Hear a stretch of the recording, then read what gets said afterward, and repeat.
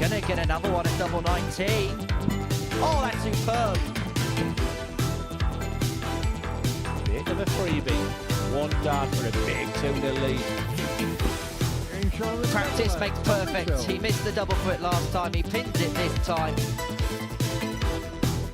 Oh, perfect. Not one of them. Tops. The Highlander hits the heights. A 160 finish to break the throw of Burnett. Players and ton plus outs. Evetts first go with the 126. He's already had the 120 today. Going to add another one to the collection. Oh, beautiful double six. Super dart and super 10. The 126 goes. He leads 1-0.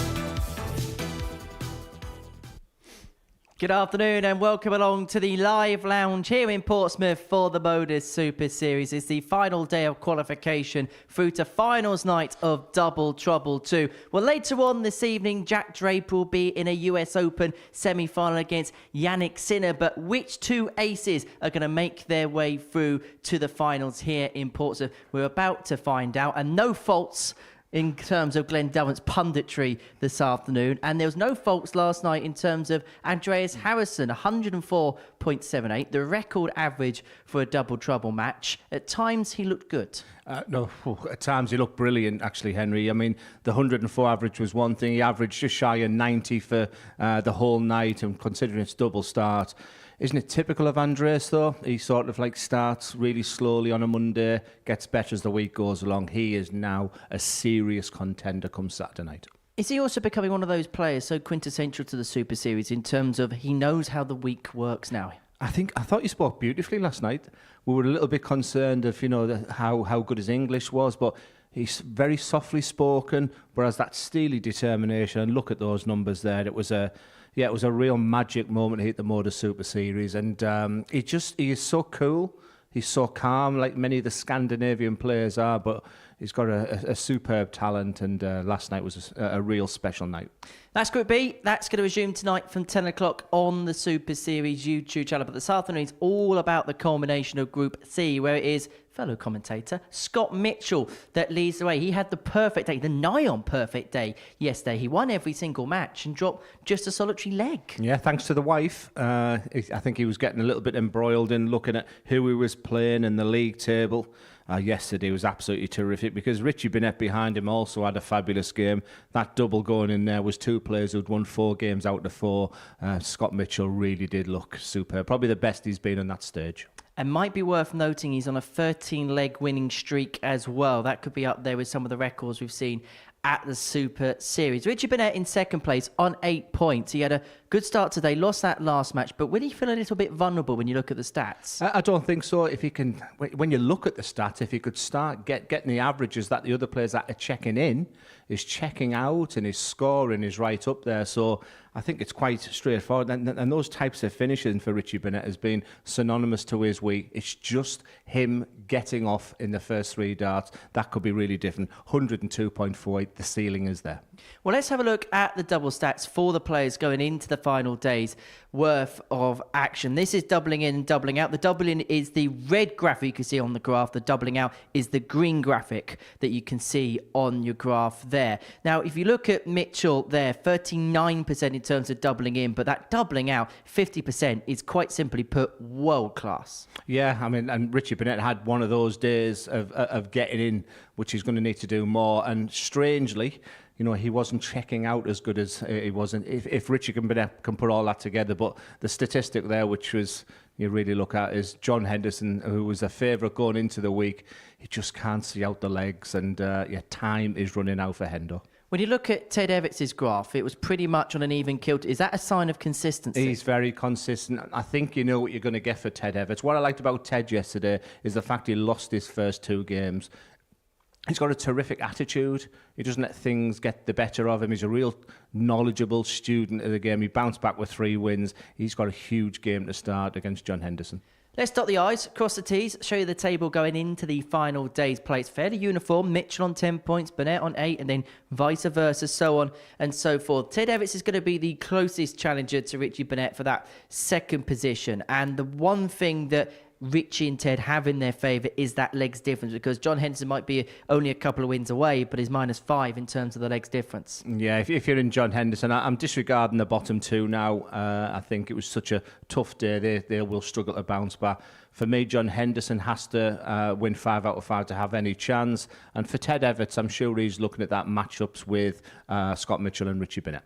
Well, let's have a look at the odds, see what the bookmakers think about today's action. No real surprises in there, really, is there, Glenn? No, I think that they've pretty much got it right. But if Richie Burnett, in his opening game against Scott Mitchell, wins that game, which he's very capable of doing, Scott Mitchell interestingly said this type of format, you can win 5 one day, lose 5 the next. I can't see that happening. He looked so solid, getting used to this double start. I think the bookies have got that right. 18 plus, speedgambleware.org if you're going to have a flutter on the Super Series today. And our first game of the day sees John Henderson in action. He takes on Ted Evetts. Super Ted, first year without a tour card. It's been a tale of ups and downs at times for him, looking to end 2024 on a high. And earlier on this morning, I spoke to Ted about this week and how the end of 2024 looks. Ted, slow start in terms of points yesterday, but it got better as the day went along. Yeah, I mean, it's getting used to the double-in format a little bit, but, you know, I was fairly happy with the day in the end. The first 2 games coming up against, I think it was a 94 and a 102 or whatever it was. Normal standard, it's great darts. Double-in standard is really great darts, so, yeah, it's one of those. Was it part of you that thought, right, okay, I haven't won those games, but the other players did something. If I just carry on playing the way I have, points will be picked up? Yeah, to be fair, I mean, first game I think it was an 80-something from me, which I thought, you know what, steady double in, steady.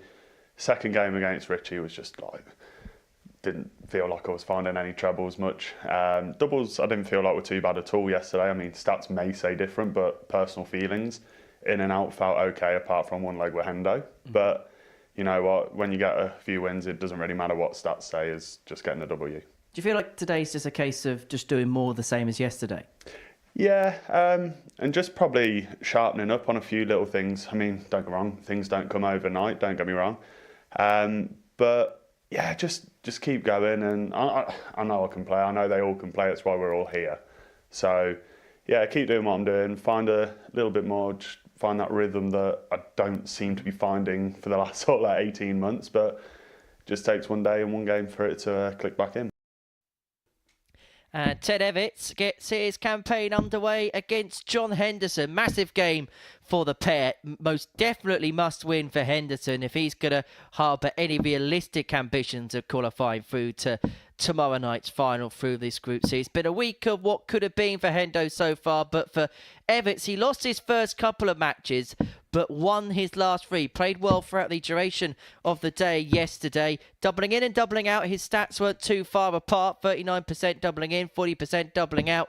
Up against Henderson, the reigning World Seniors champion, but double trouble has been troublesome for him this week. He finished bottom of Group A after a delayed flight curtailed his preparation for Monday morning. He had a good Tuesday where he matched the record, or had the record initially for a double start match here at the Super Series. He then missed the bullseye for a double start 9 darter, but the reset mentality, well, it was a complete opposite day. He won his first 2, lost his last 3. He needs a big push today if he's to stay in the mix. Paul Hinks is your referee for all 25 games, and alongside me for 25 games today, it is Glenn Durrant.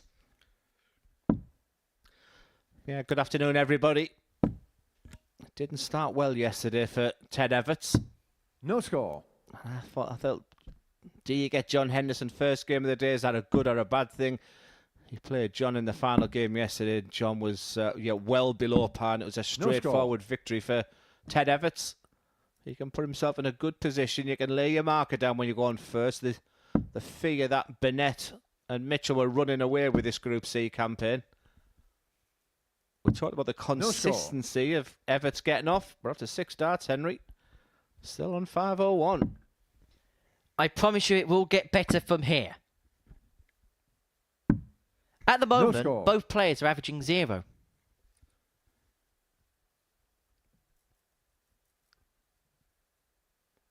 Both players know the importance of this first game of the session as Evetts eventually gets us underway 51. In this leg. Yeah, 7 darts to get off. It's a wry smile in the background from Hendo. I think that just sort of typifies his week. so lethal normally on that double top. No score. There's a real possibility that Henderson may see this as a week filled with missed opportunity again here at the Live Lounge in Ports. I'm sure he won't want us to talk about his record here at the Live Lounge again. Winning his first week, but then unable to win another one. And this was seen as a real good opportunity for Hendo to maybe pick up a weekly prize. He's been in decent form away from the Super Series on Challenge Tour duty. He's had some Pro Tour call-ups as well. Yeah, totally agree, Henry. I think he went into it as a favourite this week. To get that motivation going as well must be really difficult when you know you're not playing. It's that expectation. We're waiting for John Henderson to kick in, but time is running out. Even 5 wins today to get himself to 14 points. That wouldn't guarantee qualification. 6 from here. And Evetts isn't going to take out the fish to take out the opening leg. 134. His good pal, Bradley Brooks, who played in the night session yesterday. Started well, did Bradley. I think he'll have gone to bed a little disappointed the way it ended. Totally different to Jeff Smith, who's lost his first 2. Ted 36. That's a disappointing start for Ted. Double 18 to take an early lead. Game shot on the first leg. Ted Sweet Evetts. as a nut. Evetts 1-0 to the good. And it was Second leg Evetts who shot ran on out the a 3-0 first. victor Game on. in this game yesterday. Average 83.5. 3 from 11, finishing off on the doubles. Got out first time in each of the first 2 legs of that match, and then 45. took out that 1-2-6 as well. Henderson, as Glenn rightly said, just wasn't at the races. It was the end of a challenging finale to his Thursday. But he did start off well yesterday. These two actually had a complete 32. compare and contrast of their fortunes. Evetts lost his first 2 and then won his last 3, whilst Henderson won his first 2 and lost his last 3. 119. Yeah, sometimes the Group C's can be a little bit of a slow burner. You've got 3 players coming down from Group C. But it was far from that. It was a real spectacular performance from Scott Mitchell to play 5 games and only drop 62. the 1 leg as well. 13 legs now on the spin. The only thing to worry about there is that you don't want to peak in the group stages. 59. I don't think he'd be looking at any records that we've had set just yet because his opening games against Richie Burnett. I think the strategy would be clear on that one. If he can just get the 2 points, he's dipping his toe for qualification. And 84. And I think if Scott is here today with the same attitude he had yesterday, I don't think records will be anything that enters his mind anyway. It'll be about, but not even 1 leg or 1 match. 22. He was talking about it being 1 dart at a time for him. yeah, not something that he'd come up with. It was a ring home to the family and a recommendation that maybe he was just looking at the bigger picture too much, which you can do in tournament play. If I get to the last 32, I'll play him, last 16, 100. etc., etc. It doesn't always go like that, and maybe the best policy was just to take 1 leg at a time, and it certainly worked for Scott.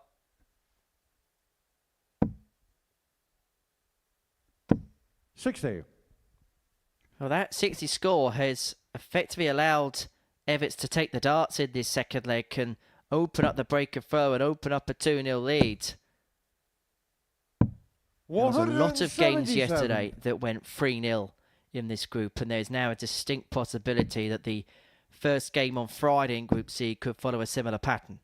Yeah, there was a real urgency there from Ted 85. Evetts. I think you can see that John 46. Henderson is still struggling, and you've got to jump on top of him while you can. He won't like that. Missing the big number. Burning a dart. 30. John Ricard 111.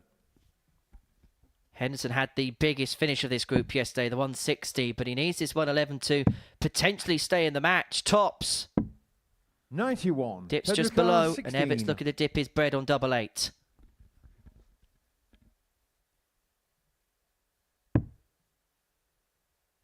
Looked a good marker, but he's had to move. Open the bed.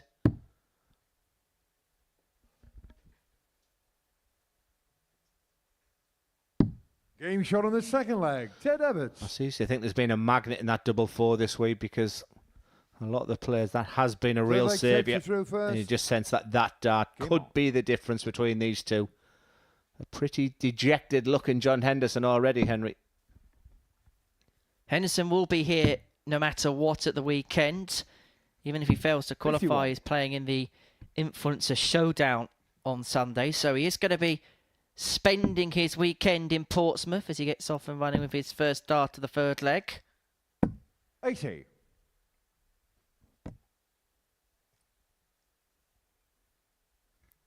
Does it feel like this is maybe the one place where it maybe hasn't quite worked out to plan for John Henderson? Would you have expected him by now, being here for 18 months, to have won maybe more than one weekly 140. title?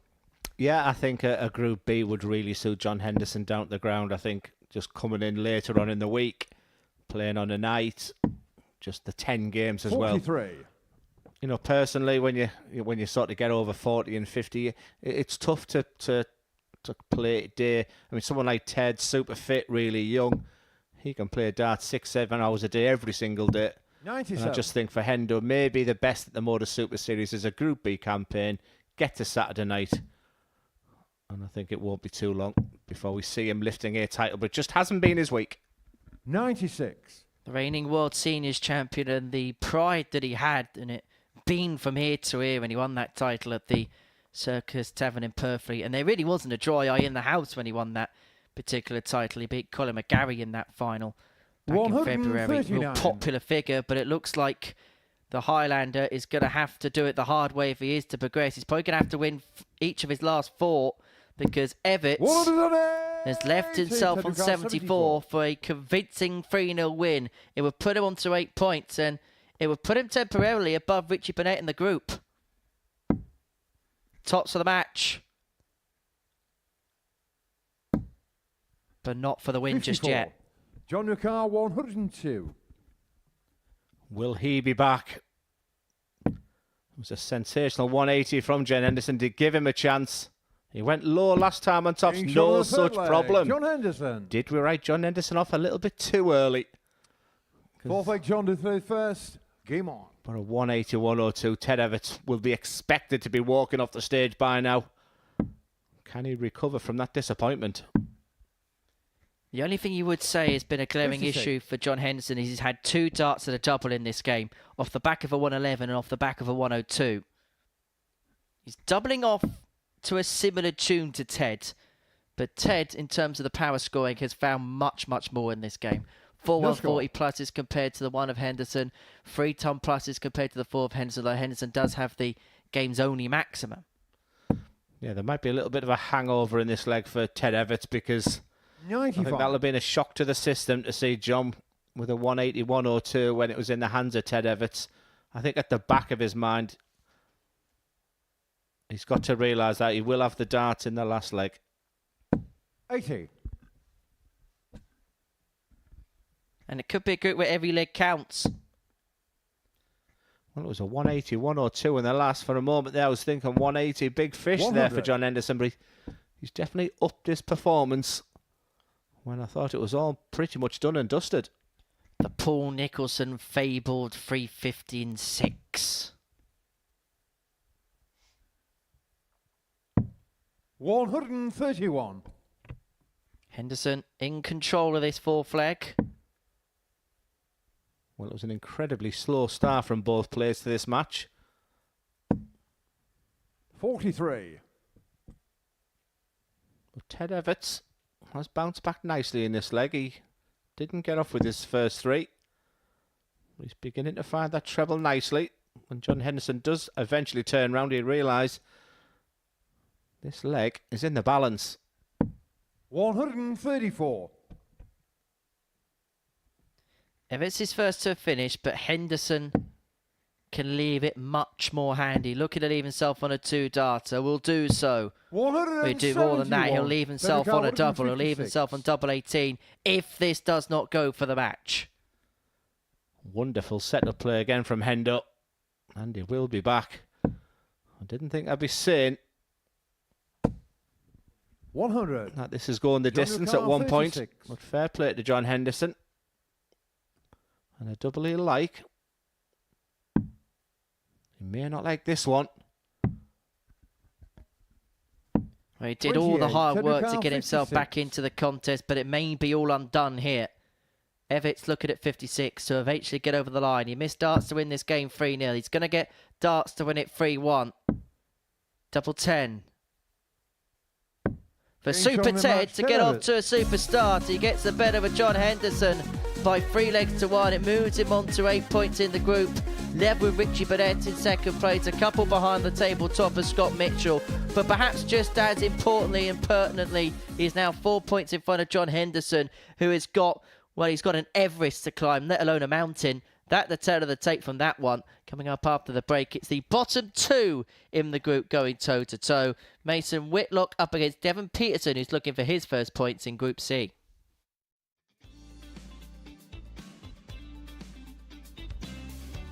Fabulous start from the young man.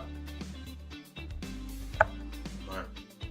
World Youth Champion. Oh, what a response that is from his father.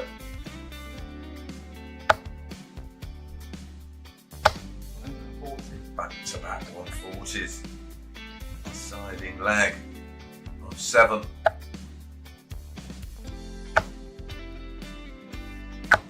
My goodness, back-to-back 180s. Well, we've seen 2 9s in last year's Modus League. Seen a couple of 10s. Haven't seen a 9 yet in the Online Darts Live League.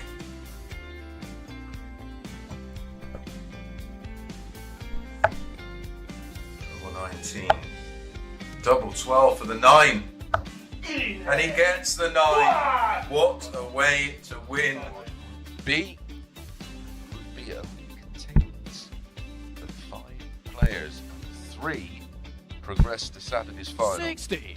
Of course, that emphasis is on qualifying for Saturday night's final, because the winner, the runner-up, and the winner of the 3rd and 4th place playoff will get their crack at Champions League. 180. Trying to get their hands at £7,000 first prize. 45.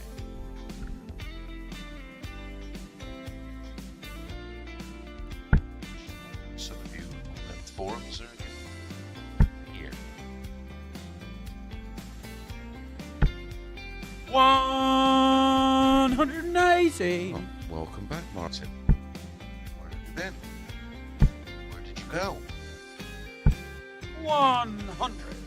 Martin, you require 141.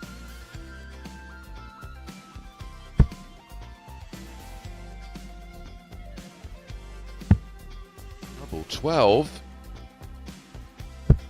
Gage Absolutely on the first leg. outstanding Martin from Adams. Martin Adams as he hits a 9-darter. Devon Eureka 127. Got to say something controversial here. Devon's meant to be the sexiest man in darts. I don't think that's the case anymore. Henry, that is absolutely disgusting. And rightly so, Devon. I totally agree with you looking behind us. It's absolutely unprofessional to do that. I'm so disappointed with you. And clearly, Devon Petersen's upset as well. Well, he's going to have to come and fight me in the comms box for it, isn't he? That was disgusting. Oh, hi, Dev. Get him out of here. Let's get the professionals in. Welcome, everybody, to the African warrior himself, Mr. Devon Petersen. I'm not only the sexiest man in darts, I have the sexiest voice as well. Hello, Glenn.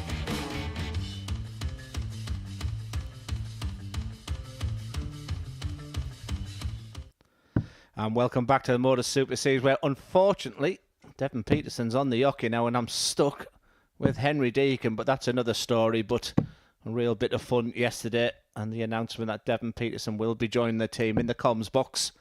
So really look forward. He's got a fantastic knowledge about the game, so passionate about what he's doing, and what he's doing for others as well is really important. He's at the highs of the game, the lows of the game.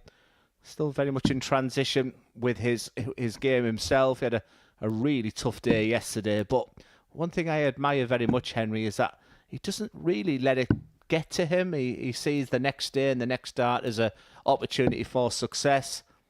And Mason Whitlock, for the first time, up close and personal, despite the fact it was just a one win, I liked what I saw from him. Charismatic, and I think we need characters in the game. He has that element of confidence, a little bit of cockiness about him, and I think there's still a big career for Mason. And yeah, I really enjoyed it. And it was a game that he beat Devon yesterday, and the opportunity when it's your last game. First. Game on. The return today is another potential 4-pointer here for Mason Whitlock. So, who do you fancy for this one? Well, the bad news is I've actually made my way back into the commentary box for this one, but I'm looking to see a more fresh version of Devon Petersen today. We saw the last time he played a 2-day group that day 2 responded and correlated much better than day 1 did. It was just a case of, it looks a little bit like today, it was a case of too little and too late for him. 100. I think already his throw looks a bit better. I've been looking at his throw when he was winning the European Tour, where he was just banging 100 averages and 180s. He was arguably the biggest 180 at that time in the world. And I just think at the point when he's about there, I think he needs to hold it just a little bit longer, as if you're ready 82. to aim the dart. It just feels just a little bit quicker than it once was. But a lot smoother than yesterday. Times 96. it looked... And when you start losing... I know what it's like to be on there and losing game after game. I think it's tough. You feel like all the eyes are on you. But Devon's a different character. And good luck to him today. You get the sense of anything, Devon's probably going to relax to the task a little bit more today because effectively he's got nothing to lose. If he gets 2 points, I'll agree with you, Henry. 22. But the more you're seeing the fact that you're not winning, there's that element as well. I was getting embarrassed when I was going back to 42. the players area, and yeah, first 2 points, I think you'll see a much better version.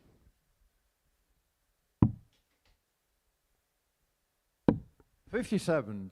Missed for leg 1. And he's got all the time he wants on this 80. Probably go 25 here. Well, that was the intention, but not the execution. 40. And eventually he leaves himself on tops upon his return.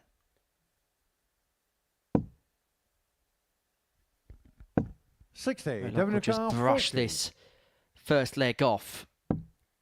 Petersen looking to cap it off by hitting double 10 and now double 5. No score. I guarantee he went for that double 5 and not an intentional play to bust. 97. WK 40. He did just have 8 darts at a double yesterday. He did get 3 of them, so his checking out was better yesterday. This leg could 38. really, really hurt him. WK 100. And that last dart was a lazy dart, and look what he's left. Mason Whitlock, how many times have we seen this week? Second best throughout. 90. WK 2. And because of that last start, it means Devon's in the madhouse. And suddenly, Mason Whitlock, No who score. was a Mason passenger Whitlock, in 10. this leg, is now the favourite to win it. Double 5. And now he's touring around on the outer ring. 6. WK 2. Well, at least we're getting the scrappy leg out the way with. Getting shot on the first leg. And eventually, Devon Devon's Petersen. underway. Yeah, deserved that leg. Like I say, it's not the way that you want to see out of it. Second leg Mason to through first. Game on.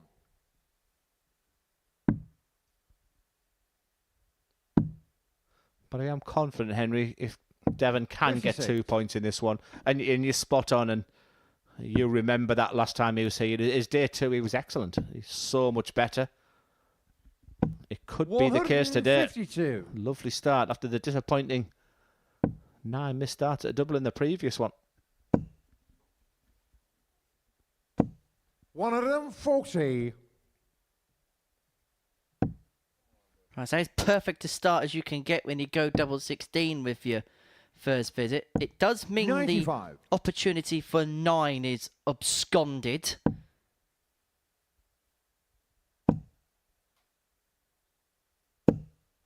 Well, that's perfect. 162. And that leaves Whitlock got to finish after 9. The 162 leaving 143.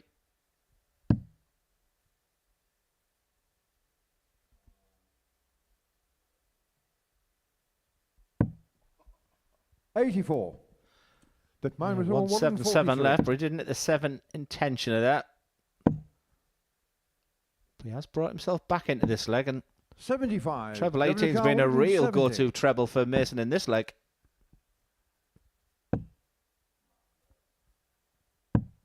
92. Mason Car 68. So in the last leg was Devon being in control and missing a plethora of opportunities at doubles. Whitlock hoping that that's not going to be a fate that heads his way, and he pins a double 4 first time to level this match up at 1 apiece. Third leg Devon to throw first. Game on.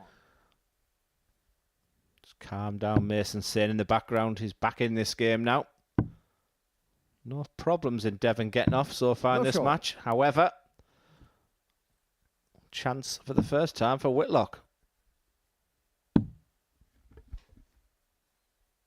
56.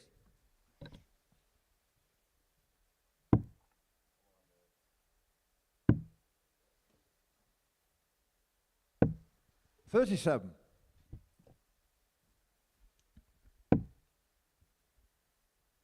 Does feel like a game being played between two players at the bottom of the group who are looking to just draw upon a bit of confidence, just something to get them going. In some ways, this is probably the ideal fixture for the pair to begin the day. 92. Yeah, you can see Mason is groaning to this match, isn't he? He looks to be getting that confidence that I think is an essential part of it, of his game. I think when things start going well for Mason, I think we'll really see the best of him. 41.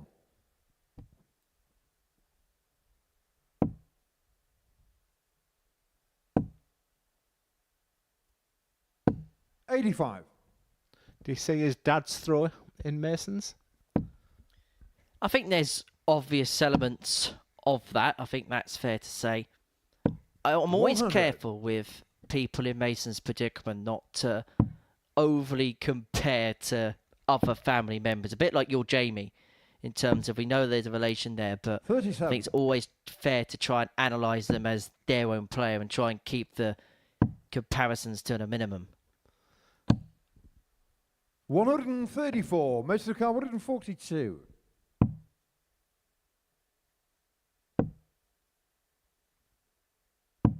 $42. We're looking able to take out the 142. Petersen looking at 97 to put himself back in front at 2-1. He led this game 1-0.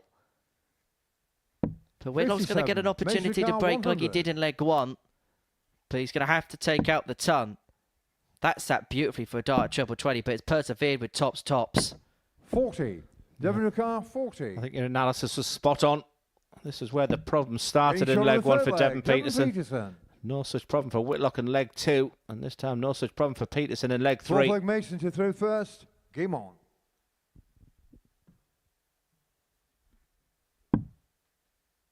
Two-1 Petersen looking for his first points in this group for the third leg in a row. 92. Mason Whitlock getting off with his second dart at the beginning of a leg. And Petersen, who got off first time of asking in legs 1 and 2, the double to beginner leg, are really beginning to desert him. Yeah, he'd be hoping to save that for a potential last leg, because 34. Whitlock does look like a good front runner. I thought you put a really good performance on against Devon Petersen late yesterday afternoon. No score. He's got a big advantage here. You can't wait to get to the hockey.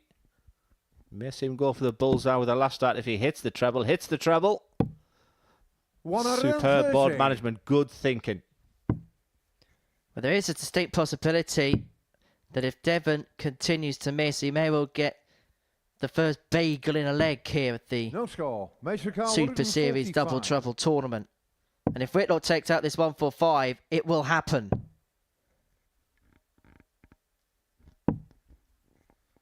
Well, quite simply, 29. this has to go. No professional wants that bagel. It's never been done here at Double Trouble, remember. No score. It could be happening 16. here. Devon could be drubbed. If Whitlock pins 88. No score. We've been given a reprieve, Dev. Still sticking with the double 16 and eventually gets up and running with dart 14 52. of the leg. Mason Ricard, 16. 2-2. Game on the fourth leg. Mason Whitlock.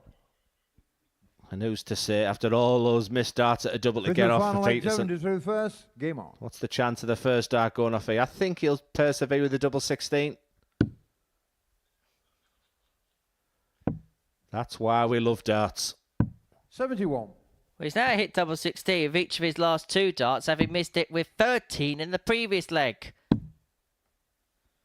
Whitlock again, up and running with 41. dart 2. Yeah, a competitive game between the pair of them. The averages have been decimated with the missed darts. It's all about the 2 points now. Mason 85. Whitlock can get that to respectable 2 wins on the spin against Devon. And you just feel it's more important to Devon. If he can get those 2 points, will we then 60. see the best from the African warrior the rest of the day?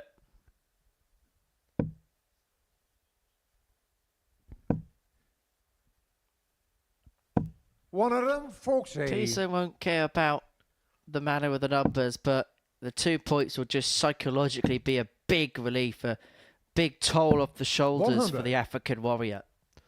Well, he's 100 ahead plus these. You have to say it's his to lose from here. Had a gone downstairs on the 19s. He's persevering with that treble 20. 60. Felt he could see enough of it.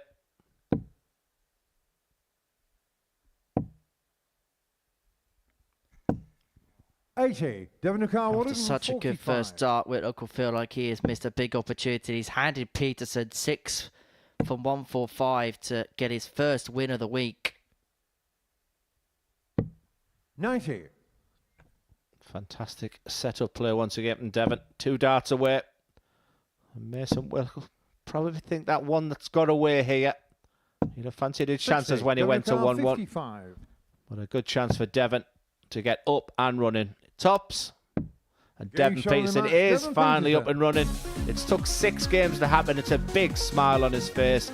And I guess everyone's really delighted to see that. And maybe, just maybe, we'll now see the best from Devon Petersen going forward there. Mason Whitlock pretty much dominated the averages in there, but problems for Devon Petersen in legs 3 and 4 getting off. But when he needed to, he found the double, and that tops at the end. The South African has got his first 2 points in double trouble. Big game coming up next. It's first against second. It's Scott Mitchell against Richie Burnett.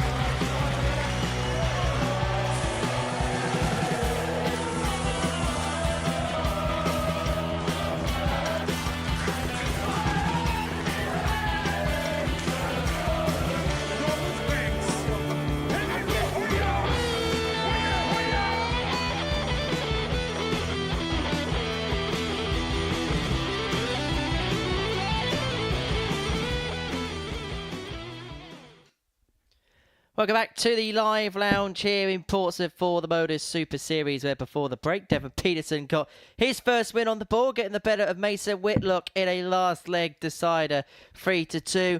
And so there's many things in the television and cinematic universe that are very much worth paying attention to and very much watching throughout its entirety.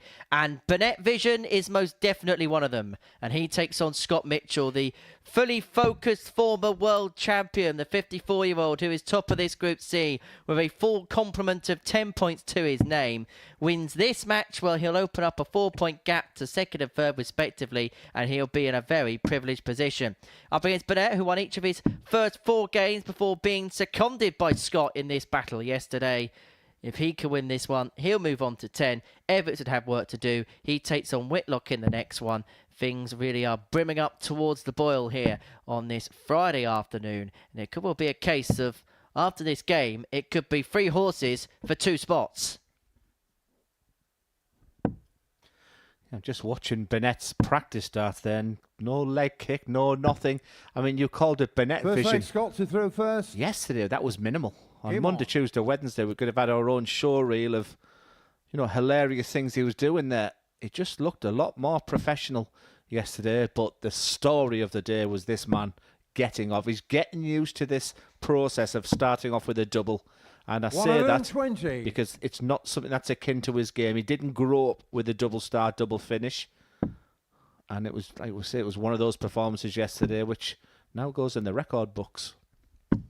No score. I never played the World Grand Prix during his time as a tour card holder, but in terms of his stats yesterday, he was 50% in terms of doubling in, which effectively means that he's going to be starting every single visit.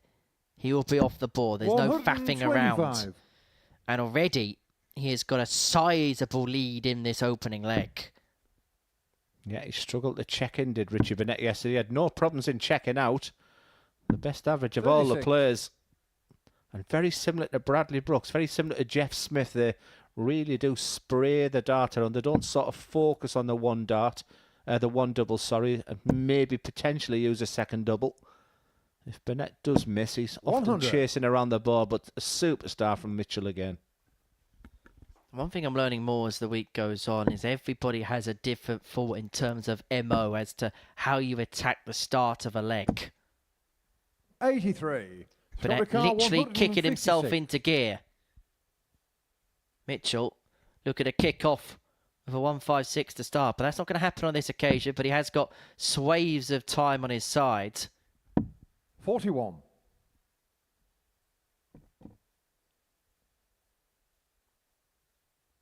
Slow start for Burnett. It was a slow burner for him yesterday. Mitchell won this match quite convincingly 3-0. Yeah, the majority of Scott people Ricard, would start in the 115. 19s, but because Scott is such a tops man, he's putting all his eggs in one basket for the treble to go in there. Because of that, it's double 19. 77. If you may remember, he hit a double 19 for 158 checkout, which put him on the cusp of winning that leg side title against Martin Wolfie Adams back in 2015. 92. Scott Ricard, 38. Strange decision anyway. Even if he'd hit the 18, he'd have left a bogey number there. Game shot on the first No leg. such problem for Scott Mitchell. He leads 1-0. 16 darter, Second solid leg, enough Richie to start, throw first. solid enough Game start on. for Scotty Dog. 14 legs on the spin. I said he won't be looking at the record books of continuous leg wins, but it's maybe getting to that stage where it's getting close now. 55. I remember a spell in Southampton where Connor Scott went 17 legs in a row. And that was back when Scott was in his 1.0 spell of domination of this tournament. Yeah, there was a game on, whether it was Monday or Tuesday, where I think it was Monday, where they both, after Burnett beat Mitchell, and they were laughing at the speaker, etc. And it's as if something switched in Scott then, because I think the focus, I think he's been the 60. most focused player in double trouble this week. He's in that zone. He'll laugh before games, he'll laugh afterwards. But for the legs, he's up there, doesn't he? Look determined. And you're probably the best person to ask because you One two of were trading places as BDO number 1 and BDO number 2 at pretty much the same time. When he's in this air of focus, how tough a player is he to break down? In my pomp in 2019, I was asked who my toughest opponent has ever been. I think people were expecting to say Michael van Gerwen. Maybe people were expecting me to say James Wade, etc. And my reply was Scott Mitchell. I love the battles we had with him. 45. We're so similar yet so different in them days. Like I said, I don't think he appreciated my cockiness them days. I was arrogant because I saw myself as being the best. Was it a rivalry you enjoyed? I was just a different person then. I was just, I love beating people up. It was, I was playing so well. Like I say, it's great when you're at the top of the game, but you know, you find out who your real friends are when things go wrong. I'll probably get on better with Scott now than I've ever done, but yeah, just a terrific player and still can be a professional player. He still has dreams and aspirations of reaching the top, and good luck to him. 94. Scott It's been a much improved second leg this from Richie, leaving himself on 52. If this does not go, and it won't go. It's been a much improved Richie Burnett in this Group C campaign. You know, normally he's walking up and down, knows where the camera is. I think he realises the importance. I'm thinking Ted Evetts right 55. now. I think Mitchell could do Evetts a favour here. But if Burnett does lose this match, that match between Evetts and Burnett will be huge. But this for a level game. Tops.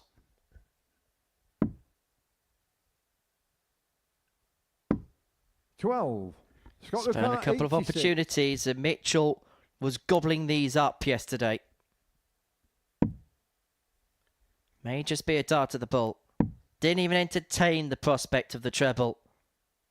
And that's why Mitchell has pinched that leg from Richie Burnett. He breaks the throw of the Prince of Wales to lead 2-0.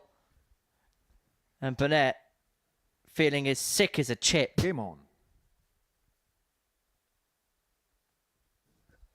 Yeah, maybe for the neutral now. I think for every player in there, if Mitchell does run away with things, it still, I guess, brings John Henderson into the equation, but you feel the fight will be between Evetts and Burnett. And the fact that Burnett's gone 2-0 down here in the in-play table, Evetts has gone ahead of Richie. That match between them two will be huge. Well, there's a lesser spotted phenomenon, isn't it? Scott Mitchell not starting off a leg after 3 darts. That's the live in-play table. Mitchell very much in charge. Evetts and Burnett look as if they're going to be running around in position for P2. No score. But I think this is the first time, particularly in this Group C campaign, I can remember Mitchell going a couple of visits without getting off. Well, there's only one 96. occasion I can look at when I go back through my notes of yesterday where Mitchell had more than 2 visits without starting a leg, and he got off 7th dart against Mason Whitlock. This is his worst start of this group. 45. Yep, 7 darts to get off, but the beauty of this format is Richie also didn't get off his first 3. Still only 50 points ahead plus these. But you must be impressed with Richie Burnett in this Group C. The histrionics and everything has gone, hasn't it? 180. I think this time slot, I said it to you yesterday, Glenn, I just think it suits him down to the ground. Perfect time to wake up. Perfect time to prepare. Doesn't have to hang around all day. 100. I think this is suited to Burnett. Really is. He's had, I mean, it's not new. He's had success on that stage. He's still a very good dart. I mean, he was a professional dart player the past 2 years. 42. He even said it was potentially a mistake going and getting his tour card because he was enjoying the Modus Super Series. He was enjoying the opportunity to play amateur darts as well. And he's gone to the speaker for a little bit of good luck. I don't think he needs that at the moment. I think he's doing that absolutely fine of what he's doing on the dartboard and looking good to reduce the deficit here. 15 legs on the spin, remember, for Mitchell. What was it about Aladdin's genie? 58. That if you... Just leave it there, Henry. Just change the subject. Well, you got 3 wishes, and Burnett's going to need 3 golden wishes to turn this game 100. around. Richie O'Connor, But he has got 6 darts from 125. here to get the breaker thrown. He does have to break Mitchell twice. But this could be step 1. Yeah, good play. Now he's a fear of hitting the bullseye, so you may see him. And that is the fear when you go that way. Now, if you don't hit the big number, Mitchell becomes favourite. 116. It started so well, Richie. And this would be so quintessentially Mitchell if he could punish here for 140. It started with a miss for Mitchell. 81. Richie O'Connor, 9. Is that enough? Big one to start, you feel. And we know there's a magnet in double 4. You said it 5. started out with a miss. How did it end up like this? Scott O'Connor, 115. Okay. Well, we know the route for Scott Mitchell. He'll go for the treble 20. I don't think Scott really wants to engage in the comedy aspect of it. He hit the treble 19 on this combination previously. Burnett will be back. Will he stop this incredible 99. run Richie of O'Connor, 15 4. straight legs of Scotty Dog? Chad Draper's playing in US Open semi-final action tonight. But as far as Scott Mitchell's perfect streak in terms of legs, is it going to be 15 love? Game Indeed shot it on the is. third leg. It Richie ends Burnett. at 15. And Burnett brings it back to 2-1. And he has a little bit of a search around the double leg 2 to Richie see to how go close the first. previous darts were. Yeah, and that position of second and third is so tight. Just the fact that that winning leg's gone in for Richie. He's now jumped above Ted Evetts. So we'll keep you updated with the table as we go along. Mitchell again not engaging with what Burnett was doing at the back of the stage. Heading back towards the drinks table. 80. And because of the volatility of the best of 5 format, in a couple of moments' time, this game could very much swing in the direction of Richie Burnett, where it could and perhaps should have been Mitchell that should have ran away a 3-0 winner in this game. 45. Yeah, very similar to the opening game of the day. Ted Evetts come out the traps very nicely, and John Henderson did threaten at one point.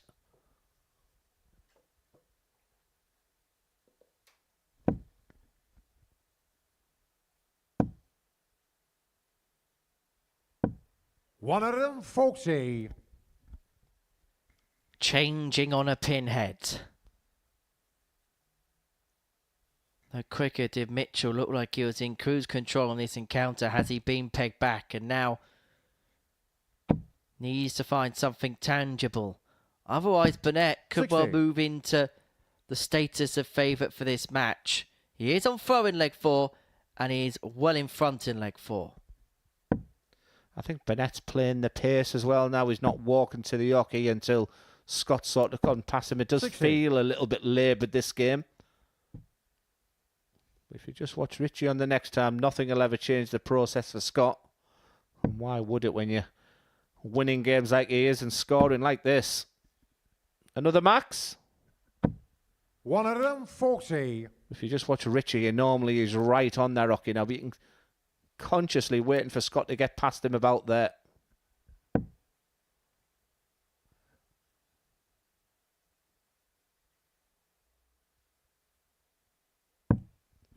Now, I'm not the world's greatest at reading body language, but I'm not 58. sure Burnett was overly pleased with Dart 1 and he's left himself on a bogey. And so it's given Mitchell an opportunity here to potentially take the throw if he can pin a couple of trebles.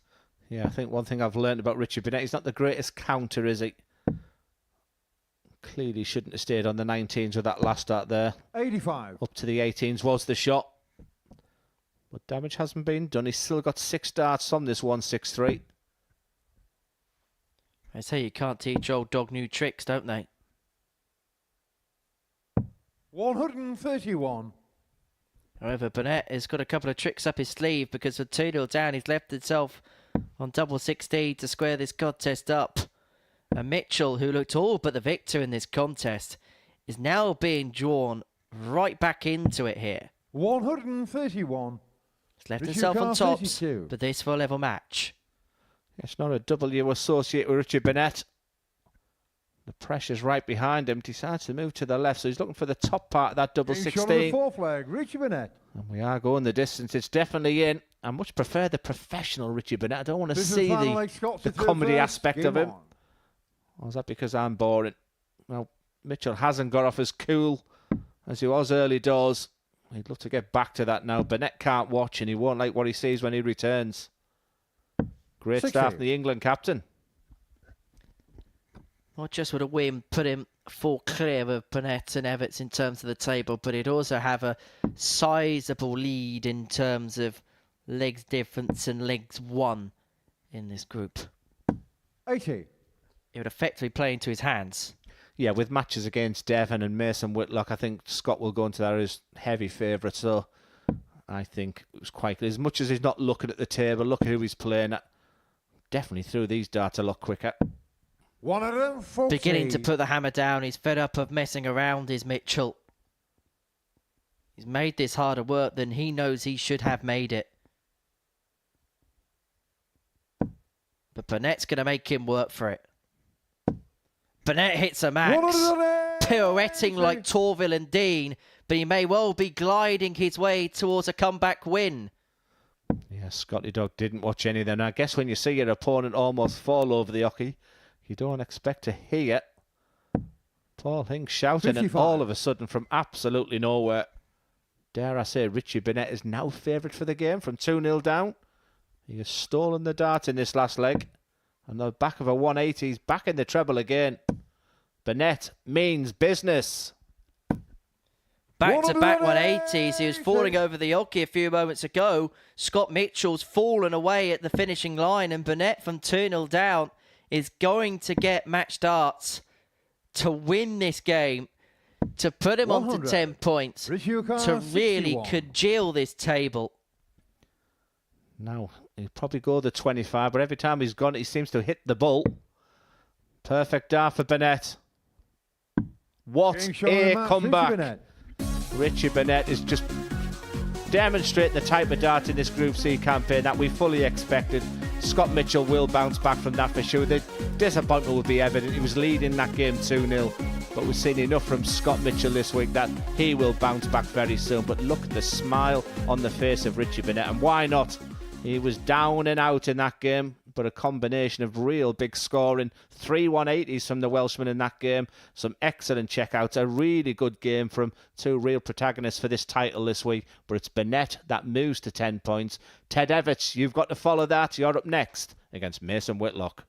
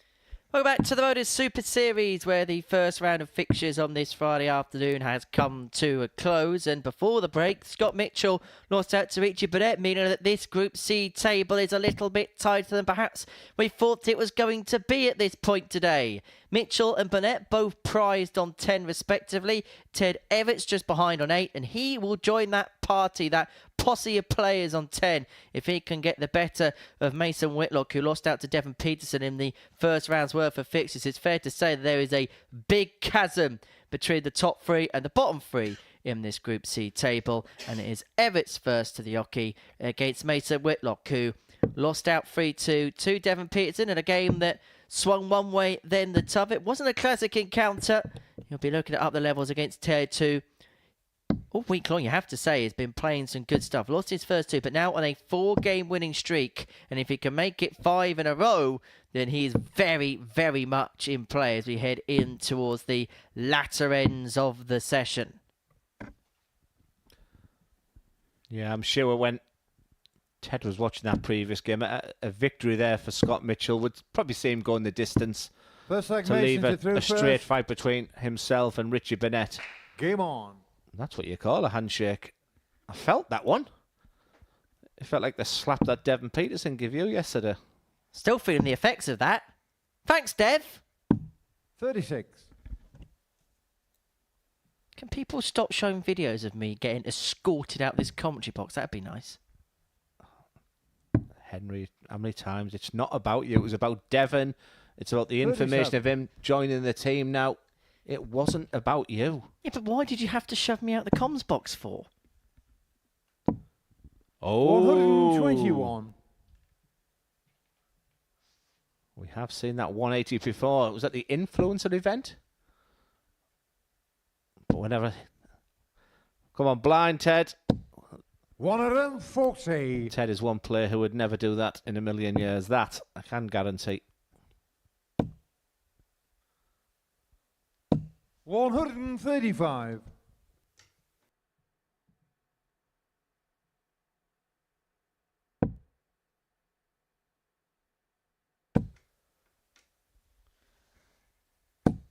Well, Whitlock may have been going blind for his 180s, but Ted Evetts finds and fires the 3 into the bed, and he could well be threatening the break of throw, but Whitlock with a decent response here. 133. Tedukar 144.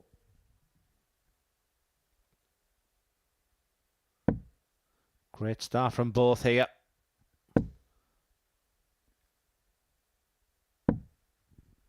$58. Mason Car 76. Tops for the first leg. 56. Tedukar 86. So Whitlock misses a dart to win leg 1. Evetts should get a dart. May just be at the bullseye to do likewise. And that dart looks like it's blocking the ball. So it's the fattest 18 you'll see for the middle of the diddle.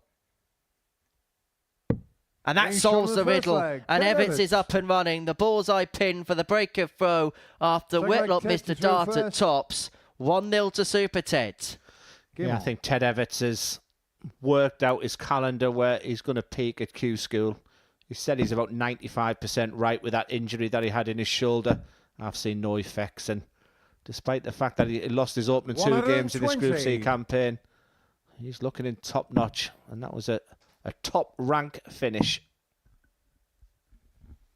Well, Ted Evetts is kind of following the similar path that Josh Payne went upon a couple of years ago. Didn't really bother too much in terms of playing anything other than challenge tour darts and a bit of this, and then put 12 months worth of focus on that 4-day stint at Q School. Payne would go on to get his card, and Ted's kind of following a similar trajectory. He's played a little bit in terms of WDF and ADC tournaments, but this and the challenge tour has been his full focus in terms of getting his card back. I suppose it's where you live as well, Henry. I mean, there's some places where there's ADC events right on your doorstep.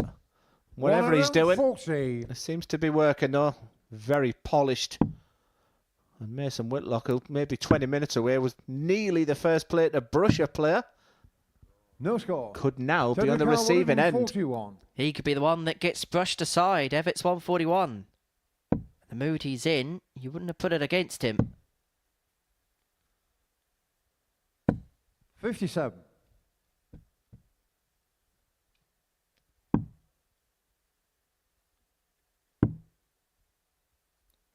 Mason. No score. Mason. 84. You could be in a bit of trouble now. Yeah, I think that's a little look up to the comms box. Probably thinking we're getting a little excited, but there'll be no 14 bull, but there'll be treble 16. It was double 8 that 68. Mason Whitlock had the chance to brush Devon Petersen with. No more chances, Mason. Just like Devon Petersen getting off 14th 37. dart of a Teddy Carr, leg. 16. This to finish off the leg.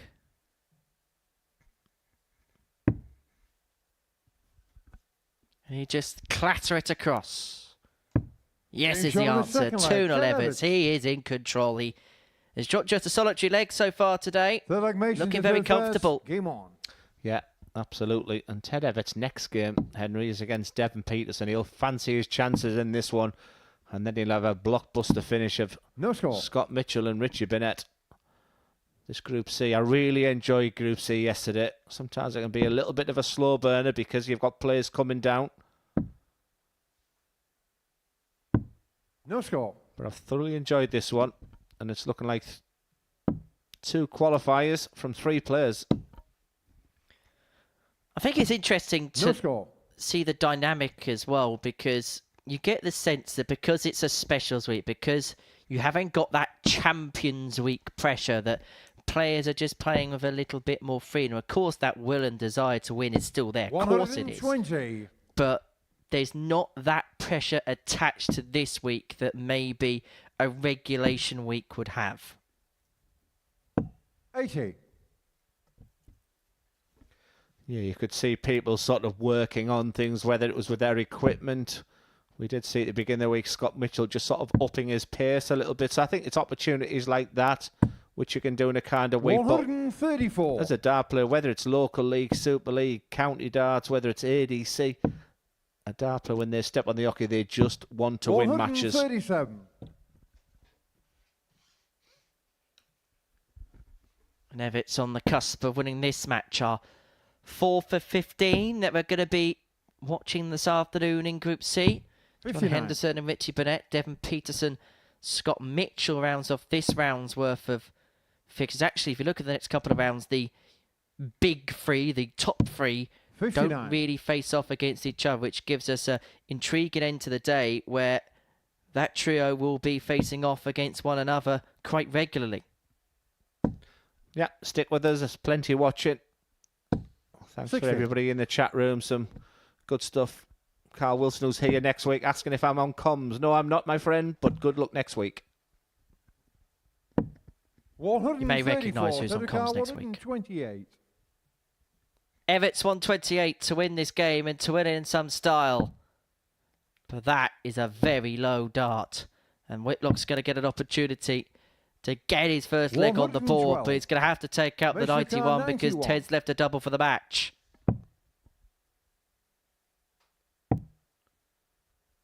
And he's going to get a dart, a double 16, but it's a 75. dart that goes Teddy awry. Carr, 16. Yes, it might be his only dart or a double. He puts his darts away. Ted Evetts, double 8. For 2 wins out of 2 today. And just to keep on the shirt tail of the top 2, he moves across the James Shaw on hockey the match, once Ted again Evetts. with success. Exquisite Evetts it has been today. And he's just a little gentle reminder to those top 2 that he's still about. He's playing really, really good darts as Ted Evetts. Remember, he lost his opening 2 games of this Group C campaign. But isn't he playing very, very nicely right now? That's a real bounce in the step off the stage. And Ted Evetts, he moves on. He seems to be getting better and better. We've got 3 players now on 10 points. One of those players is up next, Richie Burnett. This plays John Henderson.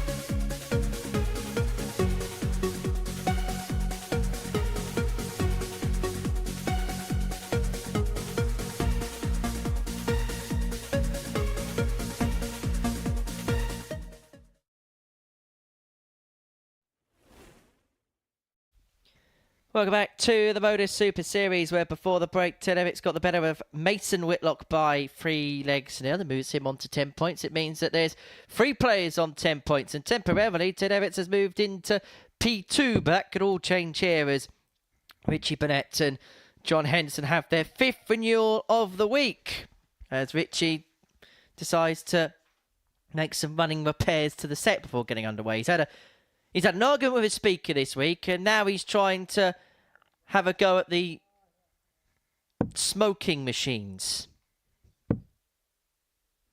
Anyway, there was some kind of running repairs, and John Henderson's found the funny side of it as well. All in the day's work for Richie Burnett. But in his day's work today, it's all about getting him to the top 2. He's won his first game, but he's now seen himself move down to 3rd position in the group because Ted Evetts has now made it 5 wins in a row. And if there's one player that could be a dangerous floater in a group, it is John Henderson. He could spoil the Burnett Darty party here in Pompey with a win here today. His chances of making it through are pretty much next to nil now, but he can stop somebody else from doing so. And he has to play Burnett and Mitchell as the day comes to an end. Should be an intriguing end to the day, Glenn. Yeah, it's smiles all round at the moment. I'm not sure what's going on between them, but it hasn't been smiles for John Henderson when he's played Richie Burnett this week. First leg, 4 John times they've played first. already. And Burnett leaves that head-to-head 3-1. Smiles have stopped now. The importance for once again for Burnett. I'd like to see Richie stay this professional manner. 120. Less balmy, maybe. But a superstar from Hendo. This was the game on Tuesday where John Henderson hit that 102 average 63. against Burnett. Tuesday was Hendo's best day by far. He had that 102 average. He then missed the bullseye for the 9 against Robert Thornton. It's always Thornton and 9s in double start formats, isn't it? 140. Certainly is. He just happened to walk into Neil Duff game 3, and for me that was it just seemed to end the progress on John Henderson. Fully expected him to get out of this Group C. 82. I think it's pretty obvious now, barring some mathematical equation, you're going to tell me that he can still qualify, but I think everybody will be a fan in the players area. I say everybody. 45. I'm talking Ted Evetts and Scott Mitchell for a Hendo victory here, because every time one of the big 3 get up, it has such deciding information for the group. 97. Well, Henderson's got the better of the running in leg 1. 6 starts to 196 to take the lead. Henderson hasn't won since game 2 of yesterday when he 100. got the better of Devon Petersen by 3 legs to 2. His only 2 wins in this group have come against the bottom 2 players in Devon and Mason.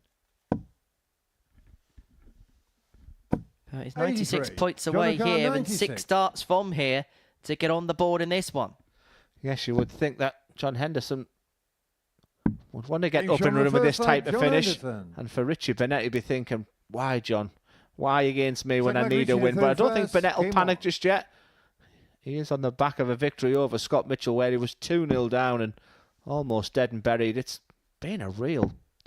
I think I pretty much wrote him off for this Group C campaign, Richie Burnett. 120. He's been superb at times.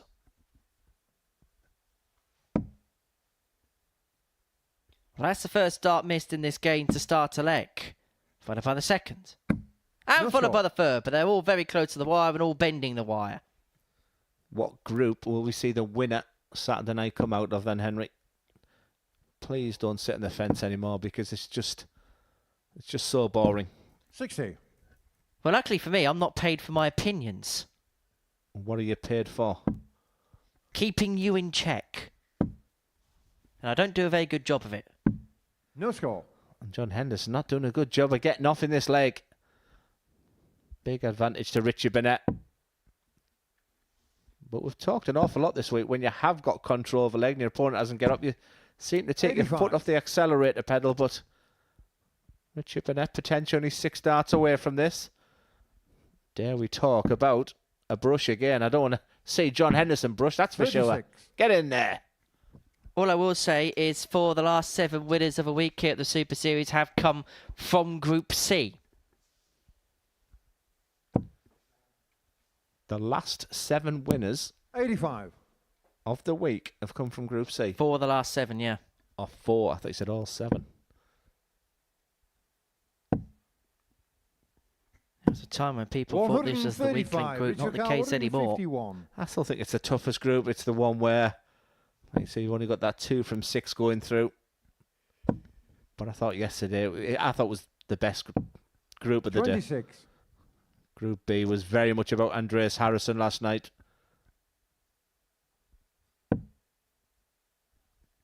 Yeah, I'll be back with that from 10 o'clock on the Super Series YouTube 58. channel. Richard Carr, 125. You may remember earlier on today, Burnett was on this number with his opponent not on a finish, and he made a bit of a mess of it because he hit the bullseye with dart 2. Well, he's not going to do that this time. 47 points left. He can sort of just get that confirmed by the referee. Leaves himself 93. double 16.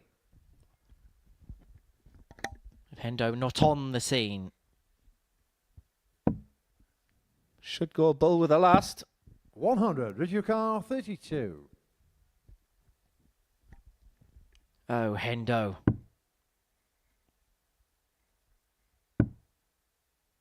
Double 8, and he's got a couple of flights Game in the way. shot That's a really second good leg. dart, Richie that, for Richie Burnett, because he wouldn't have had a full view of that dart and that Like John to third target, first. Game but on. he is level nonetheless at 1-1. Yeah, that last dart was all about feel. You're almost just lobbing over those first 2 darts. No score. Started so well this match for John Henderson. If Richie Burnett can get off with these 3 darts, he takes the ascendant. It's exactly what he does. Third leg in a row, Richie Burnett has kicked off the 79. leg with his first visit and his first dart in particular.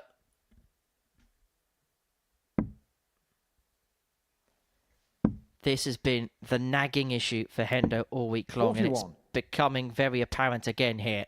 Yeah, I think you nailed it at the beginning. He's a dangerous floater now, isn't he, John Henderson? Because we expected him to be at the top now. And, you know, for Richie Burnett, it's still always going to be a 50-50 game when John Henderson, but I just fear for the motivation as he goes on and on. We could still play a big part of whoever qualifies in this group. 100. For Henderson, busy end of the year for him. He'll be playing Challenge Tour. He'll be looking to play himself into contention in those particular tables in November. He's also got a couple of seniors events. He'll be at the match play in York in October. He's going to be 60. in Sunderland for the Masters in November. And if he doesn't get his tour card in January, he'll be defending his World Seniors title at the Circus Tavern in February. Hendo perhaps has been one of the players 55. that has benefited from everything that has opened up on this side of the sport since losing his card. Yeah, it's not the end of the world for players now, is it? Like it once was. Or, you know, look at Ted Evetts now, who's rebuilding his game. 180. Been a bit of a magnet when it's come to maximums today. Richie Burnett had 3 in his match against Scott Mitchell as his 4th for the day. A matter of fact, he's had more maximums himself than everybody else in the 85. field combined. Richard Carr, 137. So many players are starting treble 19 on the 137, but Richie with your opponent on 220. The score of 97 would have been nice, but that 5 there hasn't helped. 45. The door is ajar for Henderson. However, the fact that it took him 4 darts more to kick off the leg means that he is again a score behind on his throw. And he's not making heavy weather. He should look down here for the 25 and the bullseye because 50. that 25 Richard leaves Carr, himself on the 92. fish. Burnett looking at 92 to get the break. 72 left, has got options. So maybe persevere or head for treble 12. Yeah, double 18 will be the shot if it has crept in. Just confirmed by the referee for a 2-1 lead. 74. John Carr, 170. Well, this would be some way to save your skin. Highest finish of the week does go to Hendo with that 160. Not to be, but he has put that double 9 of Richard Carr, Burnett 18. under the severest of pressure. Never break chance. Can he oblige? It's only going to be one at double 4. Assuming he stays straight, which he does. Game And then fires it home. Richie Burnett. Burnett breaks and leads 2-1. Fourth leg, Richie to throw first. Game on. And that double 4, just a reminder, is an in-play table. That's based on if Richie Burnett does win this game. But for the first time in this Group C campaign, Scott Mitchell will see himself not at the top. He has an opportunity. He is up next against Devon Petersen. But Richie Burnett, victory over John Henderson here, puts himself in an excellent position. And, you know, Richie Burnett has now played Scott Mitchell and John Henderson today. 60. Things are looking good for the Welshman. However, for the first time in this match, Henderson has got off quicker than Burnett. 36. Gets off eventually. Switching across to double 18.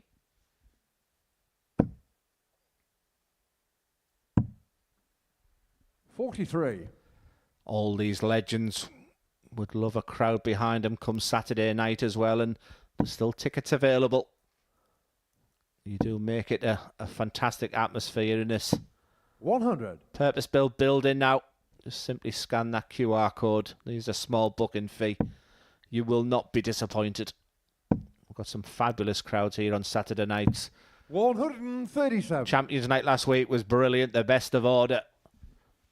I think all delighted for young Marvin Van Velzen. So get yourself here Saturday night. 140. You look very nice and dapper in your suit, Glenn, I have to say. I wish I could say the same for you, but you more need a summer suit now, according to Paul Nicholson.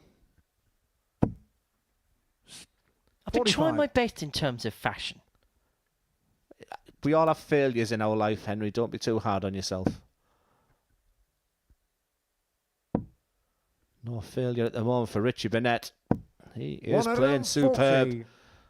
Them kicks have been reduced, let me tell you. Monday, Tuesday, Wednesday, that last dart was pretty much what was happening with every dart. He's looked a lot more professional on the hockey.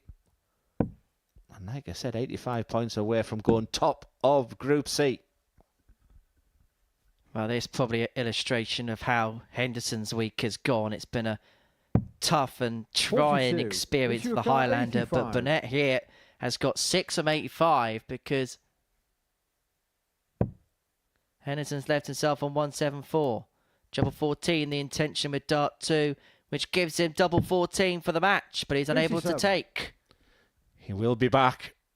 His face scrunches up, but when he goes back, he can prepare himself for that double 14. Just a little look there at the scorer, John Henderson.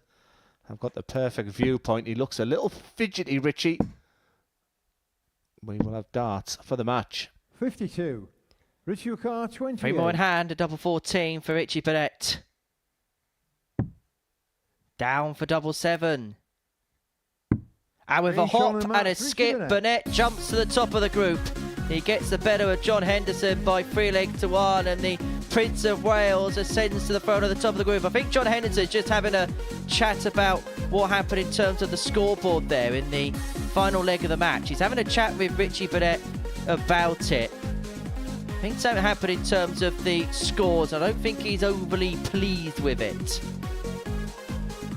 Nonetheless, Burnett, 3-1 victor against the Highlander. 74 average, 3 from 9 when it came to the doubles. Coming up after the break, Devon Petersen is in action up against Scott Mitchell.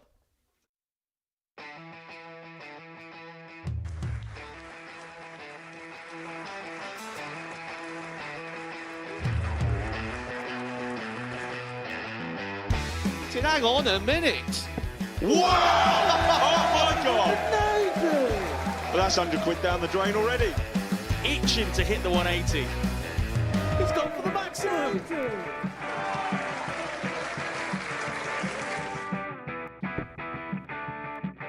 18 for the bull. Bull. 53. No, he said bull. That's a great first out from Adam. Oh, look at this. He's going to leave Skate. Oh, can you believe it? That is unbelievable.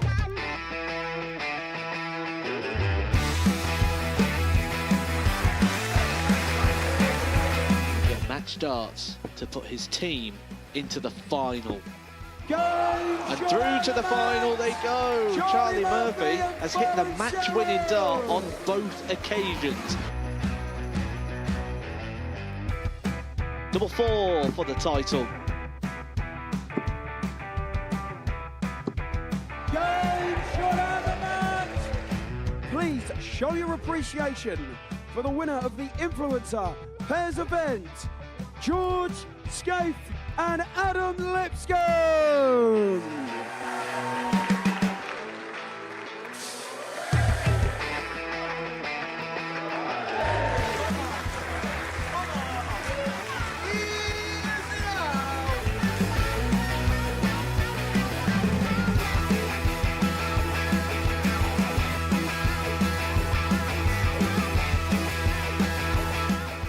He seems to be out, that's what he is, Charlie Murphy. A couple more visits yet. We're not going to need that. Bosh. Pie Face is through. He gets there. And he's absolutely buzzing. It was a game that Pie Face dominated throughout.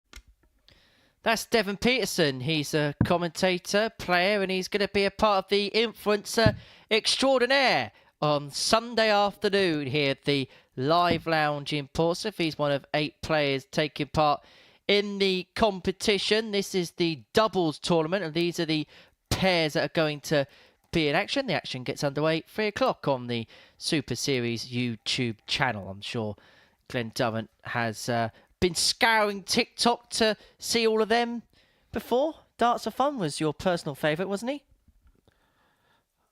Angry Ginger, I quite like the fact that I think he'll have an excellent chance, and I'm trying to pretend I know what I'm talking about here when I know I haven't got an absolute clue. I've got the names wrong all week, and but listen, it was a fantastic success, the first one, and the bottom line is that charities are really going to benefit. We've got a sellout crowd Sunday afternoon as well, so just a big well done to everybody, and I'm sure it's going to be another fantastic success. Well, Petersen will be looking forward to that, whereas Mitchell's looking a bit more further forward towards tomorrow night's final. He is on 10 points in the group. He wins this one. He will return to the top of the pile. First leg, Devon, you through first. In terms of today, Petersen has won his match. Game on. Mitchell has lost his match. Yeah, we pretty much gave this match to Scott Mitchell, didn't we? But the fact that Devon Petersen did get that win under the belt, there was that possibility that he can just relax a little bit. But not the start you wanted, already given the advantage to Scott Mitchell, who has been superb at getting off his Group C campaign. Yes, it was all about the wee starting legs. You just sense, Henry, the bit is between his teeth. He was 2-0 up and cruising against Richie Burnett. And for the first time in Group C, maybe questions asked to Scott, but 92. Fully expect him to do the job here. Well, this game is all about Petersen keeping pace with Mitchell, because we know what he's going to do in terms of doubling. It's about Devon keeping as close a watch with that as he possibly can. And already in this first leg, the former Lakeside champion is racing away with proceedings.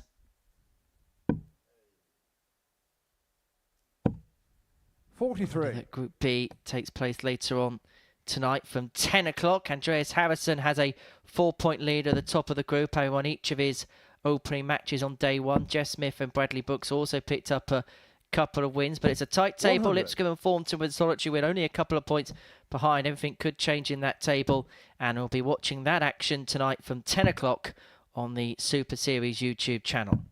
Yeah, I know that Adam Lipscomb was your choice to win it this week. The fact he just won that last game, he should have won his opening game against Robert Thornton. Do you still think he'll qualify and win come Saturday night, Henry? Or are you sitting on the fence again? 100. I don't know.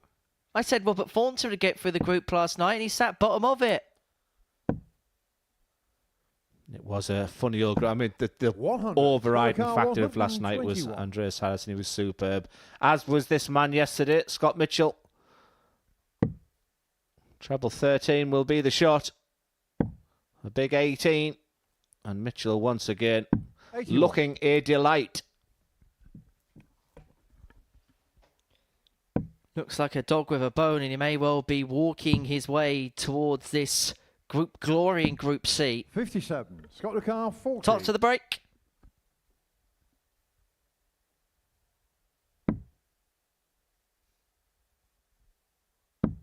Game shot on the first leg. Kept off the barrel and in, and that's one thing that Mitchell's been doing so well this week. Second leg, Scott to throw first. Game on.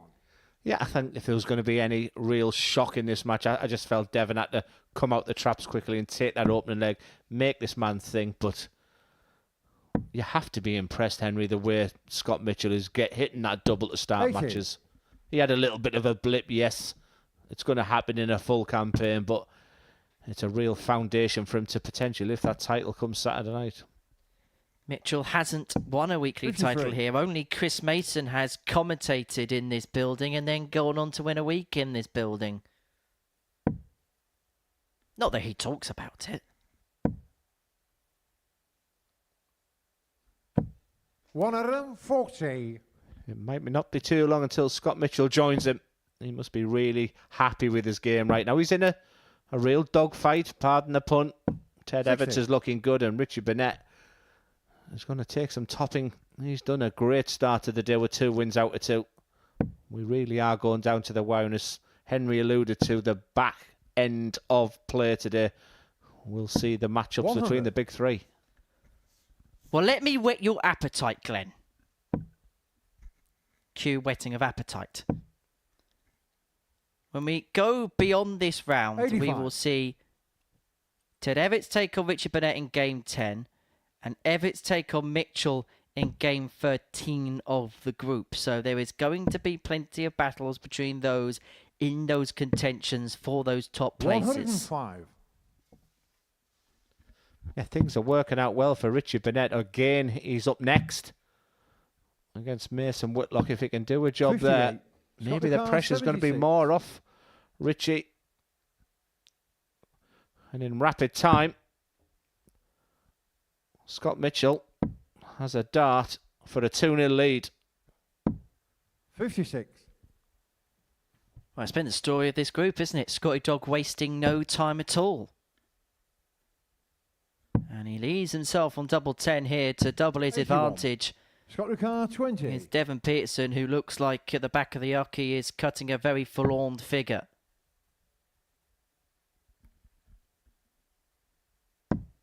One thing we know about Scott is he'll attack everything, and there may have been the odd player with Devon Petersen Ricard, at 164 who 164. may have thought about the split or thought about other possibilities on the double 5.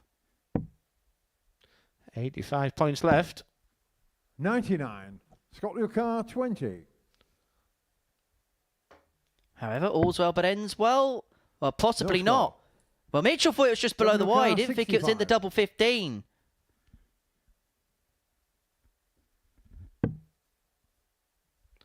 So 47 points left. Just confirming that. Big 15 would expect to be the shot. And for his first dart to double in this game. 49. Scott Ricard, 20. Well, Mitchell gets a third go, a third visit at double 10. Petersen shakes his head. Knows that was an opportunity that has gone begging. And Mitchell isn't going to give him any more chances. He's 2-0 to the good. But remember, he had led 2-0 against Richie Burnett. They'd like Devon to throw first. Game on. Yeah, I think he's... I'm just looking out my window here. He's just having a little chatter to himself. Like I said, you know, he won with brilliance yesterday. We often talk in the comments box of winning ugly. That's the case. I mean, he's averaging mid-70s for Scott Mitchell, but getting the 2 points, joining Richie Burnett was the priority. 60. He won't care how, as long as he does. And we know that's one thing with Scott. Yes, okay, he does have a little look at his numbers to see how he gets along as Petersen gets off a dart 5. 76. But he's very much in that old school fold of, if I win, it's okay. Yeah. I think he demonstrated his qualities yesterday. What I would like to see is maybe 100 average from Scott Mitchell. I think 100. to win a Saturday night, it feels like albeit a round robin to start, it feels like a knockout contest. And it's nice to know that the ceiling of 100 average plus is there. 85. I think what you get with Scott is you're expecting to average mid-80s to 90 on a Saturday night. I think my motivation, if I was Scott Mitchell for the rest of the day, is go and put a blindingly big average in, like Andreas Harrison, like John Henderson, 100. like Richie Burnett has.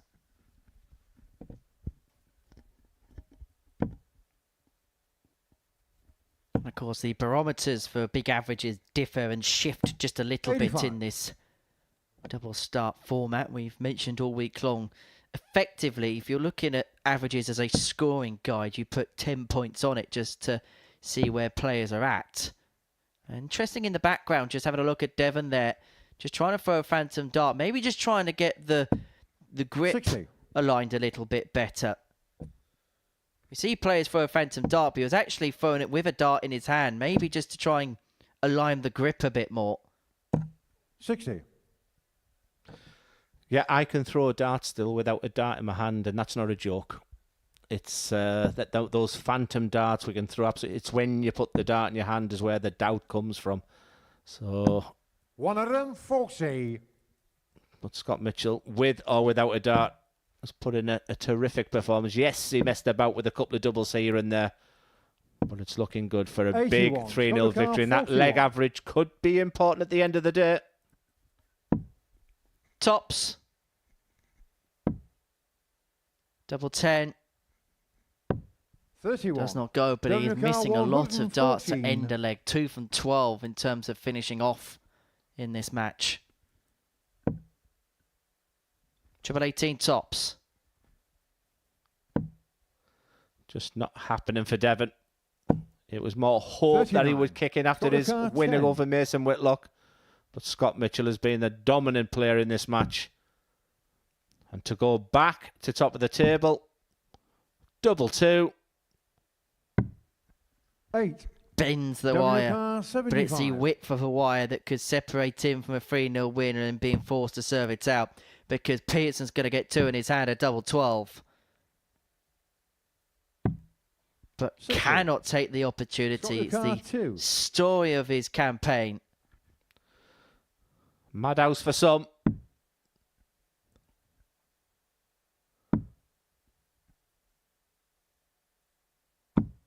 No score. Devon O'Carr, 15. 7 for double 4.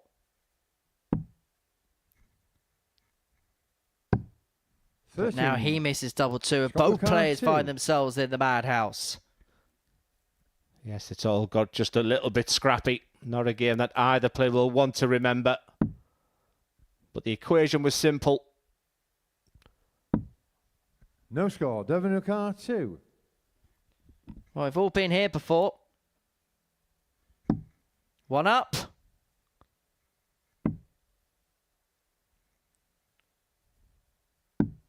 No score. Scott O'Carr, Well, Mitchell 2. now looking to eventually get over the line. He's missed 18 darts to win legs in this match.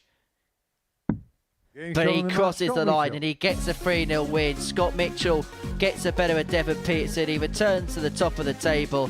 Hard work in the end for the former Lakeside champion, but he moves on to 12 points and he moves one step closer towards qualification. Devon Petersen 0, Scott Mitchell 3.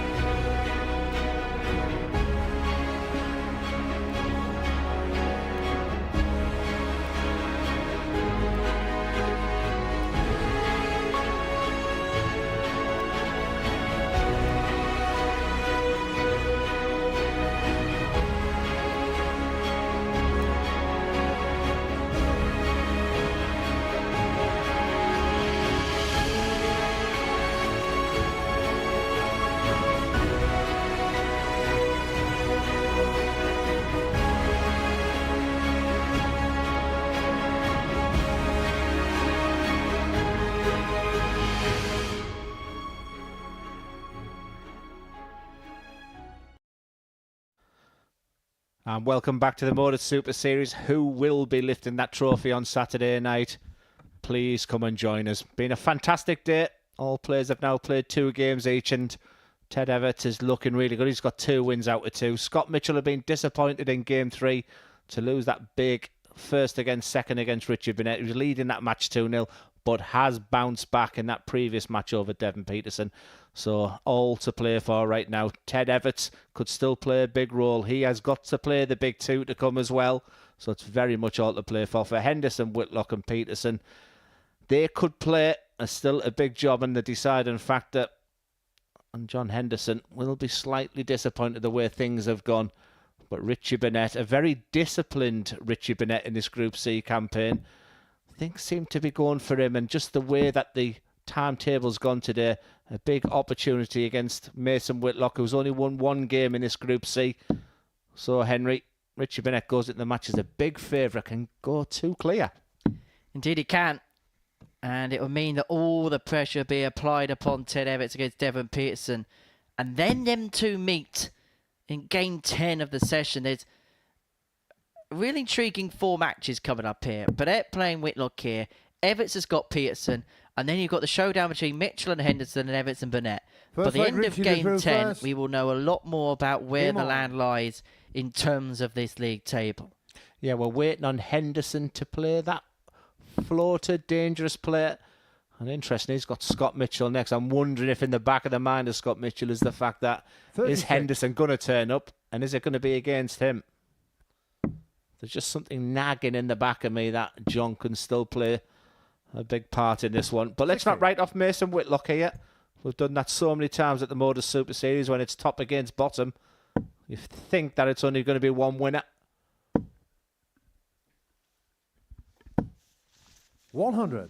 Well, Mason Whitlock was not born when Richie Burnett won his world title back in 1995, and the world was very much a different place 36. when Burnett won that Lakeside title. John Major was the Prime Minister. Blackburn Rovers won the Premier League. Everton won the FA Cup. Middlesbrough moved into the Riverside Stadium. Frank Bruno was heavyweight champion of the world. 96. And perhaps appropriately for this week, Oasis released their 2nd studio album, What's the Story? Morning Glory, which proved to be one of the most successful of all 96. time.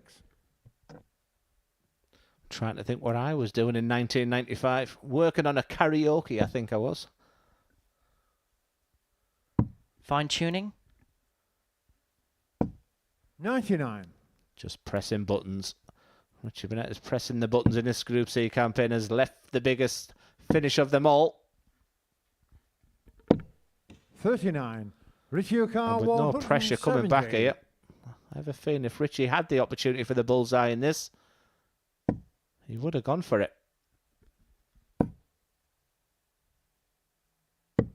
105. Really good first leg this on Burnett.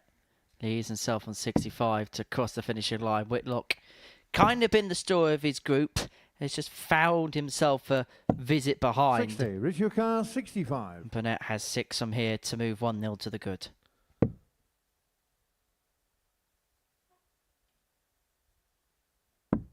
He's left 65 a couple of times already today. He's hit the bullseye, he's gone outside. But that was a clinical kill there from Richie Burnett. Focused, committed, professional, disciplined. Not words you'd associate with a maverick. That is Richie Burnett. No score. There is a saying, no 2 players are the same. And in the case of Richie Burnett, there could never have been a truer statement said. But one 65. thing that has to be noted, that players at Richie's stage of their career, they could be heading towards a swan song stage, but there's been plenty of glimmers from the Prince of Wales, made the last 16 of the UK Open. And there was a time before he got his talk card 2 years ago where he was being spoken up as the favourite for the inaugural World Seniors Championship. 121.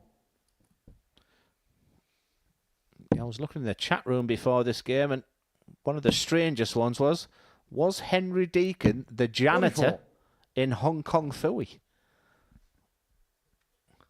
Right, I don't know what you're on about here, Glenn. Well, Hong Kong Phooey is a term I've used for Richie Burnett when that leg goes up 60. It's a cartoon character. But he was also a janitor as well, so that's up to you. But maybe you look like Hong Kong Fooey as a janitor. I don't know. How do I look like a 100. janitor? I think the janitor only had about 7 strands of hair left, so maybe it was that. Oh, wow. It's not nice being bullied in here, is it? It's not nice, Henry. 140. 2 years I've put up with you picking on my defeats. Advantage does it. And right now it's advantage Burnett. 94. Super speedy Richard time. Carr 115. He's a finish away from a 2-0 lead here. Remember, this would put him the first player onto 14 points. He should be going upstairs to treble 20, Richie.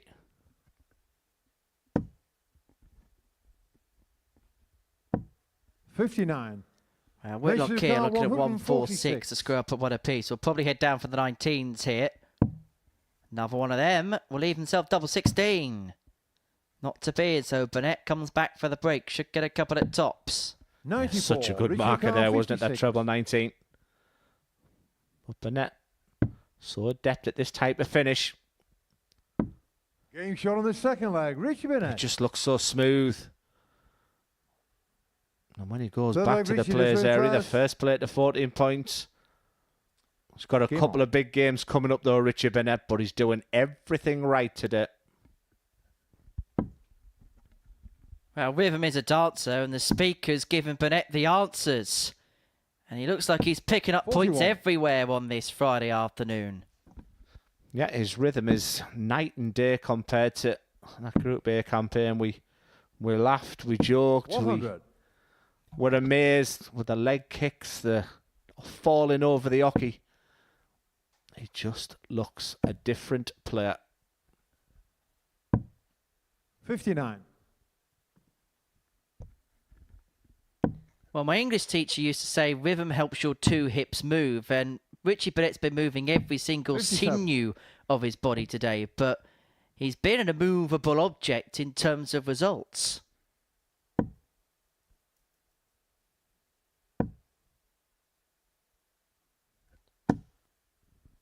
$121. I'm trying to think who's got the favoured running out of the big 3. But that game, as you mentioned, coming up soon. 60. Not Ted. Not Ted at all. He's got Richie and Scott to play. But could that be a good thing, Henry? The fact that it's in his own hands then? He's not relying on others. 108. But would you really want to play Richie Burnett today? Well, he's got to. And you may see Burnett move on to 14 points in next to no time at all. 134. Richard Carr 100. Potential 2 data. First part done. 80. This could be 3 Richard bullseyes Carr here. 150. Still the greatest finish I've ever seen on a Euro tour. No, it's sensible. Yeah, I Well like played. that. I like that, Henry. 64. But I've also Richard really Carr, enjoyed 20. the performance of Richie Burnett. This for 3 wins out of 3. The first player to go to 14 points.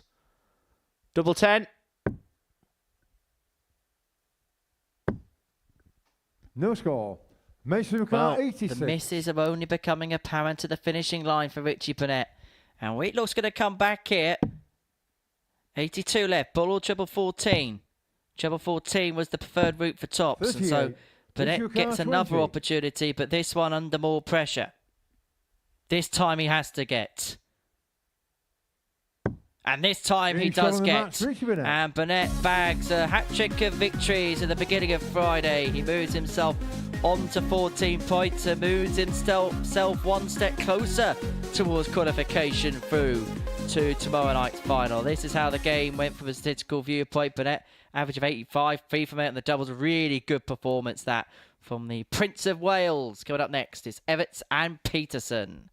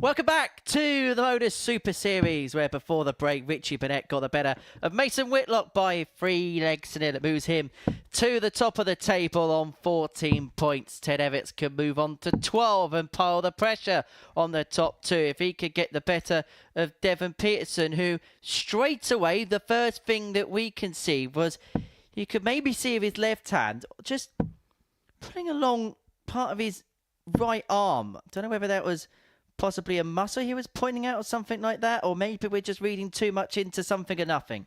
But Petersen and Evetts is our 8th game of the afternoon session. Evetts looking for a win now to move him on to 12 points. Petersen looking to get his 2nd win of the day.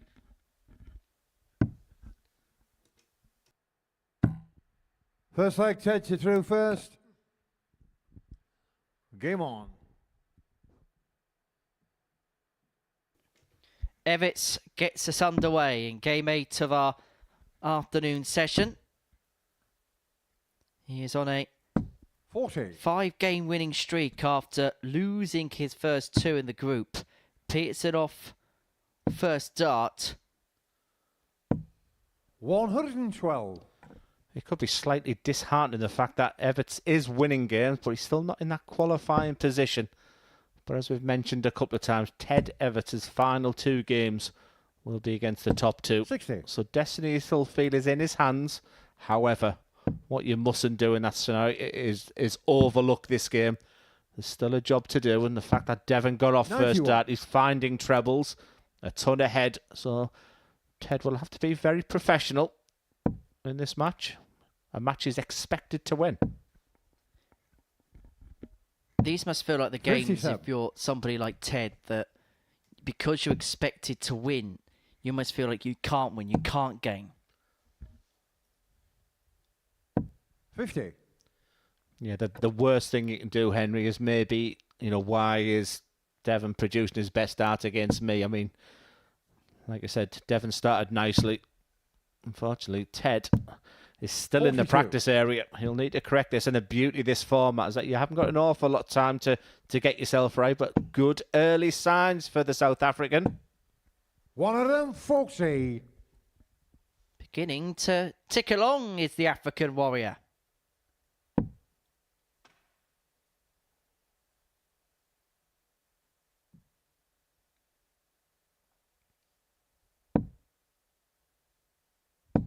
$58. Devon Carr, 108. For a 1-0 lead in the break of throw. Devon Petersen.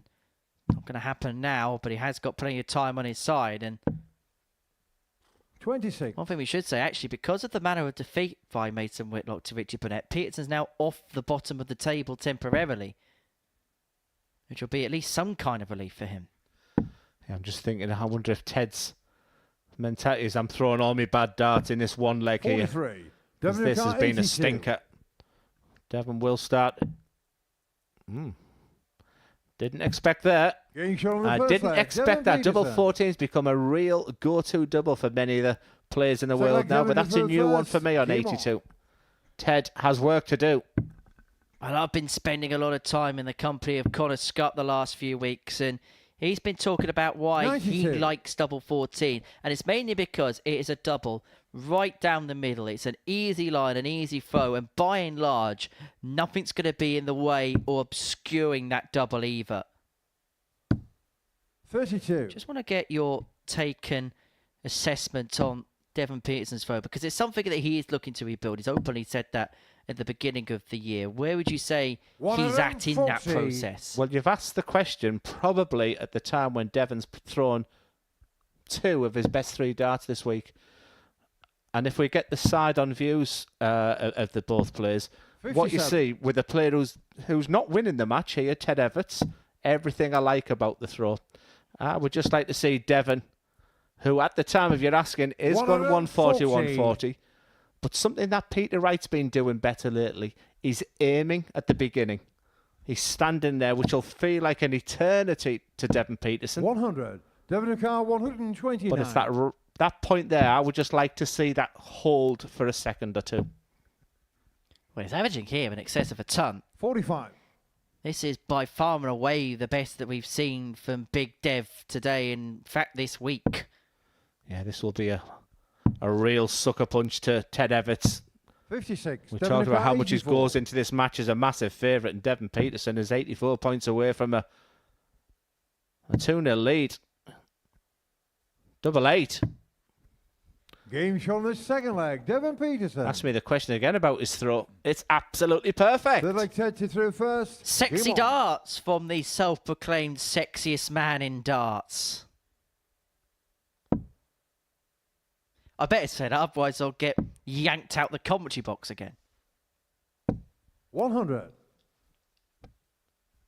I'm just thinking, is Burnett and Mitchell in that players area? Are they licking their lips at this result? 32. Well, it may also come with a bit of caution too, because it'll also mean that there's not just a case of the big three beating the bottom three at a canter at all times. It is a bit of a double-edged sword. Yes, there's an advantage 44. for them, but also a wariness that those below are still capable of picking up wins. Yeah, this is a real test of character here for Ted Evetts. You don't often see him shaking his head, pointing to the 60. dartboard. But these are worrying times. A reminder, he could have gone to 12 points. Ted Evetts with victory here. There would be a gap opening.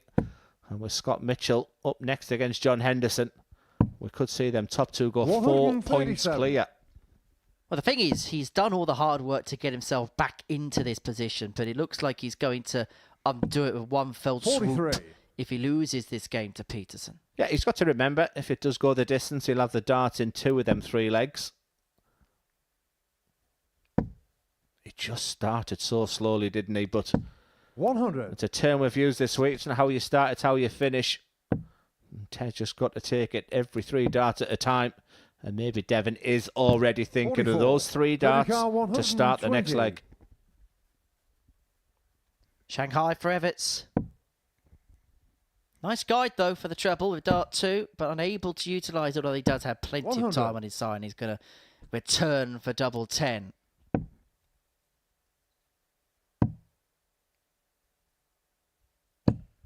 However, we have seen comeback wins and 2-0 down today. Mitchell Burnett doing so against Scott Mitchell, and Evetts is going to have to try and draw the spirit of the Prince of Wales if he is to conjure up a win. With Petersen not on a finish, Evetts decides to go 2 double 4 with 10 left. Yeah, just sort of beating himself up. Just trying to get himself motivated. You can see his opponent's still a long way back. 81. But he is 8. down to a finish to reduce the deficit. Double 2. It's been a lot of missed doubles today to end legs. And we've seen 4. 3 more there. Devon Car And this is for the match. 160. And this would sting Ted Evetts. But the 160 isn't going to go. And so he tries to refocus to Super Ted. And he's going to come back for double 2. 56. Ted Car 4. Yes, a double he was practicing earlier. He knows where it is. These are nervy times for Ted Evetts. No score. Devon Car 104. The shock is on. Well, this could be curtains. 92 left. Evetts has missed 9 darts at a 52. double in this Ted match to Car finish off 4. legs. He cannot afford to miss anymore with Petersen now left on 52. He was miles away when Evetts missed his first dart at double 10. Game shot on But the third Evetts leg. keeps Ted himself Evetts. in the contest. He pins the double 2 eventually, the 11th time of asking. Fourth leg Devon to throw first. Game on. Biggest 3 dart of this match, and so many implications for this group as well. A win here for Devon Petersen makes Scott Mitchell No score. and Richard Burnett huge favourites to qualify. Ted Evetts has got away with one there. Look at those stats there.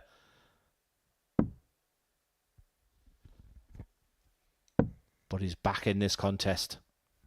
Well, the strange thing is, 117. Evetts doubling in hasn't been too bad. He's got a third dart, second dart, first dart in this match. But he's not been able to finish his dinner at the end of legs. No score. And he could be heading for an early lunch in terms of this particular group if he loses this game. The tide is changing, know your sense.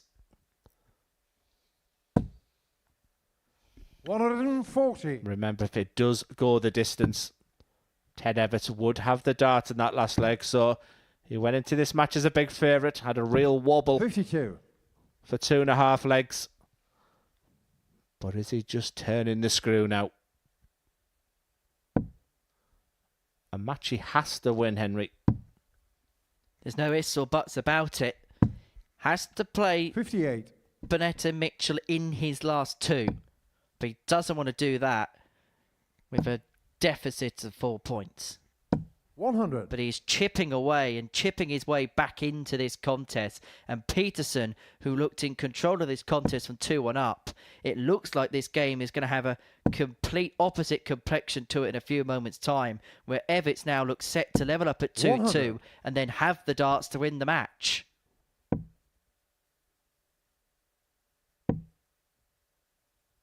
This will feel like the one that's got away from Devon. 140. Excellent darts from Devon Petersen.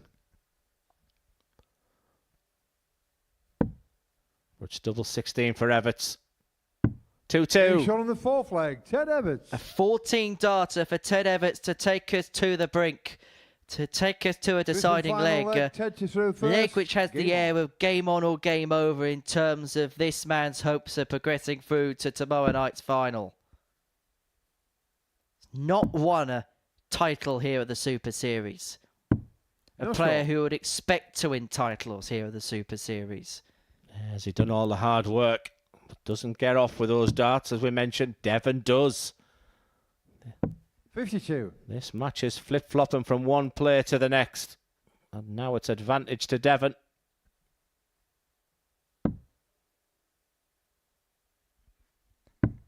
This has an air of a final for Ted Evetts. 51. Yeah, it does, doesn't it? Also, did he sort of write off the chances for Devon Petersen before a dart was thrown? It was an incredibly slow start from Ted Evetts, who's been superb since he lost his first 2 games of the day yesterday. He's on this real unbeaten run right now. But every time he does something, the 2 players above are matching that. It's going to be a fascinating finale 58. To this Group C campaign. Just the 2 to qualify with 3 runners. Well, this has been a case of numbers maybe not always correlate, because 55. If you looked at how both players have been playing today, on paper it looked like a convincing win for Ted Evetts, but it's not as simple as that when you put 2 people together on the hockey. And at 2-2, you would have said, the way the game was going, the 14 darter for Ted, there was probably only going to be one winner of this match. But credit has to go where credit's due. Devon Petersen has dug deep. He's had a challenging week so far, 63. But is refusing to give in. Yeah, and that refusal was tested there, but that treble 19 still makes Devon Petersen a favourite for this game. We have talked about 54. How cool Ted looks, but that's been tested right now. Petersen, if he could just find a 140. That perseverance on the treble 20 pays off. Worrying times for Evetts. Good moments for Mitchell and Burnett, you feel. Needs 2 trebles. Simple as that. Needs to find a couple in the green. He's unable to do so. 57. Devon Petersen, as a consequence, has 6 starts from 151 to possibly spell the end of Super Ted's hopes of making it through to a Super Series Saturday 100. Night. Ton leads him on 51, single to double to win the match.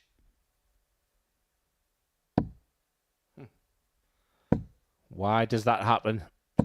Why does that happen? But it's put all the pressure on the world on the African warrior. Has it forced the error? Double 4, 1 dart in hand for the match. Missed 43. By the barest of margins. 43. The width of a wire. Evetts has potentially got away with one here. It's double 16 in a match he's been second best.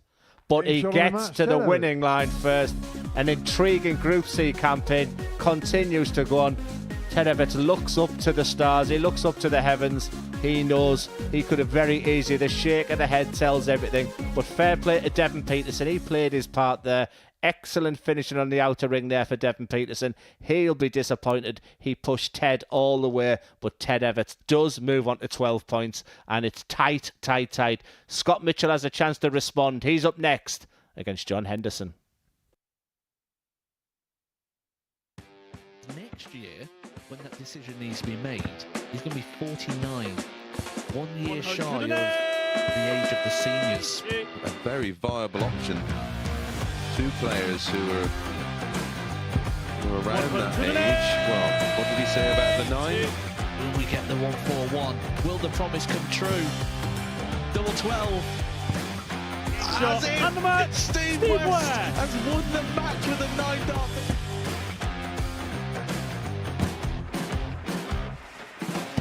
Harrison has kicked off the last leg in perfect style. It's everything, really.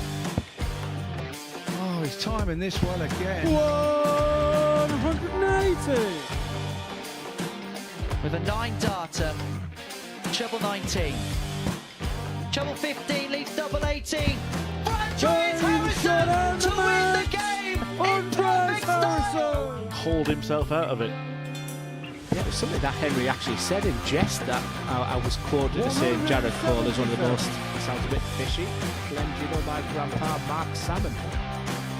Do you? On a 177 and a 180. He's on a potential 9-darter. Come on, Jared. Yes, you beauty! Nice and high, and Fox has now got the game back into his 100 own destination, and wow, the momentum is with him. Here we go. 108. I wouldn't have said it. Don't jinx it. Yes. Yes! Double 12! Yes! Get in there, Lee Cox! Well, I think it's fair to say that the blue touch paper has been well and truly lit. 108. 6th max of the match. Oh, hang about. Hang about. It's getting ridiculous now. Can Tommy Lishman give us back-to-back 9-darters in back-to-back games? He could, you know. He could, you know. Goodness gracious! Wait! Tommy Lishman. Back-to-back 9-darters! What are we going to get a 9-darter in double trouble this week? John Henderson missed the bullseye for it on Tuesday afternoon, and he takes on Scott Mitchell in a battle of the senior slingers here at the Super Series.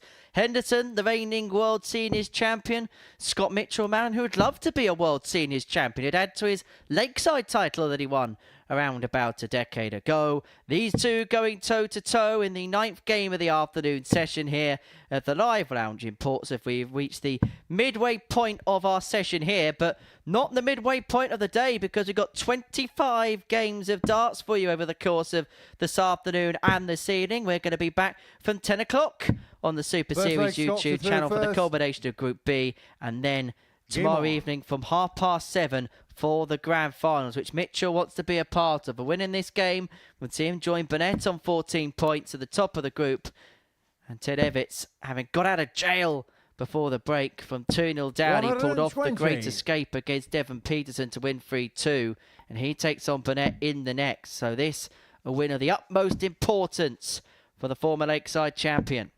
41. Yeah, 5th time they've met this week. 2-2.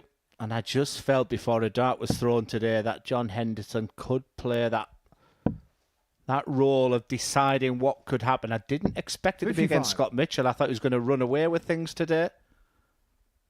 But once again, for the fear of repeating ourselves, it's been a disastrous week for John Henderson. But still, could play that role, Henry. He's too good a player just to completely discount.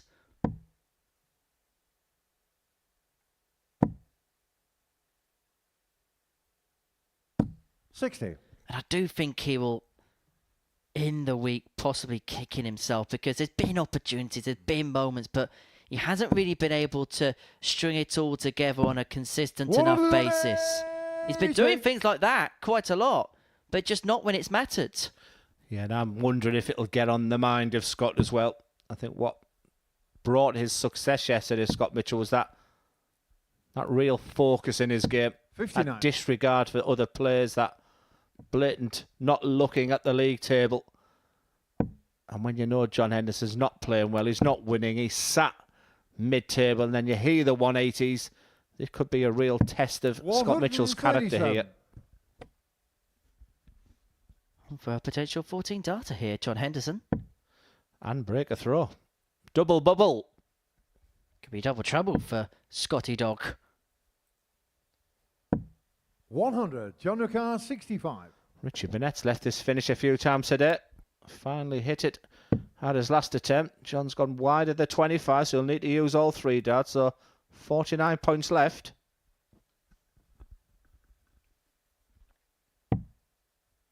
Big 9 for tops. 45. Sinks below. He's had a few like that, hasn't he, today? Yeah, and not today. I thought you were going to say this week. And whenever he's had that 1 dart at tops, he's often gone low. Mitchell didn't look. He was preparing his attack. Henderson went low. Mitchell 67. goes high. John Ricard, 20. Both players spurred a good opportunity to win this opening leg. Henderson's going to come back for 3 more double 10 to get the break of throw. Double 5. Getting shot on the first leg, John Henderson. In the corner and into the lead. Henderson breaks. Second leg, John to through first. Game on. Not once, Henry, did I think Scott Mitchell was the player who wouldn't qualify today. Do you think he's getting a little nervous right now? Could well be squeaky bum time for Scotty Dog. No score. Still in his hands. He's got a massive game to come against Ted Evetts, remember. But the fact that John hasn't got it, of course, Scotty Dog does. That talk is soon erased. 80. If he loses this game, he's stuck in a quandary. What would he want in the game between Evetts and Burnett? 36. Well, in terms of getting off, it's been a good game so far. Mitchell doing so first dart in both legs. Henderson with darts 2 and 3 at the beginning of legs. 100. Yeah, the rhythm and the timing of Scott Mitchell's throw is very impressive. I've enjoyed watching the throw sort of from that view that we're seeing there. Just the way he opens that hand every single time. That beautiful backswing, 45. elegant follow through. You can understand why he's had such a successful career. Look at that. Watch the fingers open up just before the release every single time. A backswing there. Looked a little different, that one. 100. But smack bang in the treble 20. Beautiful stuff. A joy to watch. I think there's got to be a lot of credit as well. I think this goes to both players having had their time on the tour, having had their successes. Particularly in the case of Scott Mitchell, it could have been so easy. Obviously now he sits in a commentary box with the likes of us, that he could be saying, right, I'm into the twilight of my career and I'm just going to maybe enjoy an easier route towards retirement, but he still has this burning desire to 100. still be as close to the top of the game as possible. Yeah, spot on. It's spot on for John Henderson so far. He's scoring big. 140. In the scoring power pack, it's 5 scores of a ton for Mitchell, but the big 140s and 180s are coming from Henderson. A crucial part of this match. Scott will need treble 17.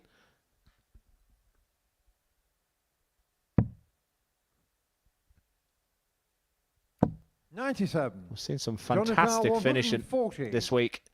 Henderson still with the biggest with a 160.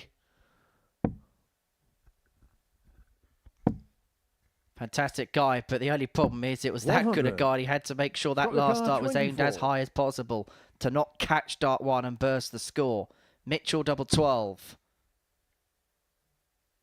Double 6. There we are, 1-1. Mitchell gets the break back. Full of quality. John Henderson was right behind me. Your brain's telling you, I don't believe this is happening to me. Not now. Well, that's a superb double 6. There was no reaction there from Scott Mitchell. But inside, that will have been a really good moment. Andy's off again. Everything is rosy once again for Scott. Super stuff. He's beginning to control what could have been a very desperate situation. As Henderson again goes on first visit. In this game, nobody's needed more than one visit to kickstart a leg. And actually, Henderson's got off perfectly at the beginning of leg 3. Well, you asked us for a 9, Henry. And the one player that's got closest this week has been John Henderson. 8 perfect darts. We were off our seats here in the comms box. And he thought the bullseye was in on the 161. Needs a maximum here. And that first dart sat perfectly. It's on again. It is on again. Flashes of absolute brilliance from John Henderson this week. The smiles on his face. Are we about to see something special? 140. This for the 9. He missed the ball for this earlier on this week. It's on again. But he misses dart 8. For a moment, we thought it was possible. For a moment, the perfect leg was within our sights, within our reaches. Mitchell will be focused on one thing and one thing only. He's got his own task to win this leg. 170. One of the most impressive things there was the fact that Scott didn't even acknowledge that 9 dart attempt. He's in the zone of his own. A big, big, crucial part of this match. 1 dart at tops, and that's all he needs. What a match. John Henderson. Well, these two are hitting each other with haymakers. 92 and 91 the averages. They're doubling in perfectly. Henderson close to the perfect leg. And he's off perfectly again here. Mitchell is in a myriad of problems. You wouldn't think so. I'm not even so sure Scott Mitchell will know the score right now. He's in that zone that dart players tried to find. But the realisation may kick in right now because John Henderson is playing one of his best games of the week. We felt that John could play a big part in the outcome of the 2 qualifiers. Potentially it's proven so. 160 points ahead. Mitchell simply has to get off.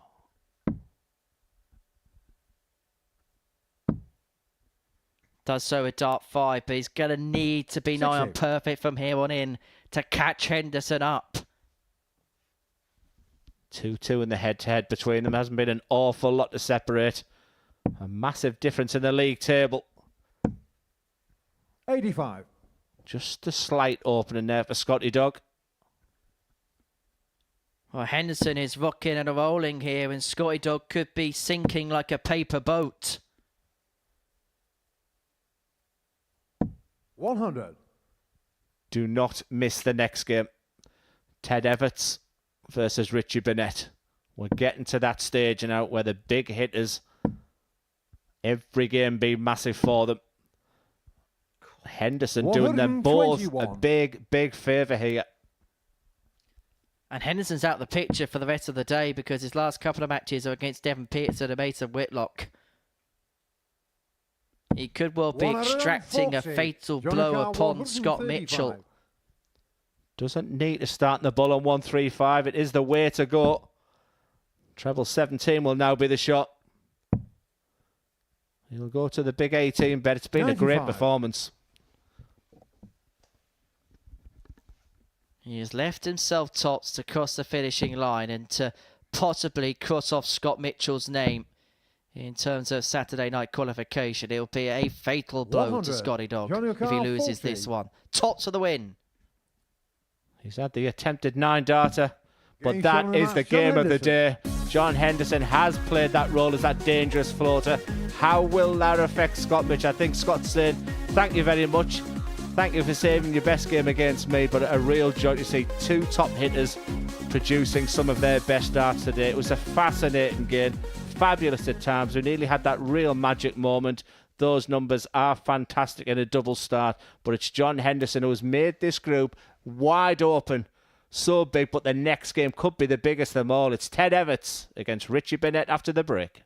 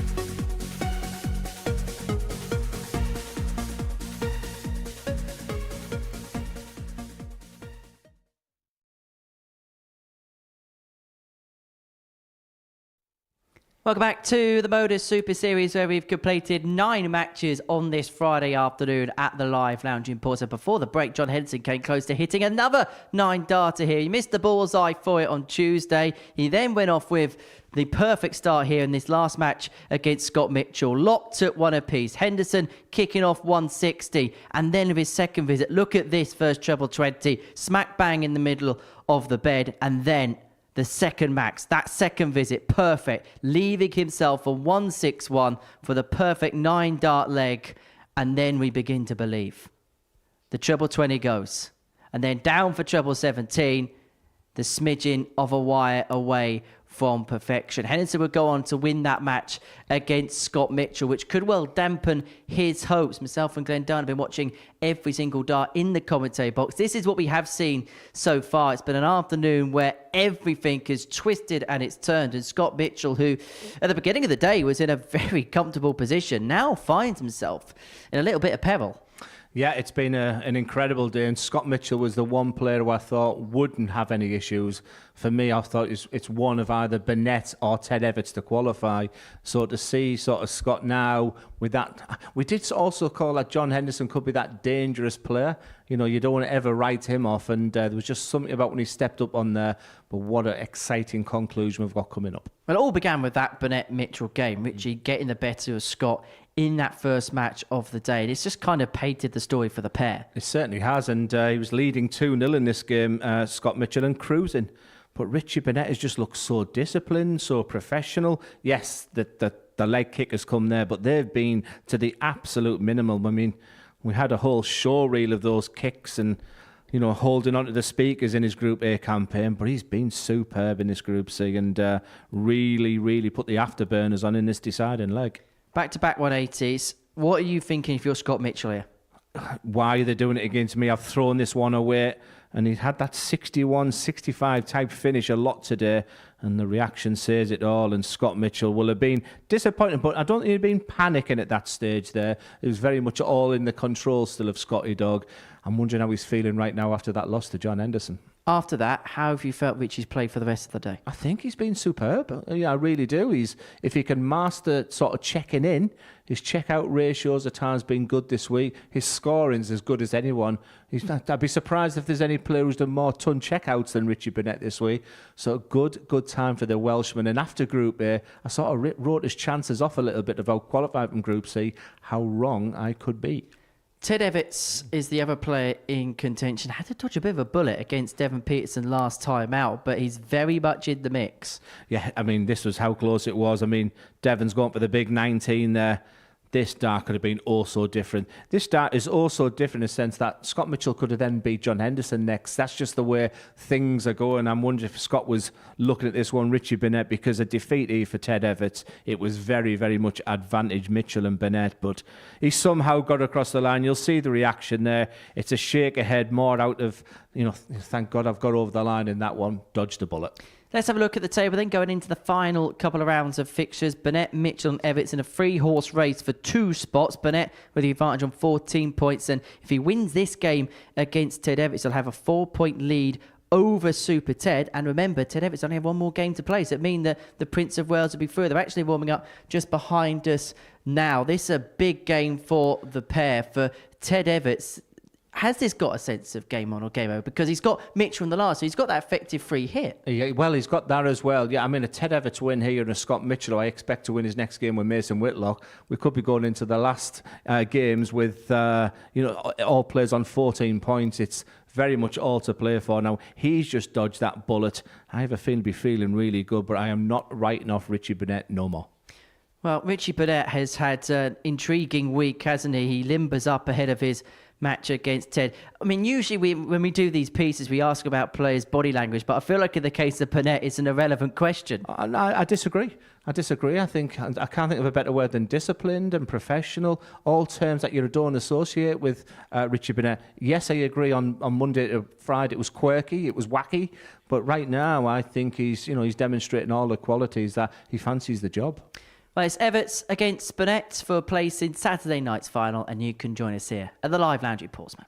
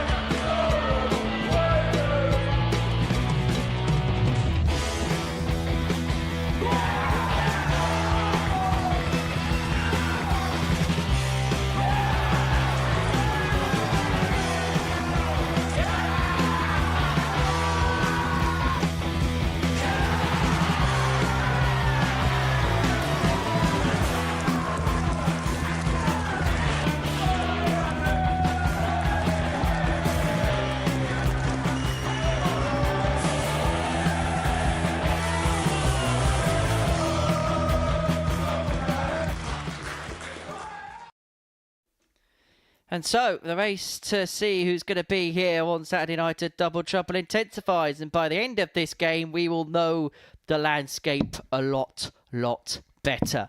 A win for Richie Burnett would secure his qualification through.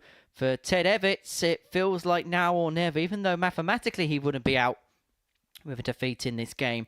It would be a very tall order for him to claw it back. He's won each of his last 6 as Evetts after losing his first 2. But this, by far, the biggest game that he has played this week up against a man who has, well, he's shown a side of himself where when it's come to the business end and to the business part of the week, he has shown his business head. But there's no game bigger than this one for Burnett. Yeah, if he beats Evetts, he's through. But like I said, even if he doesn't win this game, Richie Burnett, we could have a potential of 3 players on 14 points going into the last game. Burnett would have to then beat Devon Petersen. He'll fancy his chances there. So I feel like this one's a bit of a free hit for Richie Burnett. For Ted Evetts, because of that legs difference, it's still advantage Mitchell and Burnett looking at the situation. 100.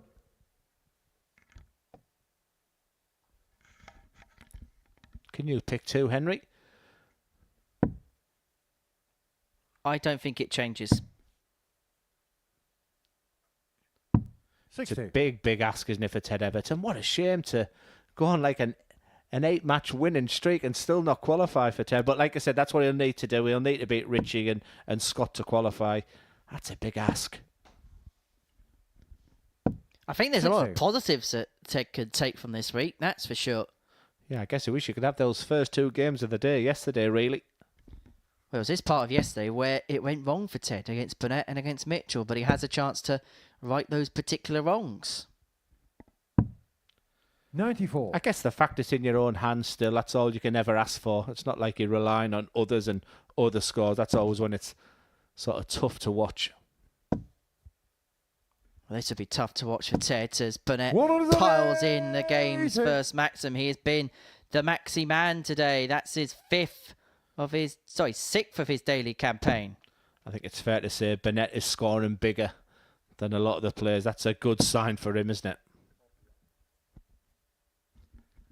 Going about his business fairly well. 97. Richie Both players sort of finished, but Burnett's taken the darts. He'll feel like it's 6-1, 6-1. He's hoping it's 6-1, 6-1, and he's hoping that Evetts hasn't got a big fish stuck in his locker 65. Somewhere. Be a bit smelly if it does. 170. Yes, Ted Evetts is a chef, remember? His former. But no big fish this time.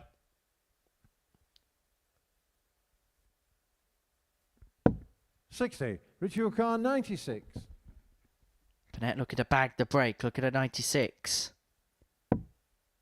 Perfectly laid for the treble there. I'm surprised he didn't find it. Evetts back for 110 to take out the first leg and to save his throw. Yeah, these are the types of finish that they'll have been practicing all day for when it comes to a match. First part done. Double 16, a huge dart. 78. Richie O'Khan, 40. You see 1 ton plus checkout today. That's the John Henderson 102 in the opening match against Evetts. That was the only league he won in that match. Evetts aggrieved in the background. And he'll be further frustrated as Burnett gets the break. I know Scott Mitchell has said he's not going to be looking at the league table. But a win here for Richie Burnett, and Scott Mitchell's in a fabulous position once again. Well, he says he won't look at the league table, but he'd only be human if he did have a look in his particular predicament.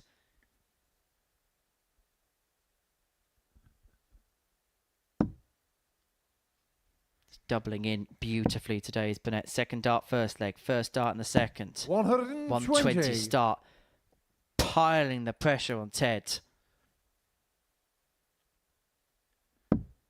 The difference between this game and his previous game against Devon Petersen is you feel like Evetts will not get the room for manoeuvre he was given in this game that he was in his previous match against Devon. Yeah, I'm also thinking the mentality as well for Ted that maybe someone's looking down him because he was second best in that game. Possibly expected to come out this time and produce his best stars. But 97. you could play well and still lose to Richie Burnett right now. He's putting himself right in the mix.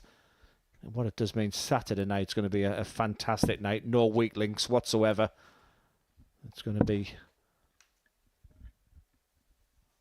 a tremendous contest. 60. Well, Burnett won this game yesterday with an average of 102.48, was 3 from 3 on his finishing doubles and was pretty much immaculate in terms of doubling in. Only missed one dart at a double to start a leg. They do say that 81.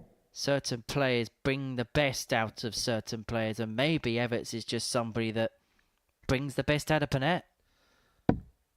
Yeah, it's quite clear to see the less of the kicks, the movement, the better Richie Burnett is.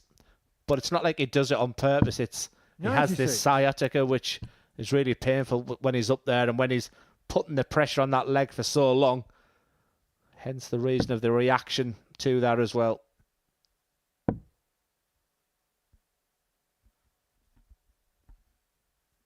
Let's a glance over at the scoreboard.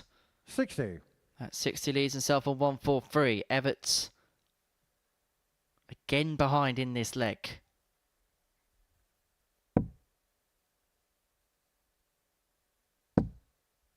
We'll move across to the 18s, leave himself on the fish. 94. Treble leads himself on 134. With treble 20 to start on the 143. For treble 17. So 66 points left.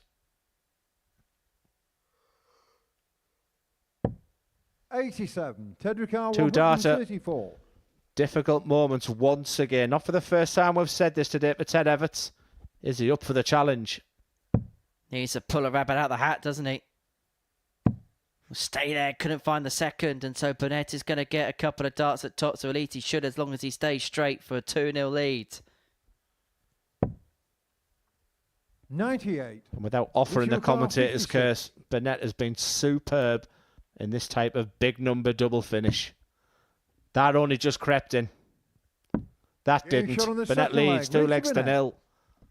Tops is on a string for the Prince of Wales. Game on. And Ted Evetts' hopes of getting through this group may well be on a shoestring if he loses this match. Let's have a little look at the permutations then, Henry. Am I reading this right as Burnett qualifies? Yes. 41. And if Mitchell beats Mason Whitlock, it doesn't matter what Ted Evetts does to Scott Mitchell, because the legs difference will be too much. It could be over very quickly, very swiftly. 40. Burnett gets underway eventually in this leg. Evetts again is going to need a Houdini-esque escapology act to get himself out of jail. 120.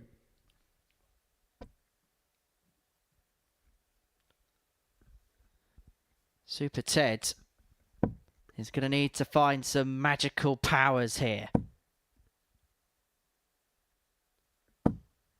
140. Because Burnett isn't relenting. No, he's getting better and better. And that must be a nice feeling for Richie to come back tomorrow night. Maybe a time he's more used to playing. 100. And with the speaker on his side, anything can happen. We talking darts or politics there, Glenn?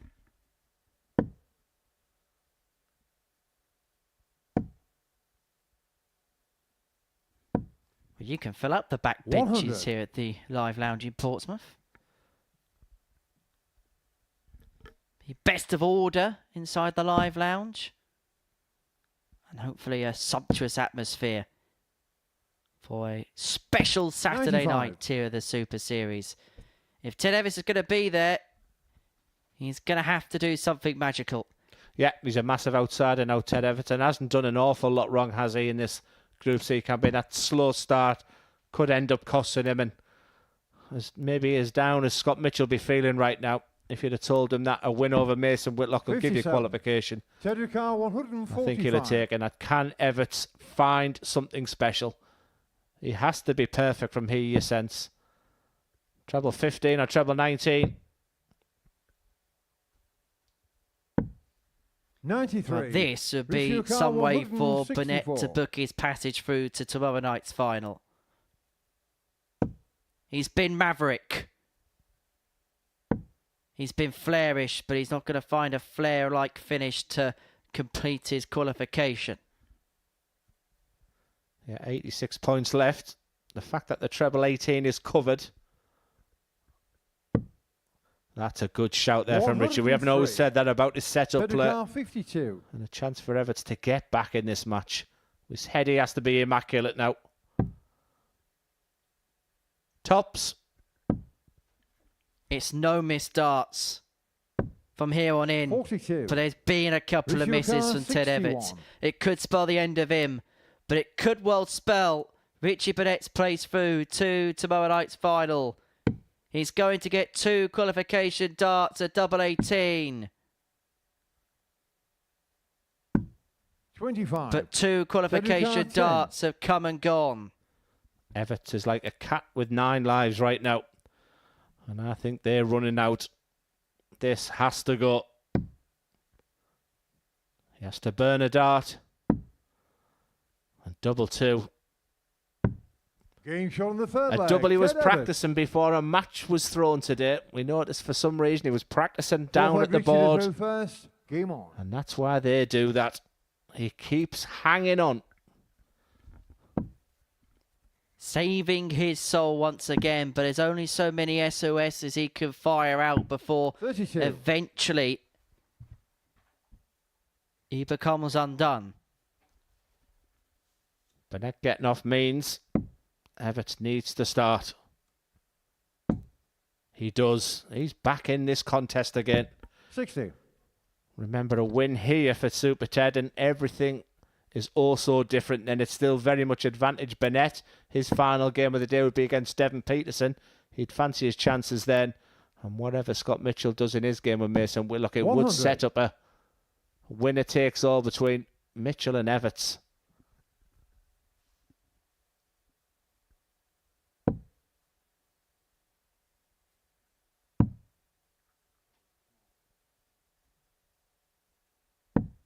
$43. Again, he's been presented with an opening, and again, Evetts hasn't been able to take tangible advantage of it. You can tell this game has reached a tensious point. 140. There's edge on every dart, edge on every visit, and every single mistake is being microscopically picked up on. 94.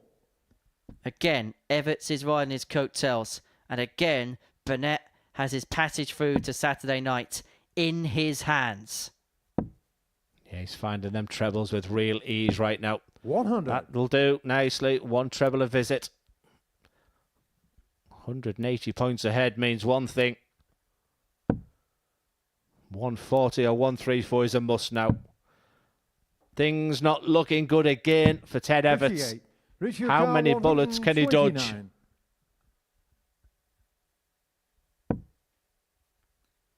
To send himself through.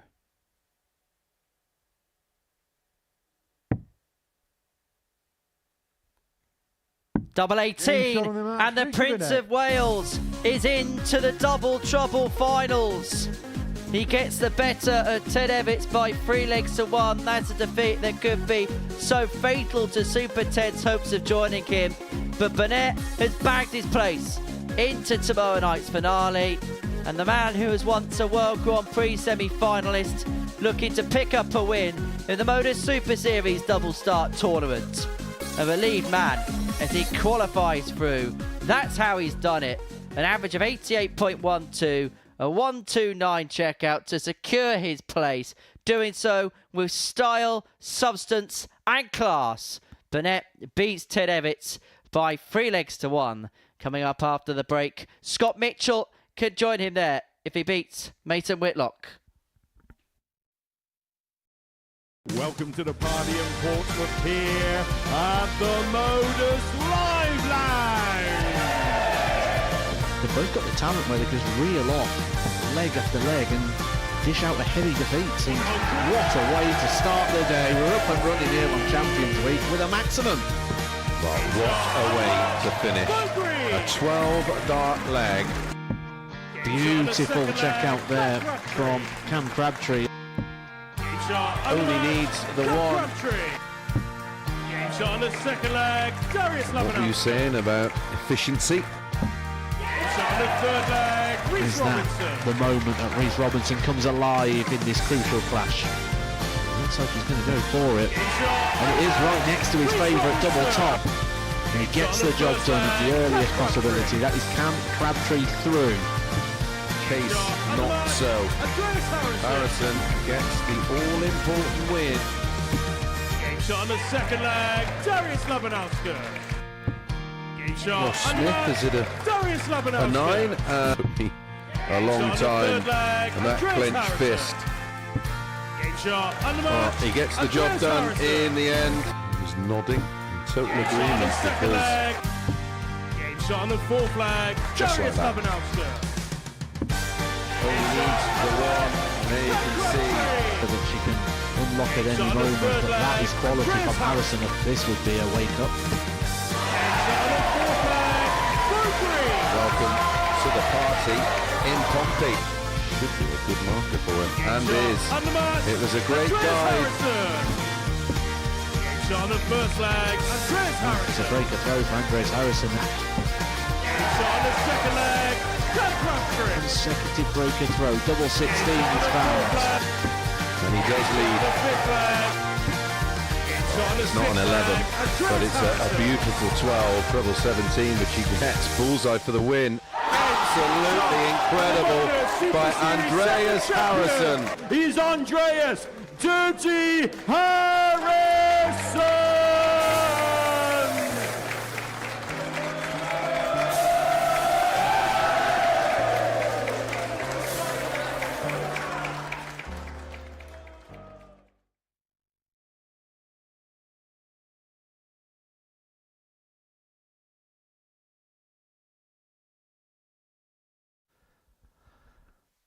And welcome back to the Modus Super Series, this really exciting Group C campaign. And we've seen our second qualifier for Saturday night in Richie Burnett. He has been absolutely brilliant. A player that came down from Group A, and he's been taking every challenge on so far, and he now becomes a real big player. And it was also opening for Scott Mitchell, because a win here, because of the legs different, a win here over Mason Whitlock, a game he'd be expected to win. We will see our third qualifier. So very much in the hands for Scott Mitchell. The day hasn't gone as planned, but I'm sure he knows the situation right now. And for Mason Whitlock, I still think he's learning on the job, Henry. He's got to... You can't buy these experiences that he's getting, these opportunities that he's getting. I've seen enough from him that if he keeps himself dedicated, keeps himself hard-working and disciplined, that, you know, we'll see the best of Mason Whitlock over the next few years here at the Live Lounge. But right now, it's all about Scott Mitchell. Well, yesterday, Scott Mitchell was besotted in this building, but maybe at times he's been left bereft on this Friday afternoon. But Mitchell, a game away, 3 legs away, for qualification through to tomorrow night's final. He is played with the air of a man who is looking to show that he is more than just a man who talks about the sport. He can walk the walk as well as talk the talk. For Mason Whitlock, it is a big task. But he wants to leave here with a lasting impression. It's not a bad start. 160.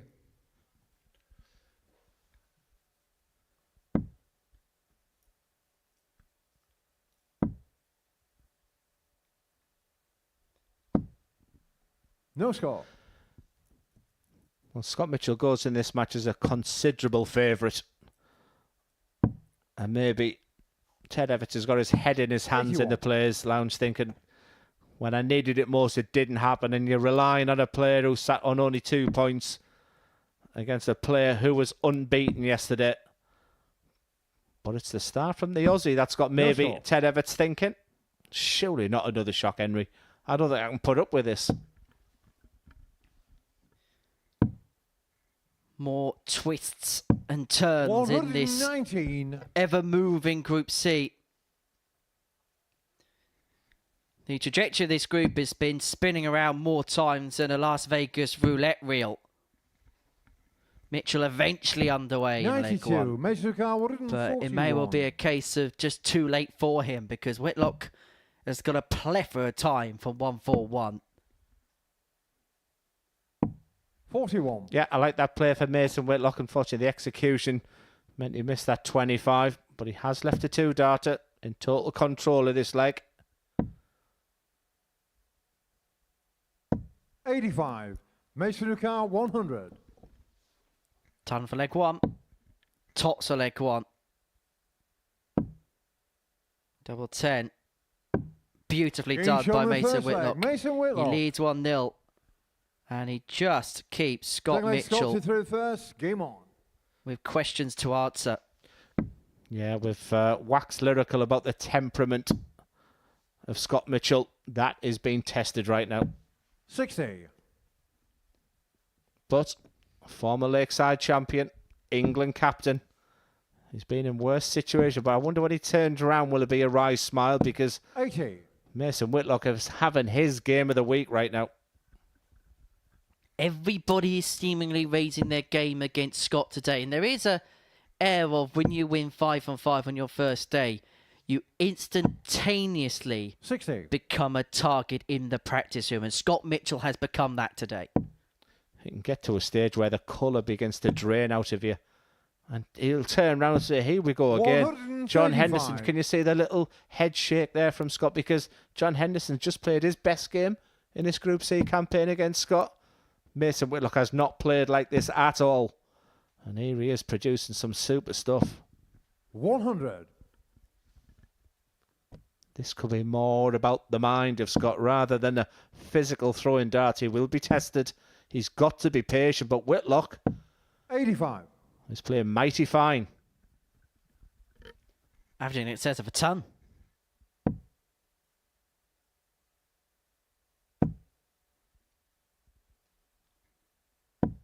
However, that is a classy 140. May have just wrestled this leg back in his favour.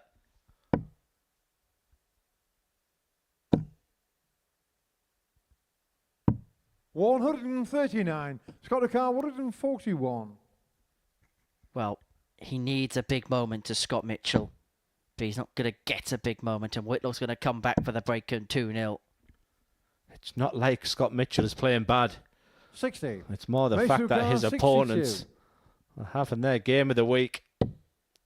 It's going to be one single dart or a double. That double is double 16. 46. How Scott Dakar, important 81. is that miss in the scheme of things? Mitchell will have his first chance. And it's going to be 2 darts at double 12. Kisses the wire with dart 1. In off with the second. And Mitchell is level. Best of Third leg, Mason 3. through first. Game on. Full focus for Scott Mitchell. He has dodged a bullet and now is very much back in play. Best dart of the week. No score.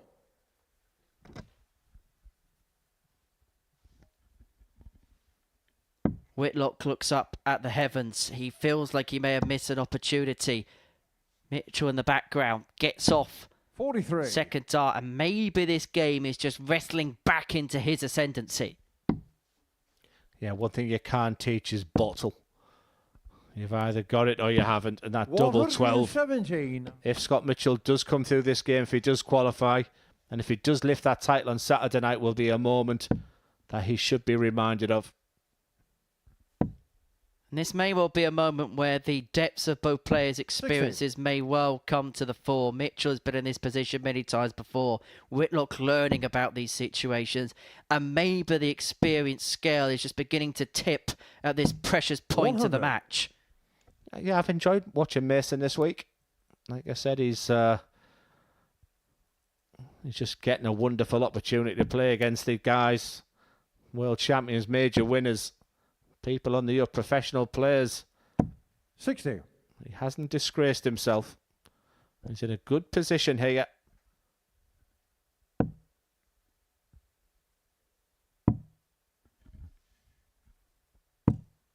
69. Again, we're in this precious situation of a leg where Mitchell's on the back foot and needs something big. The England captain up against a man from Australia. It's an Ashes battle here in 59. Group C.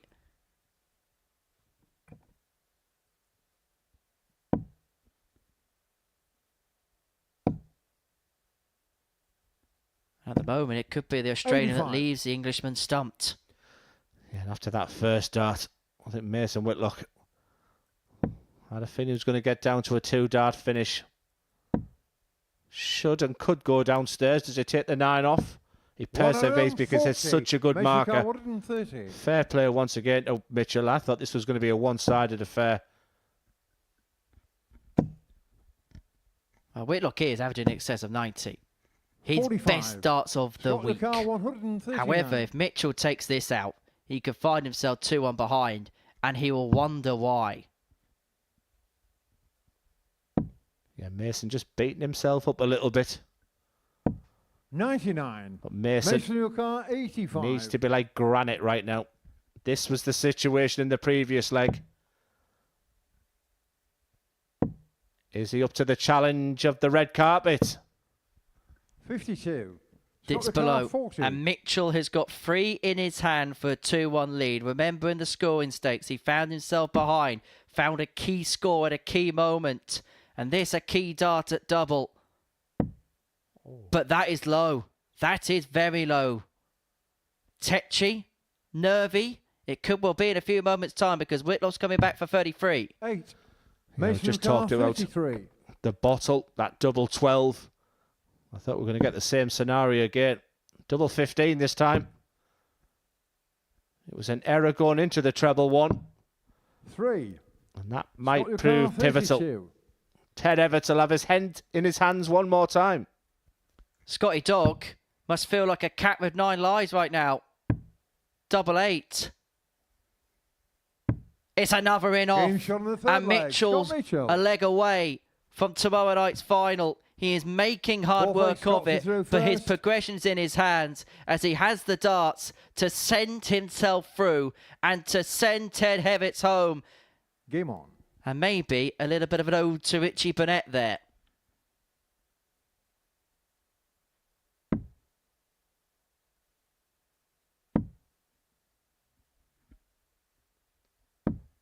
Gets off eventually. Phew. I think that will be his assessment of this. Mason Whitlock has had his opportunities. He could have won the game 3-0. But that double 12 was a staggeringly good dart from Scott Mitchell based on the circumstances. Missed opportunities and Mason Whitlock again on the wire of that double 15. And with the last dart, double 8. Your sentence, the work is done. 43. Well, Mitchell may have got off in the first visit, but hasn't made hay whilst the sun shined. And so Whitlock, if he can find something tangible 79. here, could just put his nose in front in this leg. We're about at an even kilter, but Mitchell with the throw getting that advantage.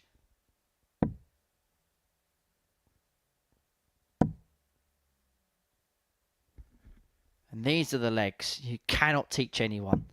The leg where you're 41. close to the finishing line. Yeah, the word that comes to my mind with your statement there, Henry, is experience. The fact that Scott's been in this situation many times. Everything was 59. so easy yesterday. 5 wins out of 5, dropping 1 leg. The game's easy. But when things just score against you like it did in that opening game of the day, it was 2-0 up, remember, against Richie Burnett. He's been tested today. 40. And that might turn out to be a good thing come Saturday night.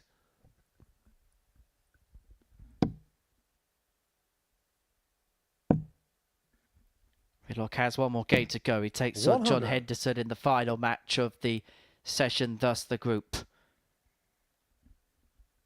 Only bottom of the table, so he'll hope to hoist himself off there. But Mitchell with far more loftier ambitions. 100. It's only a ton. This leg pretty much at an even kilter. You can maybe say that if Whitlock gets a good visit here, he may just have a slight lead against the throat. But he needs a treble. 57. Doesn't find one. And so Scott Mitchell here has 6 darts from 2-3-7 to qualify for tomorrow night's final. Yeah, 2 trebles is the target here. The twists and turns of this game is staggering, and based on the fact that victory here for Scotty Doug, and he's there on Saturday night, but Mason Whitlock is putting on a fine display here. 98. For me, this best match of this Group C campaign, but will it be enough? The setup play from Mitchell in normal circumstances would be really good, but under these, even he will be feeling it right now. Is that enough? 108. This is Super Series Shredsville. This is for 2-2. Double 16. 76. Does not go. Scott And Rickard, Mitchell 80. now has his qualification chance. 1 from 7 on the outer ring for Mason Whitlock. He's had opportunities. But to be the 3rd player through to Saturday night. 60. Mason Whitlock, 32. He's had a chance. He has had it in his hands and he has let it slip. Is he going to have to go and work for it again? 16. He's going to get another Scott chance. Rickard, 20. He's going to come back for double 10. What a match. Full of absolute everything. But Scott Mitchell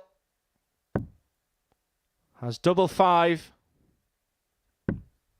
10. Mason Whitlock, 16. He's spurnt 3 more.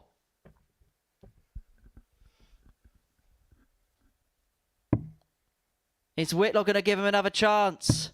No is the answer. We go all the way. And Scott Mitchell has spurnt 4 opportunities to head through to tomorrow night's final. Mitchell wanted a fist bump. He doesn't get the fist bump. But is he going to get his way in terms of qualification?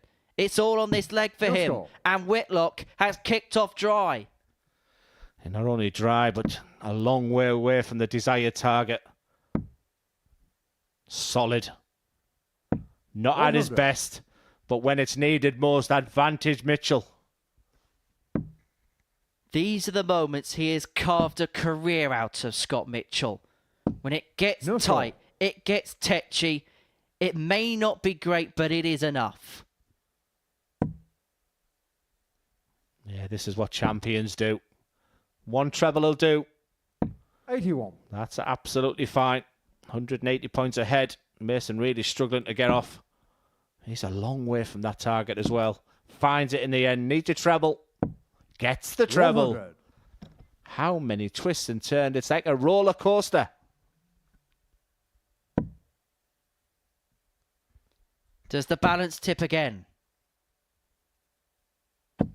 60. Drive visit Mitchell opens up the door for Whitlock if he can find a couple of trebles. It feels tense just up here. I dread 98. to think what it's like on the stage. Or in the players area. Ted Evetts is not the most experienced player at the Modus Super Series, but that league table is in that players area. He'll know what's going on. And hey, listen, this is a former champion of the world. This is a England captain, and he is feeling it right now. Squeaky bum time. Boy, will the nerve shred now in the mind of Scott Mitchell, because Mason Whitlock, with a maximum visit, has left himself on a finish, and Mitchell needs to hit big and hit big now. Oh, what a dart. What a dart. 140. He's left 80 again. Will he be back? A beautiful 171 from Whitlock. He needs that treble 19 one more time. Gets it. Bullseye. 107. Whitlock's now had a chance to win this match. And Mitchell to eventually crawl over the finishing line. Double 10. Double 5. Oh. And he goes the other side. Wow. He has spurnt numerous opportunities to qualify. Ted Evetts is hanging on a cliff edge. Double 4. 17. Doesn't go. 80. And Mitchell again comes back, but he has to go back to the start. This time, it's tops. And this time, He takes his time. And this time... 60. Mason Urquhart 8. 2 from 14 on the doubles. And he's Getting shot of the punished. match, Mason And Whitlock. Whitlock wins. And it means it's going to go down to the final round. That was tense. That was tight. And it means we are going to get a crescendo in this Group C. Scott Mitchell had Saturday night in his hands. He then lost it. He had it in his hands again. And he's lost it again. He takes on Ted Evetts in a couple of matches' time in an effective shootout.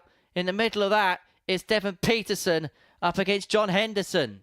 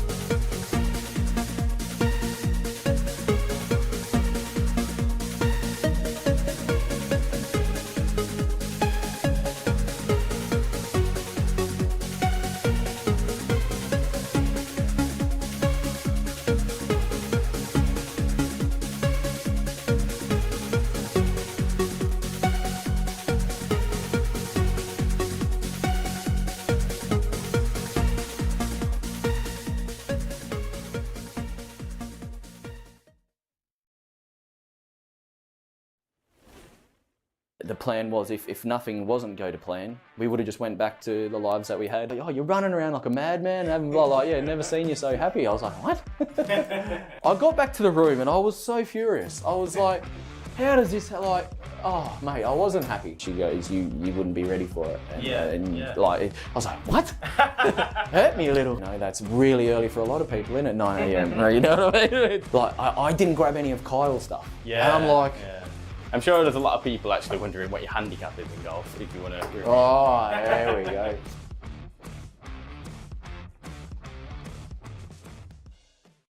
Damon Heta, the Heat, the latest subject of the On the Hockey series, which if you subscribe to the Super Series YouTube channel, you can watch in between sessions this afternoon as we head towards the crescendo of Friday's afternoon session while we're heading towards the crescendo of what is now a dramatic group. Scott Mitchell spurning a couple of handfuls of qualification darts before the break against Mason Whitlock before Whitlock ran out a 3-2 winner. And so him and Evetts will be in a winner-takes-all game in game 13 of 15.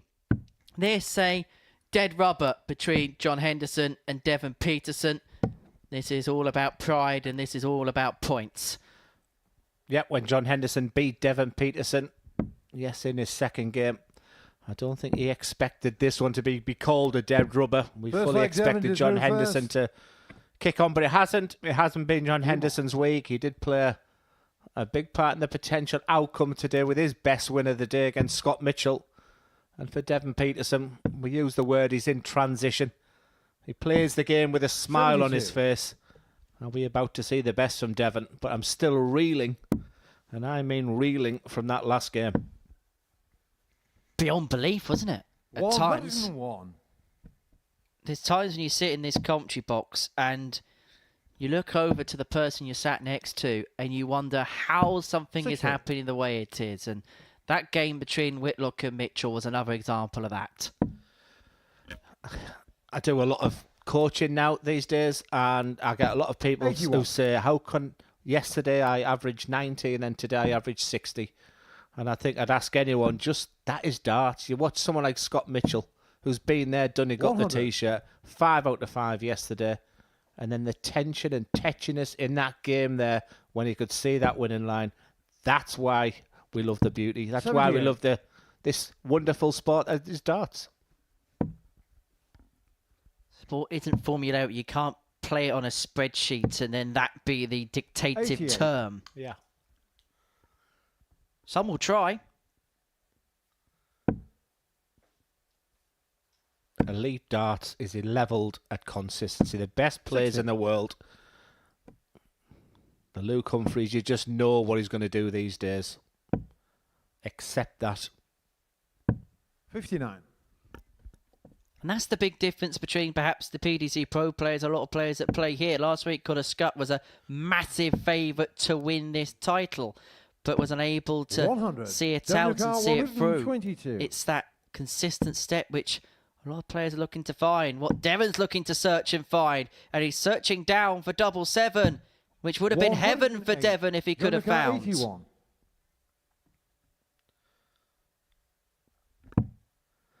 For double 12, an opportunity for Devon Petersen first of all. 69. Opportunity Devon spurned by Hendo. Back down to 7s. Does not like that dart. Headed towards the top corner, and now he has to move across to maybe find the bottom one. No score. And either which way, he cannot find. 7 is not Devon's heaven. But 6 is for Hendo. He leads 1-0. Second leg, John to through first. Game on. Without disrespecting this game, my mind obviously goes to the final games of the day. Next up, has Scott Mitchell had enough time to get over that game? Is it a good thing 120. that he's up so early against Ted Evetts, which is now the mindset will be different. A winner takes all.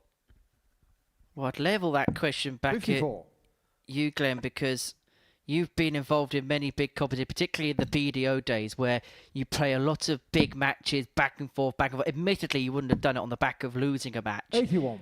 But what is that mindset like when you're off the stage, all that adrenaline is pumping, you have that come down, and you have to get yourself back up again? Yeah, before I answer that, it was how ironic that Devon Petersen misses that 777 to win that first leg and then hits the 777 to start the match. I think I see it as a positive for Scott Mitchell. He hasn't got time to 100. really sit and wonder what on earth has just happened there. He's straight back on it. Now he knows it's a knockout match against Ted Evetts. He's got the darts in that one. It might actually work out very, 60. very well to Scott. It'd be great to hear from either Scott or Ted just how they were feeling today, and hopefully we get a real honest answer from them. Well, Henderson's ending this group well. He started well. He had a dodgy, sticky middle. But the end is becoming a bit fruitful for him. The only problem is it's way too late for him. I say that as he hits a 23. Of course. Well, I suppose at this point you can only try and have a chuckle about things.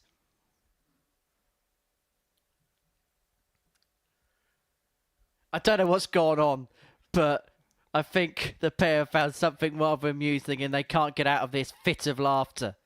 I was hoping you just said he was the least sexiest dart player these days. I was hoping he was going to jump off that stage and come and see you again. Whatever it was, it worked there for Devon. Glenn, it's not all about me. You keep telling me that. You here this evening?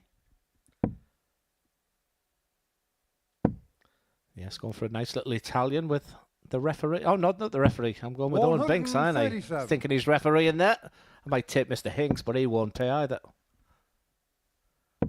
But you're absolutely spot on, Jen. Henderson is finished on a real crescendo. He had that big game, didn't he, against Scott Mitchell? Just a little too late for Big Hendo. And no such problems. He leads 2-0. Has Devon Petersen in the palm of his hands. Devon to throw first. Game on. In first time. He's actually done so every single leg in this match, Devon Petersen. In fact, we haven't seen him start a double 2-starter leg so far. Until there! Well done, Henry. Cutting edge commentary once again. 40. Visit perfect.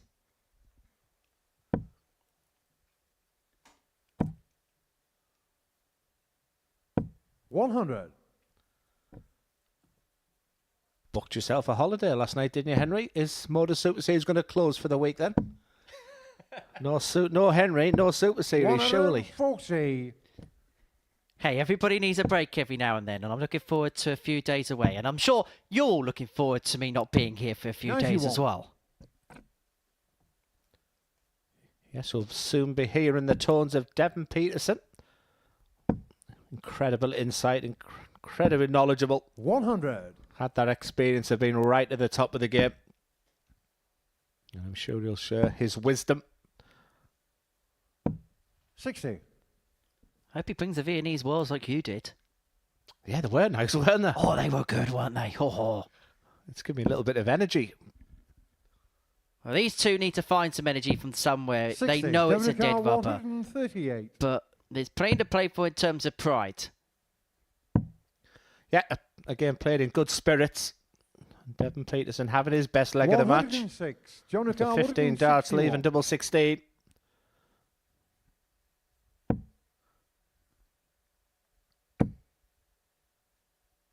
To continue this game, 59. Petersen looking at double 16 to reduce the gap to 2-1. No mistake. Back to 2-1. He forces Henderson to serve this match out. He could finish on a 96 average here, Devon, if he just plays for double 16 all the time. 96, because he can't miss it. Cutting edge commentary means he'll go for double 16 next as Henderson gets off. And what he'll be hoping will be the deciding leg. But this double 16 been very, very fruitful for Devon Petersen of late. He's in each of the previous 5 occasions he's gone for it. Once to win a leg and, well, 4 times to go for the leg. Well, he actually hit doubles then with one of them, didn't he? So, but he's been perfect pretty much on the doubles in this contest.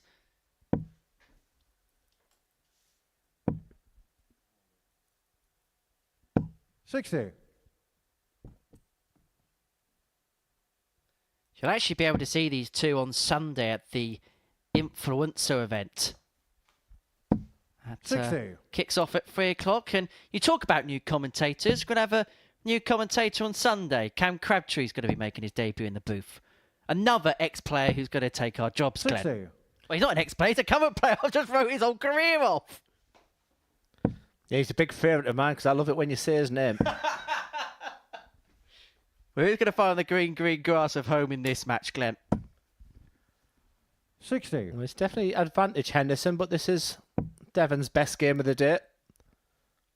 Just see him. He still means an awful lot. You can see sharp and take a breath there. 45. But just his balance, just a little bit falling over the ocker with that last one there. So it's advantage Henderson.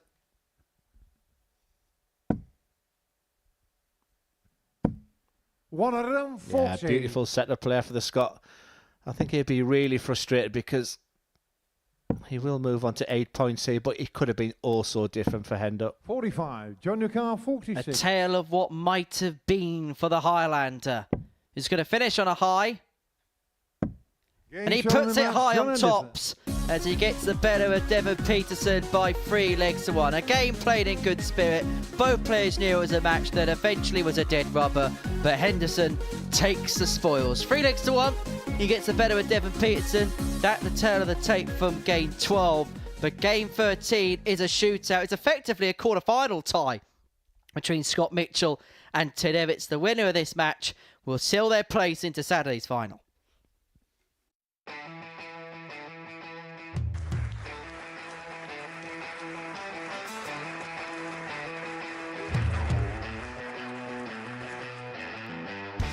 thinking, hang on a minute. Wow! Oh my God! Well, that's £100 down the drain already. Itching to hit the 180. He's gone for the maximum.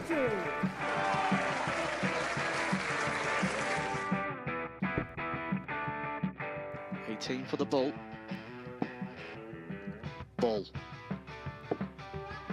53. No, he said bull. That's a great first out from Adam. Oh, look at this. He's going to leave Scaife. Oh, can you believe it? That is unbelievable.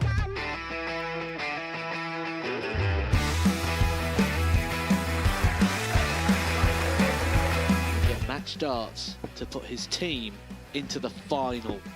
And through to the final they go. Charlie Murphy has hit the match-winning dart on both occasions. Double 4 for the title. Game shot out of the match. Please show your appreciation for the winner of the Influencer Pairs event, George Scaife and Adam Lipscomb.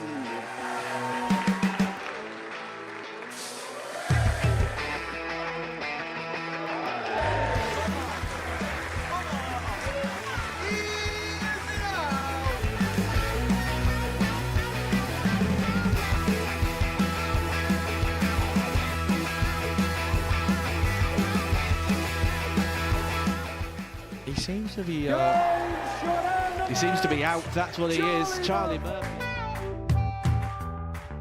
A couple more visits yet. We're not going to need that. Oh, Bosch. Pie face is through. He gets And there he's in the end. absolutely buzzing. It was a game that Pie face dominated throughout.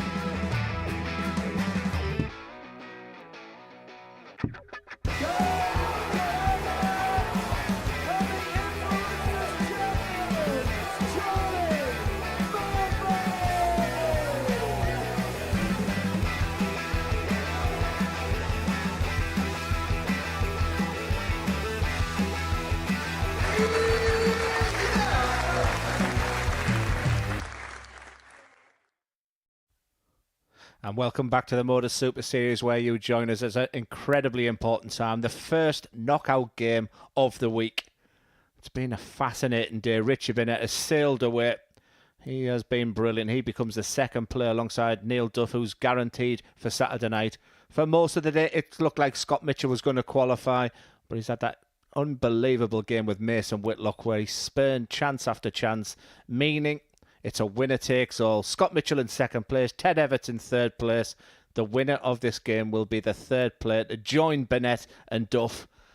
And I am struggling to pick a winner because literally 10 minutes ago, that man in your picture there had a big opportunity. At then, bottom of the table, Mason Whitlock. He went into it as a massive favourite, Ted Evetts. A cat with 9 lives, we've termed him today. Has got one chance. And I think, Henry, if you'd have said an hour ago that, Ted, you're going to have this opportunity, he'd have snapped your hands off. So here we go then. No need for tables, no need for permutations. This is knockout. It is what they're so used to. It's the quintessential equation. Win and you're in, lose you head for home. It's Mitchell who has the darts. How key that could be, we don't quite know. He's had his chances to qualify through already as the former Lakeside champion. You just hope that that will not be squandering away in his mind up against Ted Evetts, who has on so many occasions had to dodge bullets. Yeah, it's the cat versus the dog, as we've labelled the pair of them today. Both off, both look incredibly focused. This could be a real tense ride. Already, Scott is looking like he did yesterday. That determination, that expectation 95. against Mason Whitlock. It just, in the end, it was an incredible end to that game. And I guess Ted Evetts that was the one who was most happy with the situation. But you'll pick a winner from this one. And if you think about the mentality of this game, Ted Evetts, a player with nothing to lose. Mitchell with everything to lose. He's had it in his hands from pretty much dart 1 today. And he must feel like, moment by moment, he has let things slip away at him. Slip away from him. But he's in control of this first leg. Yeah, champions can bounce back though. 2 elegant throws. 2 throws who'll fancy their chances come Saturday night.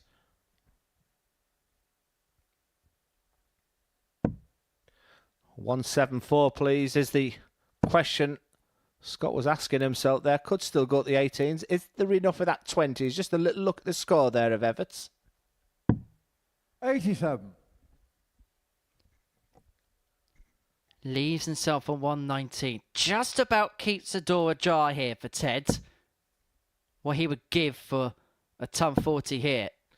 Just a ton right now, or just something, some treble of some description. That'll do. Yeah, I don't think Ted scored as biggie as he wanted to today. Treble 20 is the shot. That would have left tops, of course. 59. Ted It leaves a 2 darter because 139 is a tough finish. But it could be a game decided on moments. Treble 14. 91. Tops was the problem 60. for Scott against Mason Whitlock. He's going to get 2 more of that target here. We'll soon find out how he's feeling right now.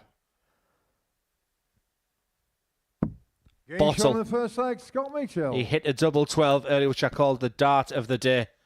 How important will that be, double top? Game on. Superb stuff from Scotty Mitchell. After what he's been through the past couple of hours, and with your opponent sat in 48, super dart. Clipped through the middle and in. And Mitchell again is a couple of legs away. And Evetts kicks off leg 2 dry.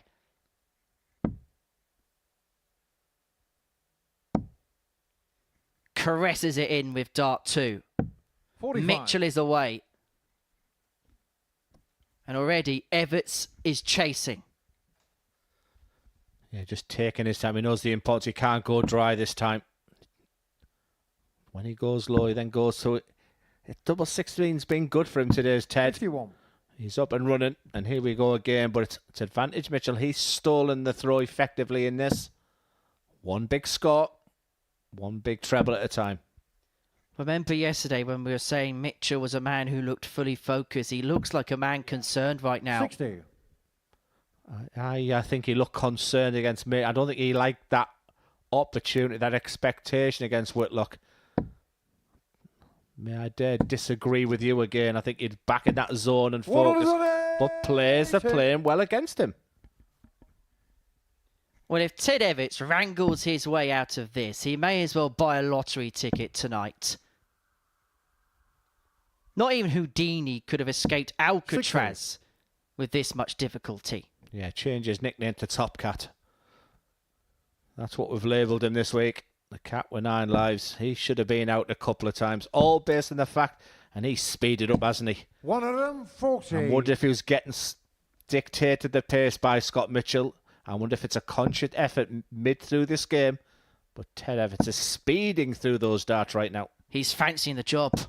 100. He's fancying the job, and he's got 6 from here to level this match up at 1 apiece. Doesn't have to attack this. That felt very safe, that first dart.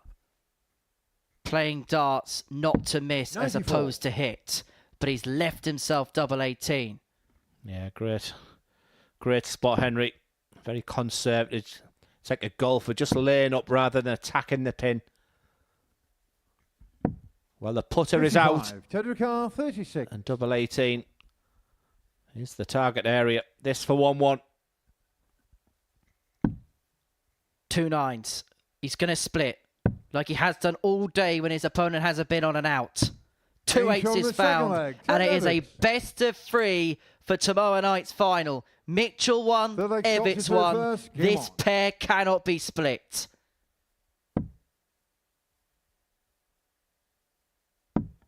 And this could be the types of exchange that changes this match. Again, 60. Mitchell kicks off second dart in hand. He's done it with every single leg that he's played in this match thus far. Yeah, my mind for Scott Mitchell goes back to a Europe Cup or a World Cup where everything was on Scott. He was playing a pairs match. Myself and Jamie Hughes had lost early 79. doors, and every dart felt like an awful lot of pressure because England were expected to win. He got over the line that day, and he just sends you... Evetts does look more comfortable, but the determination and the focus of Mitchell... 100. Fascinating, intriguing game, this one.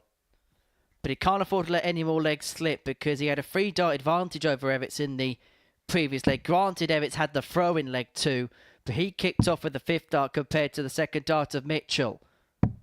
56.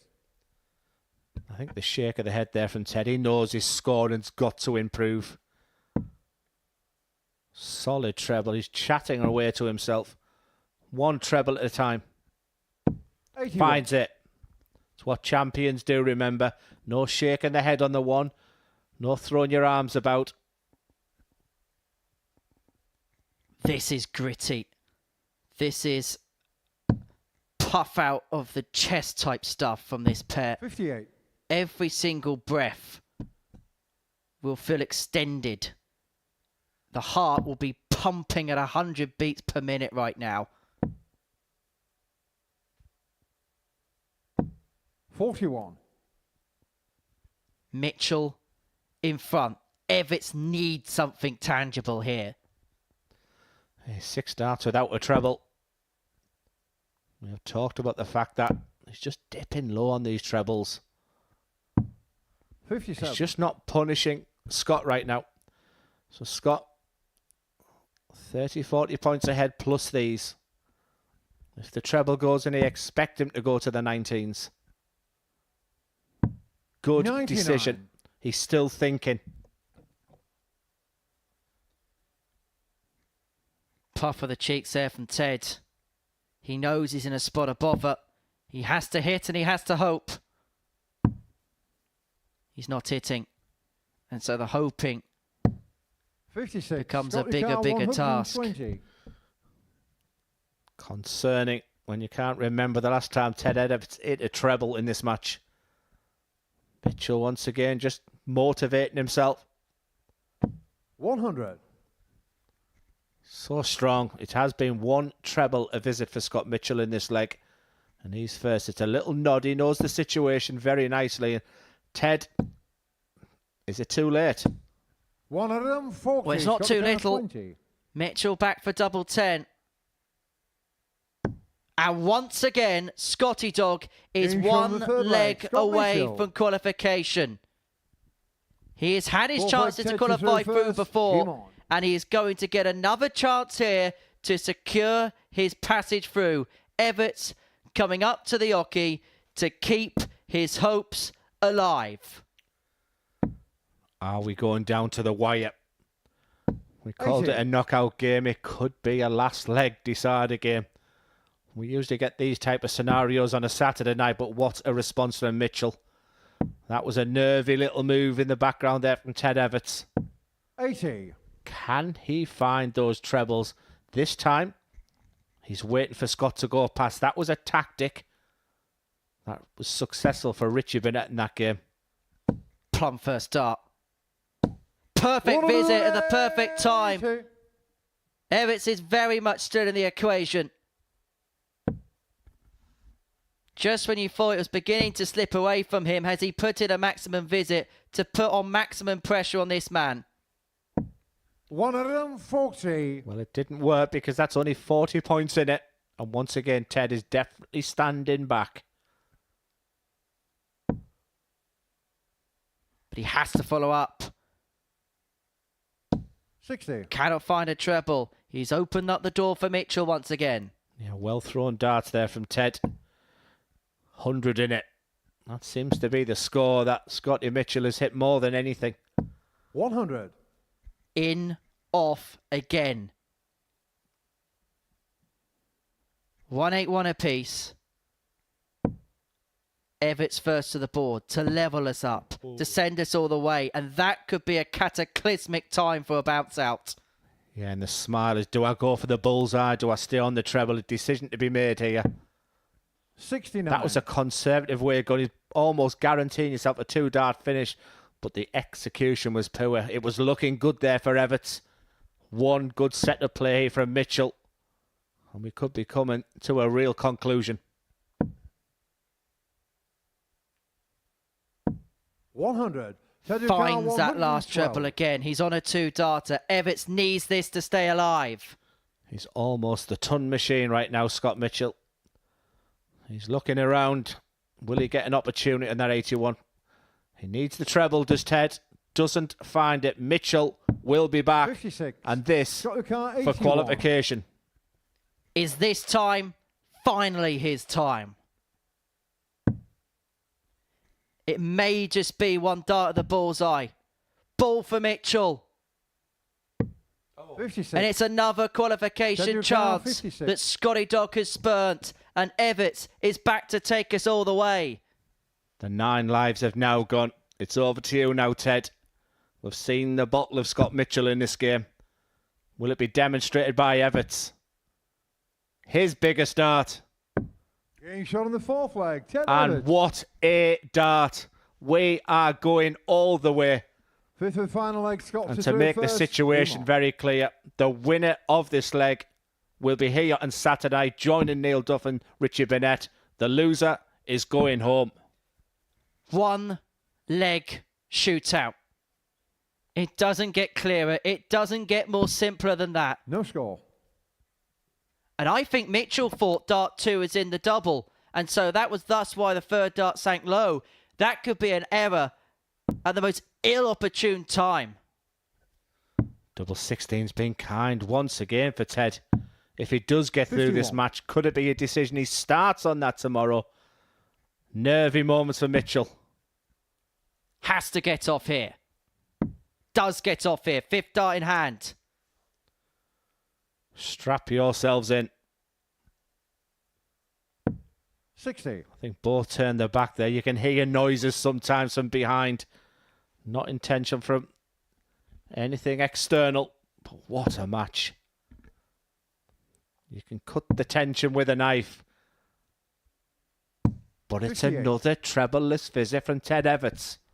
Every treble right now will feel like gold dust. Will have its worth. Every treble's equal, but in this 100. scenario, trebles are more equal than others. Yeah, I fancy a real big score here for Ted. Same tactic. The trebles have been dry. I fancy something big. I fancy something very big. 177. Is that the shot? Is that the shot that sends Ted Evetts through? Is that the one that puts Scott Mitchell on the back burner? He has been the ton machine. Boy, he needs a treble. 55. And that drift to the 5. It's in Evetts' hands. How he's here, we don't know. He was 2-0 down to Devon Petersen. He got himself out of jail. He then saw Mason Whitlock beat Scott 58. Mitchell after Mitchell missed a plethora of doubles. Mitchell's missed his darts in this game to send himself through. And now it is he, Super Ted, who's in control of his destiny. 60. And this time, the trebles have gone dry for Scott Mitchell. The ups and downs of this game. What is it about the Modus Super Series? What is it about that stage? Ted Evetts has never looked like automatic qualification all day. Is he moments away? Fair play. What a setup. 133. Scott Mitchell, the colour must be draining out of him right now. He's been in qualifying position from the first start in this Group C campaign. But is it a case of Super Ted? 83. Well, the man in pink may well be feeling very blue in a second.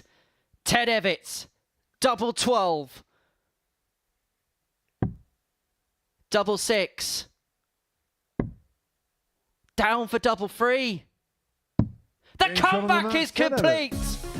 Ted Evetts is into Saturday night's final at the expense of Scott Mitchell, who had spurned opportunity after opportunity to get there himself. His head looks up to the heavens, but it is Super Ted who gets his place through, who sends himself through. He had to dodge bullet after bullet, but eventually it was him who fired the final shot. He has beaten Scott Mitchell by 3 legs to 2 to send himself through somehow into tomorrow night's final at the expense of the former Lakeside champion who had won every single game on Thursday, but it was a freaky Friday for Scotty Dog. And breathe. And 2 more games to go, beginning with Burnett up against Petersen. Welcome to the party in Portsmouth here at the Modus Live Lounge. They've both got the talent where they can just reel off leg after leg and dish out a heavy defeat. And what a way to start the day. We're up and running here on Champions Week with a maximum. But what a way to finish. A 12-dart leg. Beautiful check out there from Cam Crabtree. Only needs the one. Game shot on the second leg. Darius What were you saying about efficiency? On the third leg, Is that the moment that Reece Robinson comes alive in this crucial clash? Looks like he's going to go for it. And it is right next to his favourite double top. And he gets the job done at the earliest possibility. That is Cam Crabtree through. Case not so. Harrison gets the all-important win. Game shot on the second leg. Darius Labanowski. Game shot. Well, Smith is it a 9? Took me a long time. And that clenched fist. Game shot. He gets the job done in the end. He was nodding in total agreement because game shot on the fourth leg. Just like Darius that. Labanowski. Only needs the one. There you can see. That she can unlock at any moment, but that is quality from Harrison. This would be a wake-up. Welcome to the party in Pompey. Should be a good marker for him, and is. It was a great guide. Shot on the first leg. Andreas Harrison. It's a breaker throw for Andreas Harrison. Shot on the second leg. Consecutive breaker throw. Double 16 is found. And he does lead. It's not an 11, but it's a beautiful 12, treble 17, which he gets. Bullseye for the win. Absolutely incredible by Andreas Harrison. He's Andreas Dirty Harrison!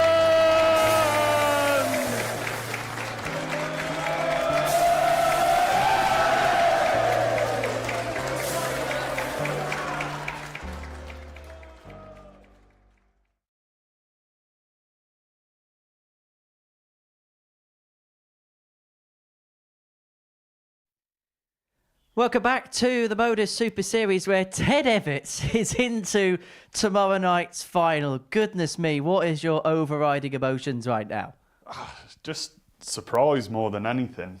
Like the first time and the last time that I was down here, I was always that number 3 or that number 4 in the wrong group kind of thing to not make that Saturday, and yeah, second Saturday, so I'm looking forward to it again. So is it almost relief more than anything else? Yeah, for sure.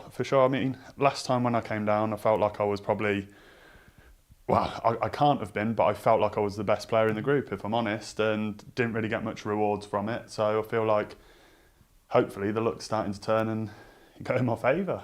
In terms of today, there must have been points where you thought, this isn't happening. Yeah, I mean, 2-0 down to Dev.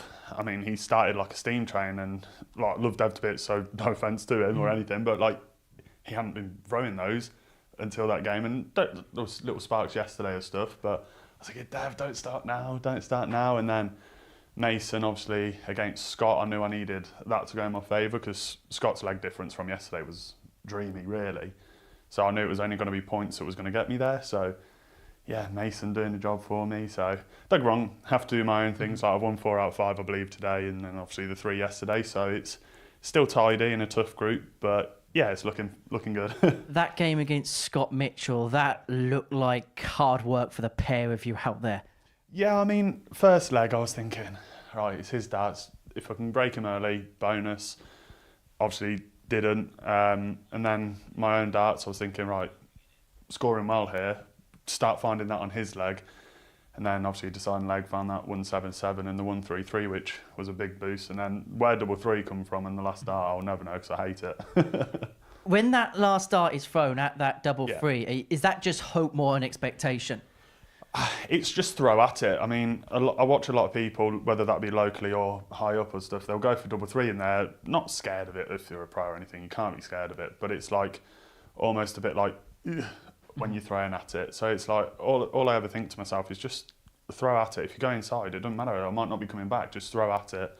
And fortunately, it was in my favour for it going in today. Well, let's confirm your place through to the final. This is how the league table looks. So Richie Burnett and Ted Evetts through to tomorrow night's final. Richie Burnett's going to win the group. Ted Evetts is going to finish in second position. But, of course, there's a bit of a friendship rivalry on the line this week. I suppose the fact that you've made it through puts pressure on your boy Bradley Brooks, doesn't it? Nah, there's no pressure on him. There's no pressure on him. If he plays like he does, he's an unreal player. So that's all he's got to do. Just as long as he's sharp tonight, and I'll give him a little kick in the right direction, hopefully, and just be like, send him on his way after a bit of food, and hopefully he does the job as well. Has that dynamic helped this week? The fact that you two have been together, you've got somebody you can maybe spend some time with, go out for food, do other bits with? Yeah, for sure. I mean, it always lightens the mood. Like me and Brad, there's nothing serious about the two of us when we're together. Like it's always singing, laughing, and joking. So it's always nice whether you've played well, you've played bad.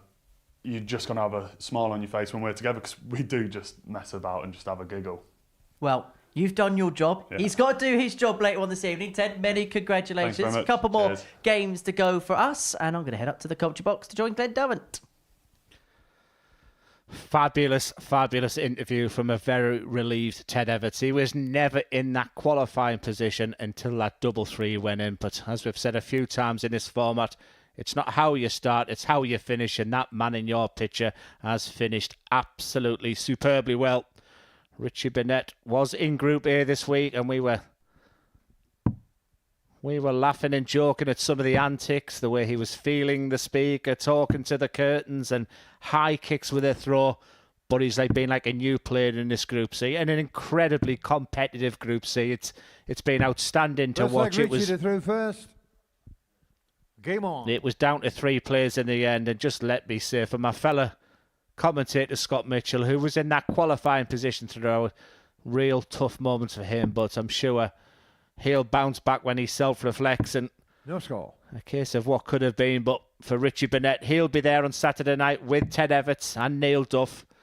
It's already going to be a fantastic night. And Group B with Andreas Harrison playing so well. You try and pick a winner from that come Saturday night.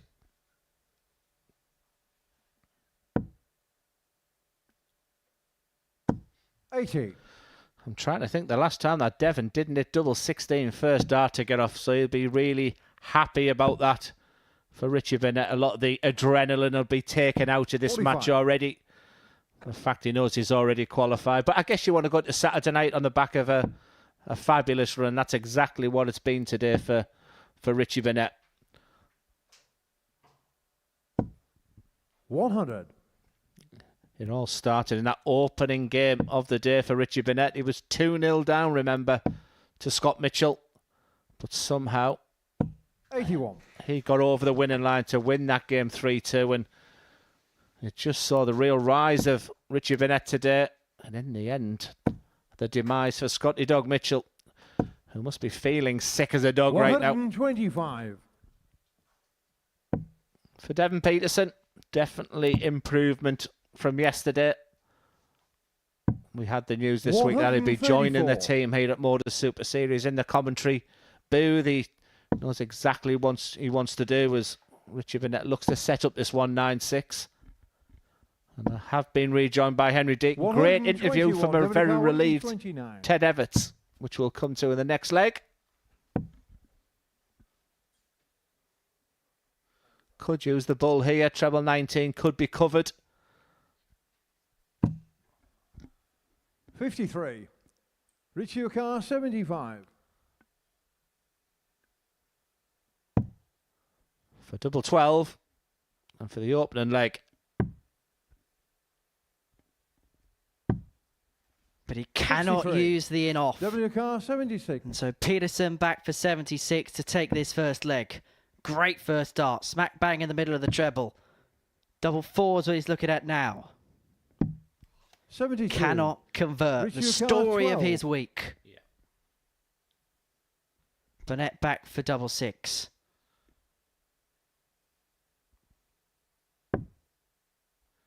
Well, it was double three. The deciding double for Ted Evetts. He talked about how aggressive you got to be on it. And that's Game exactly shot the case for leg. Richie Burnett. He takes the opener. Burnett one up. Second leg, Devon through first. Game on. He was still cool in that interview with you. Anything you read from that? He's the most relieved man on the planet. He honestly is. We were having a little bit of a chat in the couple of minutes that we had before going on air, and I think more than anything it was a relieved figure because not many players get to go through that helter-skelter of emotions that Ted's been through and then able to 80. get themselves out the other side. And I suppose now it's all on his bro Bradley Brooks to head through to 52. tomorrow night's final through Group B. Yeah, that's got to be a motivation. I'm sure Bradley was watching that match. That was just full of drama. And thanks for so many people who've stayed with us this afternoon. 140. Reading a lot of your comments there. They thoroughly enjoyed the drama of that game. Yeah, that was full frontal 41. excellence and just craziness and nervousness and everyness in the dictionary. I mean, we were completely encapsulated by 60. that match, weren't we, in the commentary box? Yeah, it's one I won't forget. Like I said, it was sad to see, for Scott Mitchell, who had been in that qualifying position from the very first match for him in this Group C campaign. And then I still think I go back to the Mason Whitlock game. And then to try and bounce back, so soon after. And yeah, I think I'll be staying clear of Scotty for an hour or so. It'll be a 83. tough defeat. Well, Scott Mitchell's failed to qualify with a legs difference of plus 12. I don't often see players in Group C failing to get through those kind of numbers. Richie Car 138. The numbers for Burnett, they've been very good. He's only dropped one match so far. He could win this group with 18 points, and that's kind of gone under the radar a little bit because of everything 98. else that has happened below him, and he's left himself tops here for the breaker throw at a 2-0 lead and to put himself in cruise control of this contest.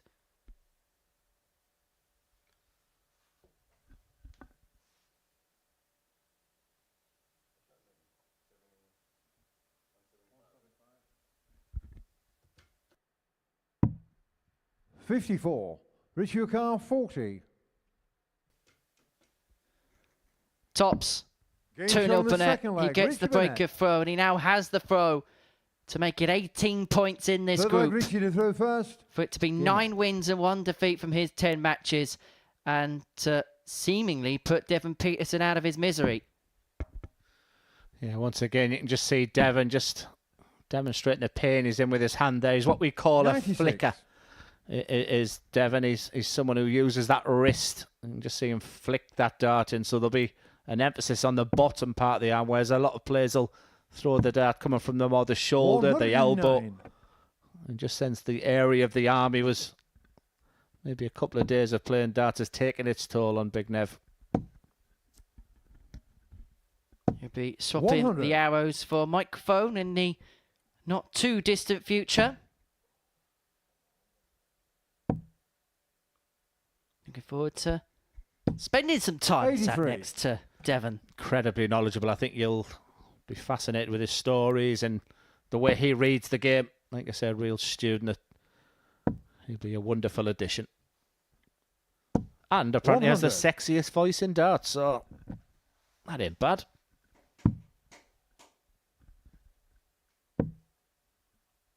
No comment. 40. I'm sure you'll show him the ropes and take the credit in about 6 months' time on Twitter and say, well done, Glenn and Scott, for your success. It was all down to me. So another name to add to your repertoire. 100. Burnett, 105 for a 3-0 win and to end his 43. group with a Richie Carr, comprehensive 105. win. It started with a 3-0 win against Petersen. It looks set to end with a 3-0 win against Petersen.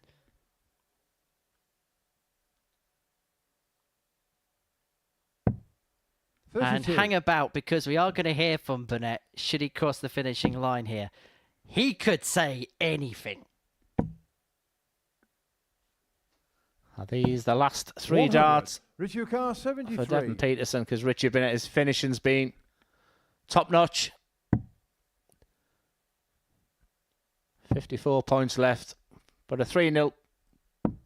53. Devon Carr, 126. Well, this would be a parting present for Petersen. Treble 19. That's a nice enough guide, but unable to use it. And so Burnett back for double 10 39. to win the match. Richie Carr, 20. He's been superb. Game And it's showing back of the match, net Richie for Burnett. 5 wins out of 5. Big smiles all round. Always magnanimous in defeat as Devon Petersen. I'm sure he'll be looking at his game. He was better today. He knows that there was some elements, but Richie Burnett was being absolutely superb in a super tough group.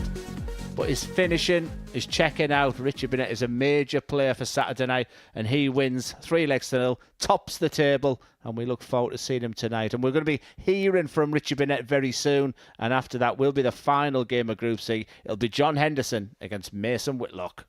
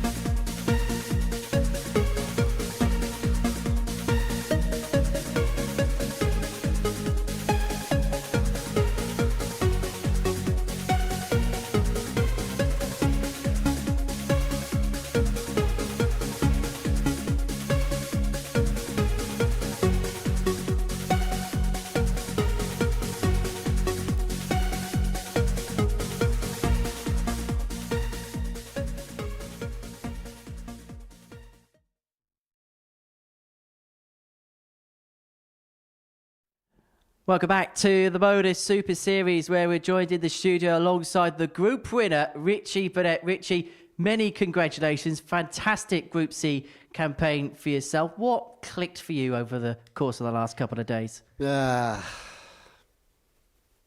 been a good bunch of boys here this week. And if I enjoy myself, I truly believe that everybody else will. So as the week has gone on, I've just said, what the heck? Just enjoy yourself, Rich. I'm 57 years of age. I love this game. I love being around people. And it truly resembles the way I play. If I'm miserable, you can forget me. If I'm happy, and it all depends on the type of people I'm around. And of course, when I enjoy myself, I know that everybody else does. So it's just all about smiling and throwing when you smile. And the better I get, the more the week goes on, the better I'll get. Yeah, I guess my job here this week, Richie, is a pundit. So from an outsider looking in, I thought your Group A campaign, we were talking about you stroking the speaker, laughing and joking, of course, the kicks, the movement, the falling up.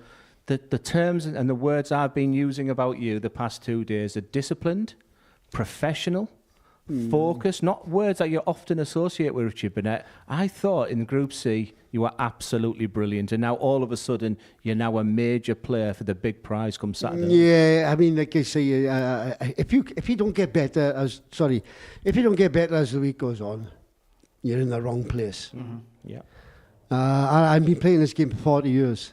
If I ever let my head down and I've got another week to go up to day 1, day 2, I know you've only got to get through the Saturday night. And it all depends on the environment as well. There's some lovely, lovely people to be around. Me and Big John Henderson, we're good mates. Like Devon, they've all got a voice. And of course, I only have to pipe in now and again, you know. And then it makes a laugh. But they're memorable, but it's all about enjoying the game. And I've enjoyed it this week, really have. I've really had a great time. And you're in that fortunate position in your career now because you've done so much over a very long career in this sport. You've still got that burning ambition. We can see that very brightly in your face. But you're at a point in your dying life now where, yes, okay, I would love to win. Of course, that desire is still there, but I'm going to enjoy the game now. Yeah, I mean, I'd love to be invited to everything, but that can't happen because obviously I haven't got the will and because I can understand why when my day it was like 4 times a year to turn up, and then when you turn up, then you see the best of me. I can understand it when it's week in, week out. Players have dips in form here and there, but when you play like this with a smile on your face around lovely people. And you amongst yourself as well. It's such a lovely atmosphere. Why not enjoy it and play your best ass? Because that's how I feel. I couldn't give a flying fish what people think about anything else, but that's my outlook on it. Yeah, but let me tell you, just as you were talking there, we were just seeing some of your big finish, the 150 finish, the 146 finish, the 102 average. My final question to you, Richie, is if you win it Saturday night, will you have won 3 fortunes and spent 4?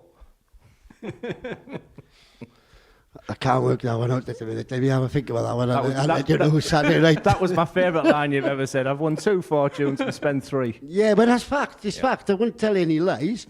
Why,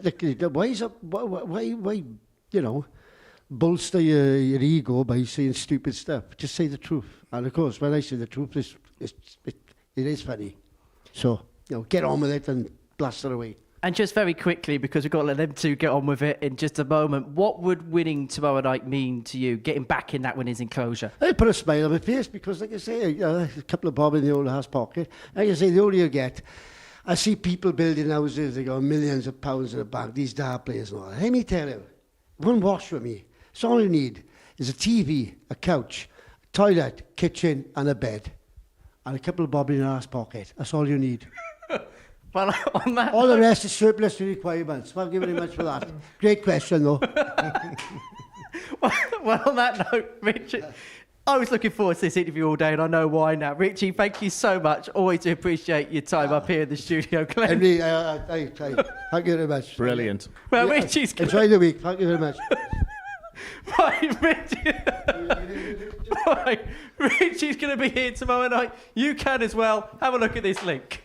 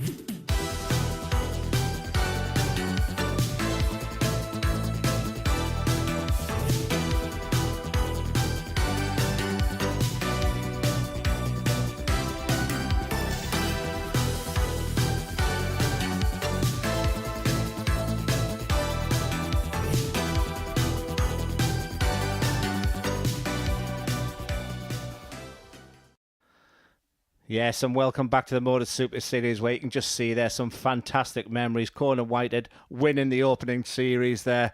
And Series 9 will be starting on Monday, but it's all about double trouble this week.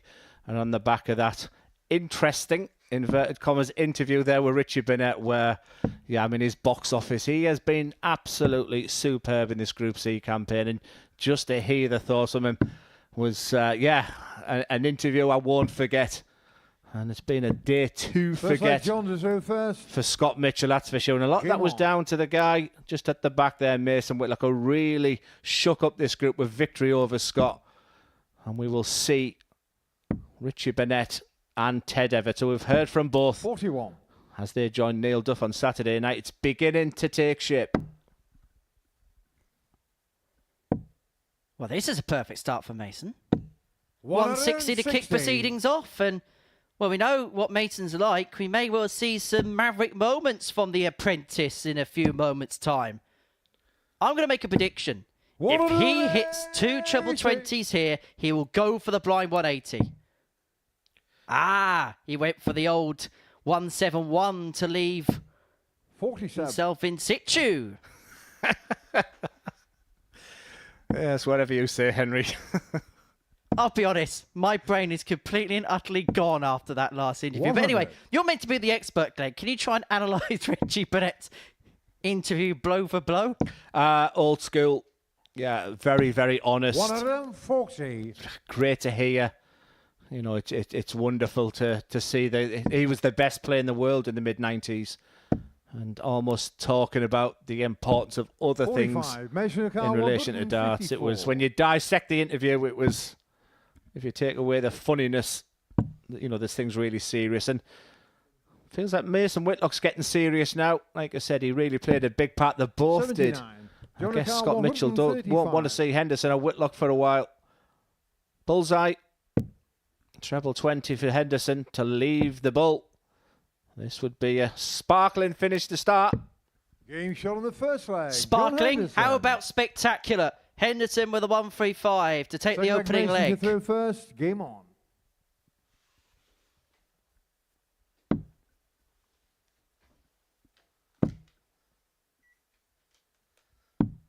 $36. I always look to you, Henry, with this incredible knowledge you've got here at the Modus Super Series, but this has got to have been one of the best Group Cs you've been involved in a while. This is up there. 65. Trust me, this is up there. Look, we knew with the players involved in this field that it was going to be high quality. 60. But did we expect the drama after day one? Let's be perfectly honest, probably not. Did we expect Scott Mitchell not to qualify today? Absolutely not. And Henderson must be thinking, why is my purple patch coming now when the pressure's off? Yeah, it looks like you could get to double figures, could John Henderson. And at times it'll have felt like his D- game. But as you rightly alluded to, the back end of this, when motivation, you could argue, is going to be low, you know, what has he got to play for apart from, you know, the integrity of the whole 96. Double trouble. And he's produced his best darts. Can he learn anything from that? And Mason Whitlock enjoyed it. I've enjoyed watching him play. 58. He'll be back. Back to the drawing board. Well, he's going to be back on Sunday. Both of these players are going to be back on Sunday because they're going to be playing in the Influencer event. It starts at 3 o'clock here on the Super Series 59. YouTube channel. You can try and get here, but you can't because it's sold out. I'm surprised that you're not playing, representing the Influencer with your 27 followers on X. 100. John Ricard, 160. Nah, no one needs to see me play darts. Henderson's had the biggest finish of the week with the 160, but he's not going to pin it again. I suppose it's the age-old question, isn't it? What's harder, a 9-darter or 147? I was about to say Mason Whitlock has his own answer. 91. John Ricard, 120. Well, for a tops man, a 120 finish has been something he's done many thousands of times in his life. Doesn't get the opportunity this time. 60. Mason Ricard, 56. For a level game. 16 for tops. Wild and wide. And Henderson's going to get a couple of darts at tops for the break. It's how that dart sits. Does he have to move? He doesn't. Left-hand side of the tops. Game shot on the second Absolutely. leg. John Henderson leads 2-0. One away from a brilliant day of Third darts. leg John to throw first. Game on. And if Ted Evetts wins it tomorrow, it could be the story of all stories. I'm going to be honest, Glenn. I've got to do the interview with the winner tomorrow night, and I'm just kind of scared about the prospect of interviewing Richie Burnett. I think it's got to you, that one, hasn't it? Oh, I'm going to need to lie down in the darkened room before tonight's session. 60.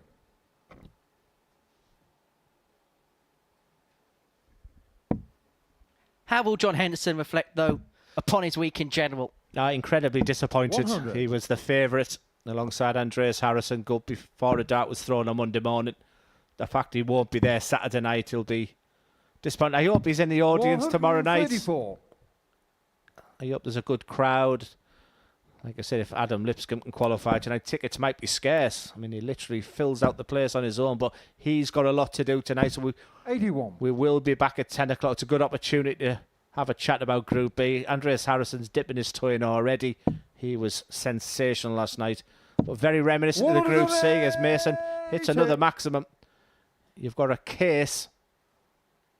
Well, I think we've had everything today, apart from 127 in game. So over to you, Henry. He's left the Hinks. 100. Mason your car 127. Hinks with a wink. And a smile. So it's in a royal crocodile in terms of his 1-2-7 attempt 55. for the Aussie. John Car 160. Something he should do all the time, that smile. That was brilliant. Well, Hendo isn't going to end it with a haymaker. Oh, but he's going to set it up all right. 140. Mason car 72. 72 for Whitlock. Went double-double. Cannot find the tops, and so Henderson to put the full stop on this group. It started with a 3-1 win for Henderson, did Group C. And it's going to end with a 3-0 John Henderson win. He gets the better of Mason Whitlock in next to no time at all.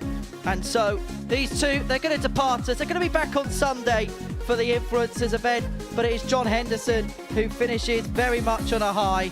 This is how the game went from a statistical viewpoint. Henderson with an average in excess of 85, 135 checkout in there. For Mason Whitlock, he would have learnt a lot from this week's experience. He'll be back on Sunday from 3 o'clock.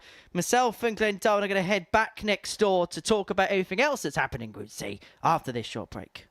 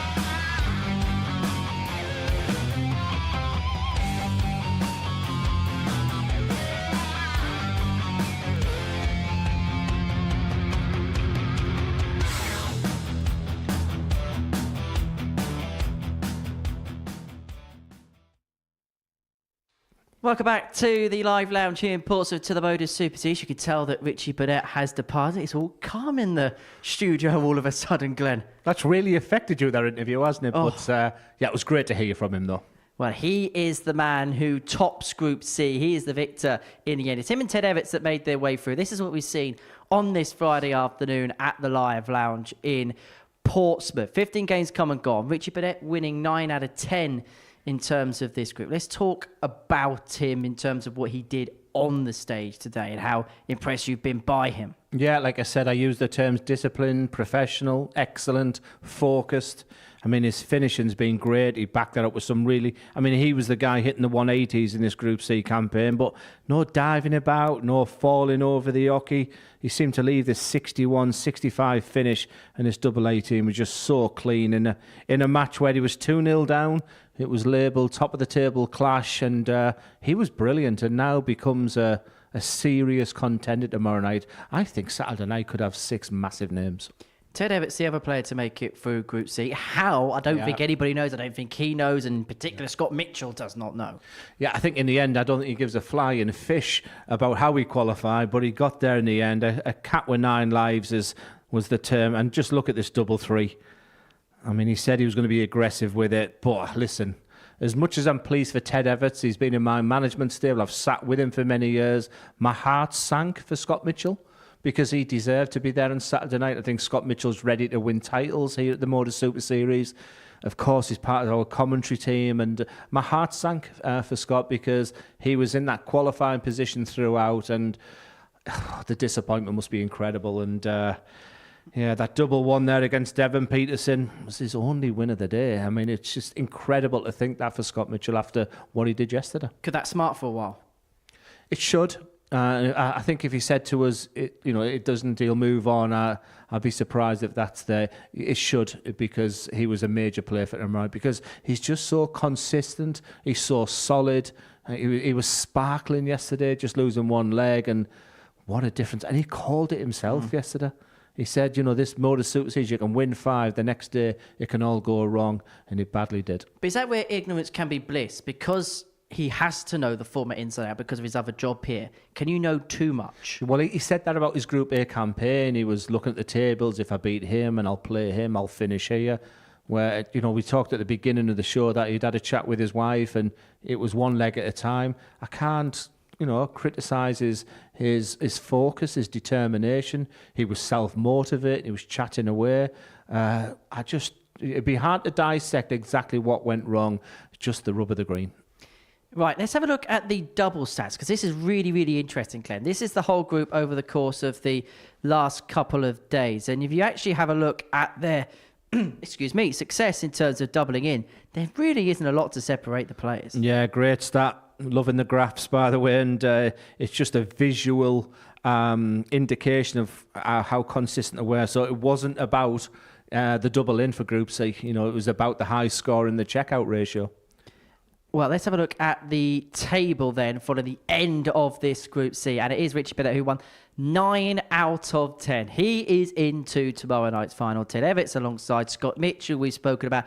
I just want to get your thoughts on John Henderson, because it's felt like a week where there's been moments, there's been sparks, but maybe when it's come to the crunch, it hasn't quite correlated for him. Yeah, few and far between. A couple of real good attempts at 9 darters. Finished like an absolute steam train. He'll be left frustrated. Like I said, we had some magic moments with real potential 9 darters, and like I said, they were just a little bit few and far between. I mean, you called the 9 darter again. You start thinking about it roundabout now. He's in his rhythm there. You'd expect that treble to go on a pinhead, as I think we called it in that. And this is usually the hardest start of the 9. No Robert Thornton behind him this time, and now we both sat up. And then the rise, man, he wasn't a million miles away from another superb effort. Going into the end of his years, he almost got a case of nothing to lose. Yes, of course he wants to get his tour card back, and he's spoken very openly about those ambitions. But even if he doesn't in January, he's got that World Seniors title to defend in February next year. Yeah, it's not a bad backup, is it? I think he's got a clear direction. Very reminiscent of the chat that we had with Ted Evetts. He's trying to peak for Q School. And like I said, there's no point winning tournaments heavily now. You want to be in your best form come early January. We're getting to that stage where the World Grand Prix is round the corner. So it's an incredibly important time in the world of darts. And John Henderson wants to be part of that.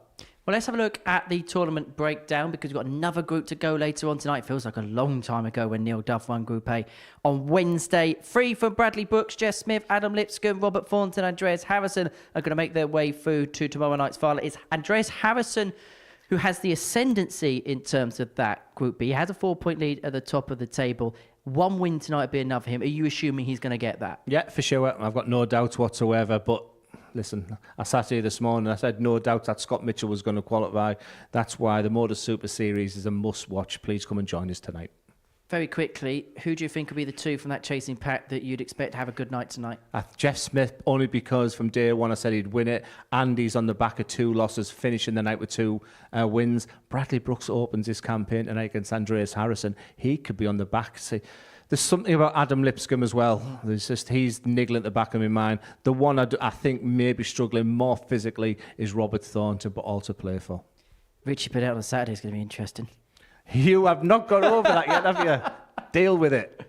Right, Glenn, thank you very much. See you later on this evening. See you later on this evening as well, 10 o'clock on this Super Series YouTube channel to see how Group B comes to a culmination. Well, as far as Group C is concerned, Ted Evetts gave off the Escapology Act, and Richie Burnett, well, he made his way through. How? Well, we don't give a flying fish. Bye from us.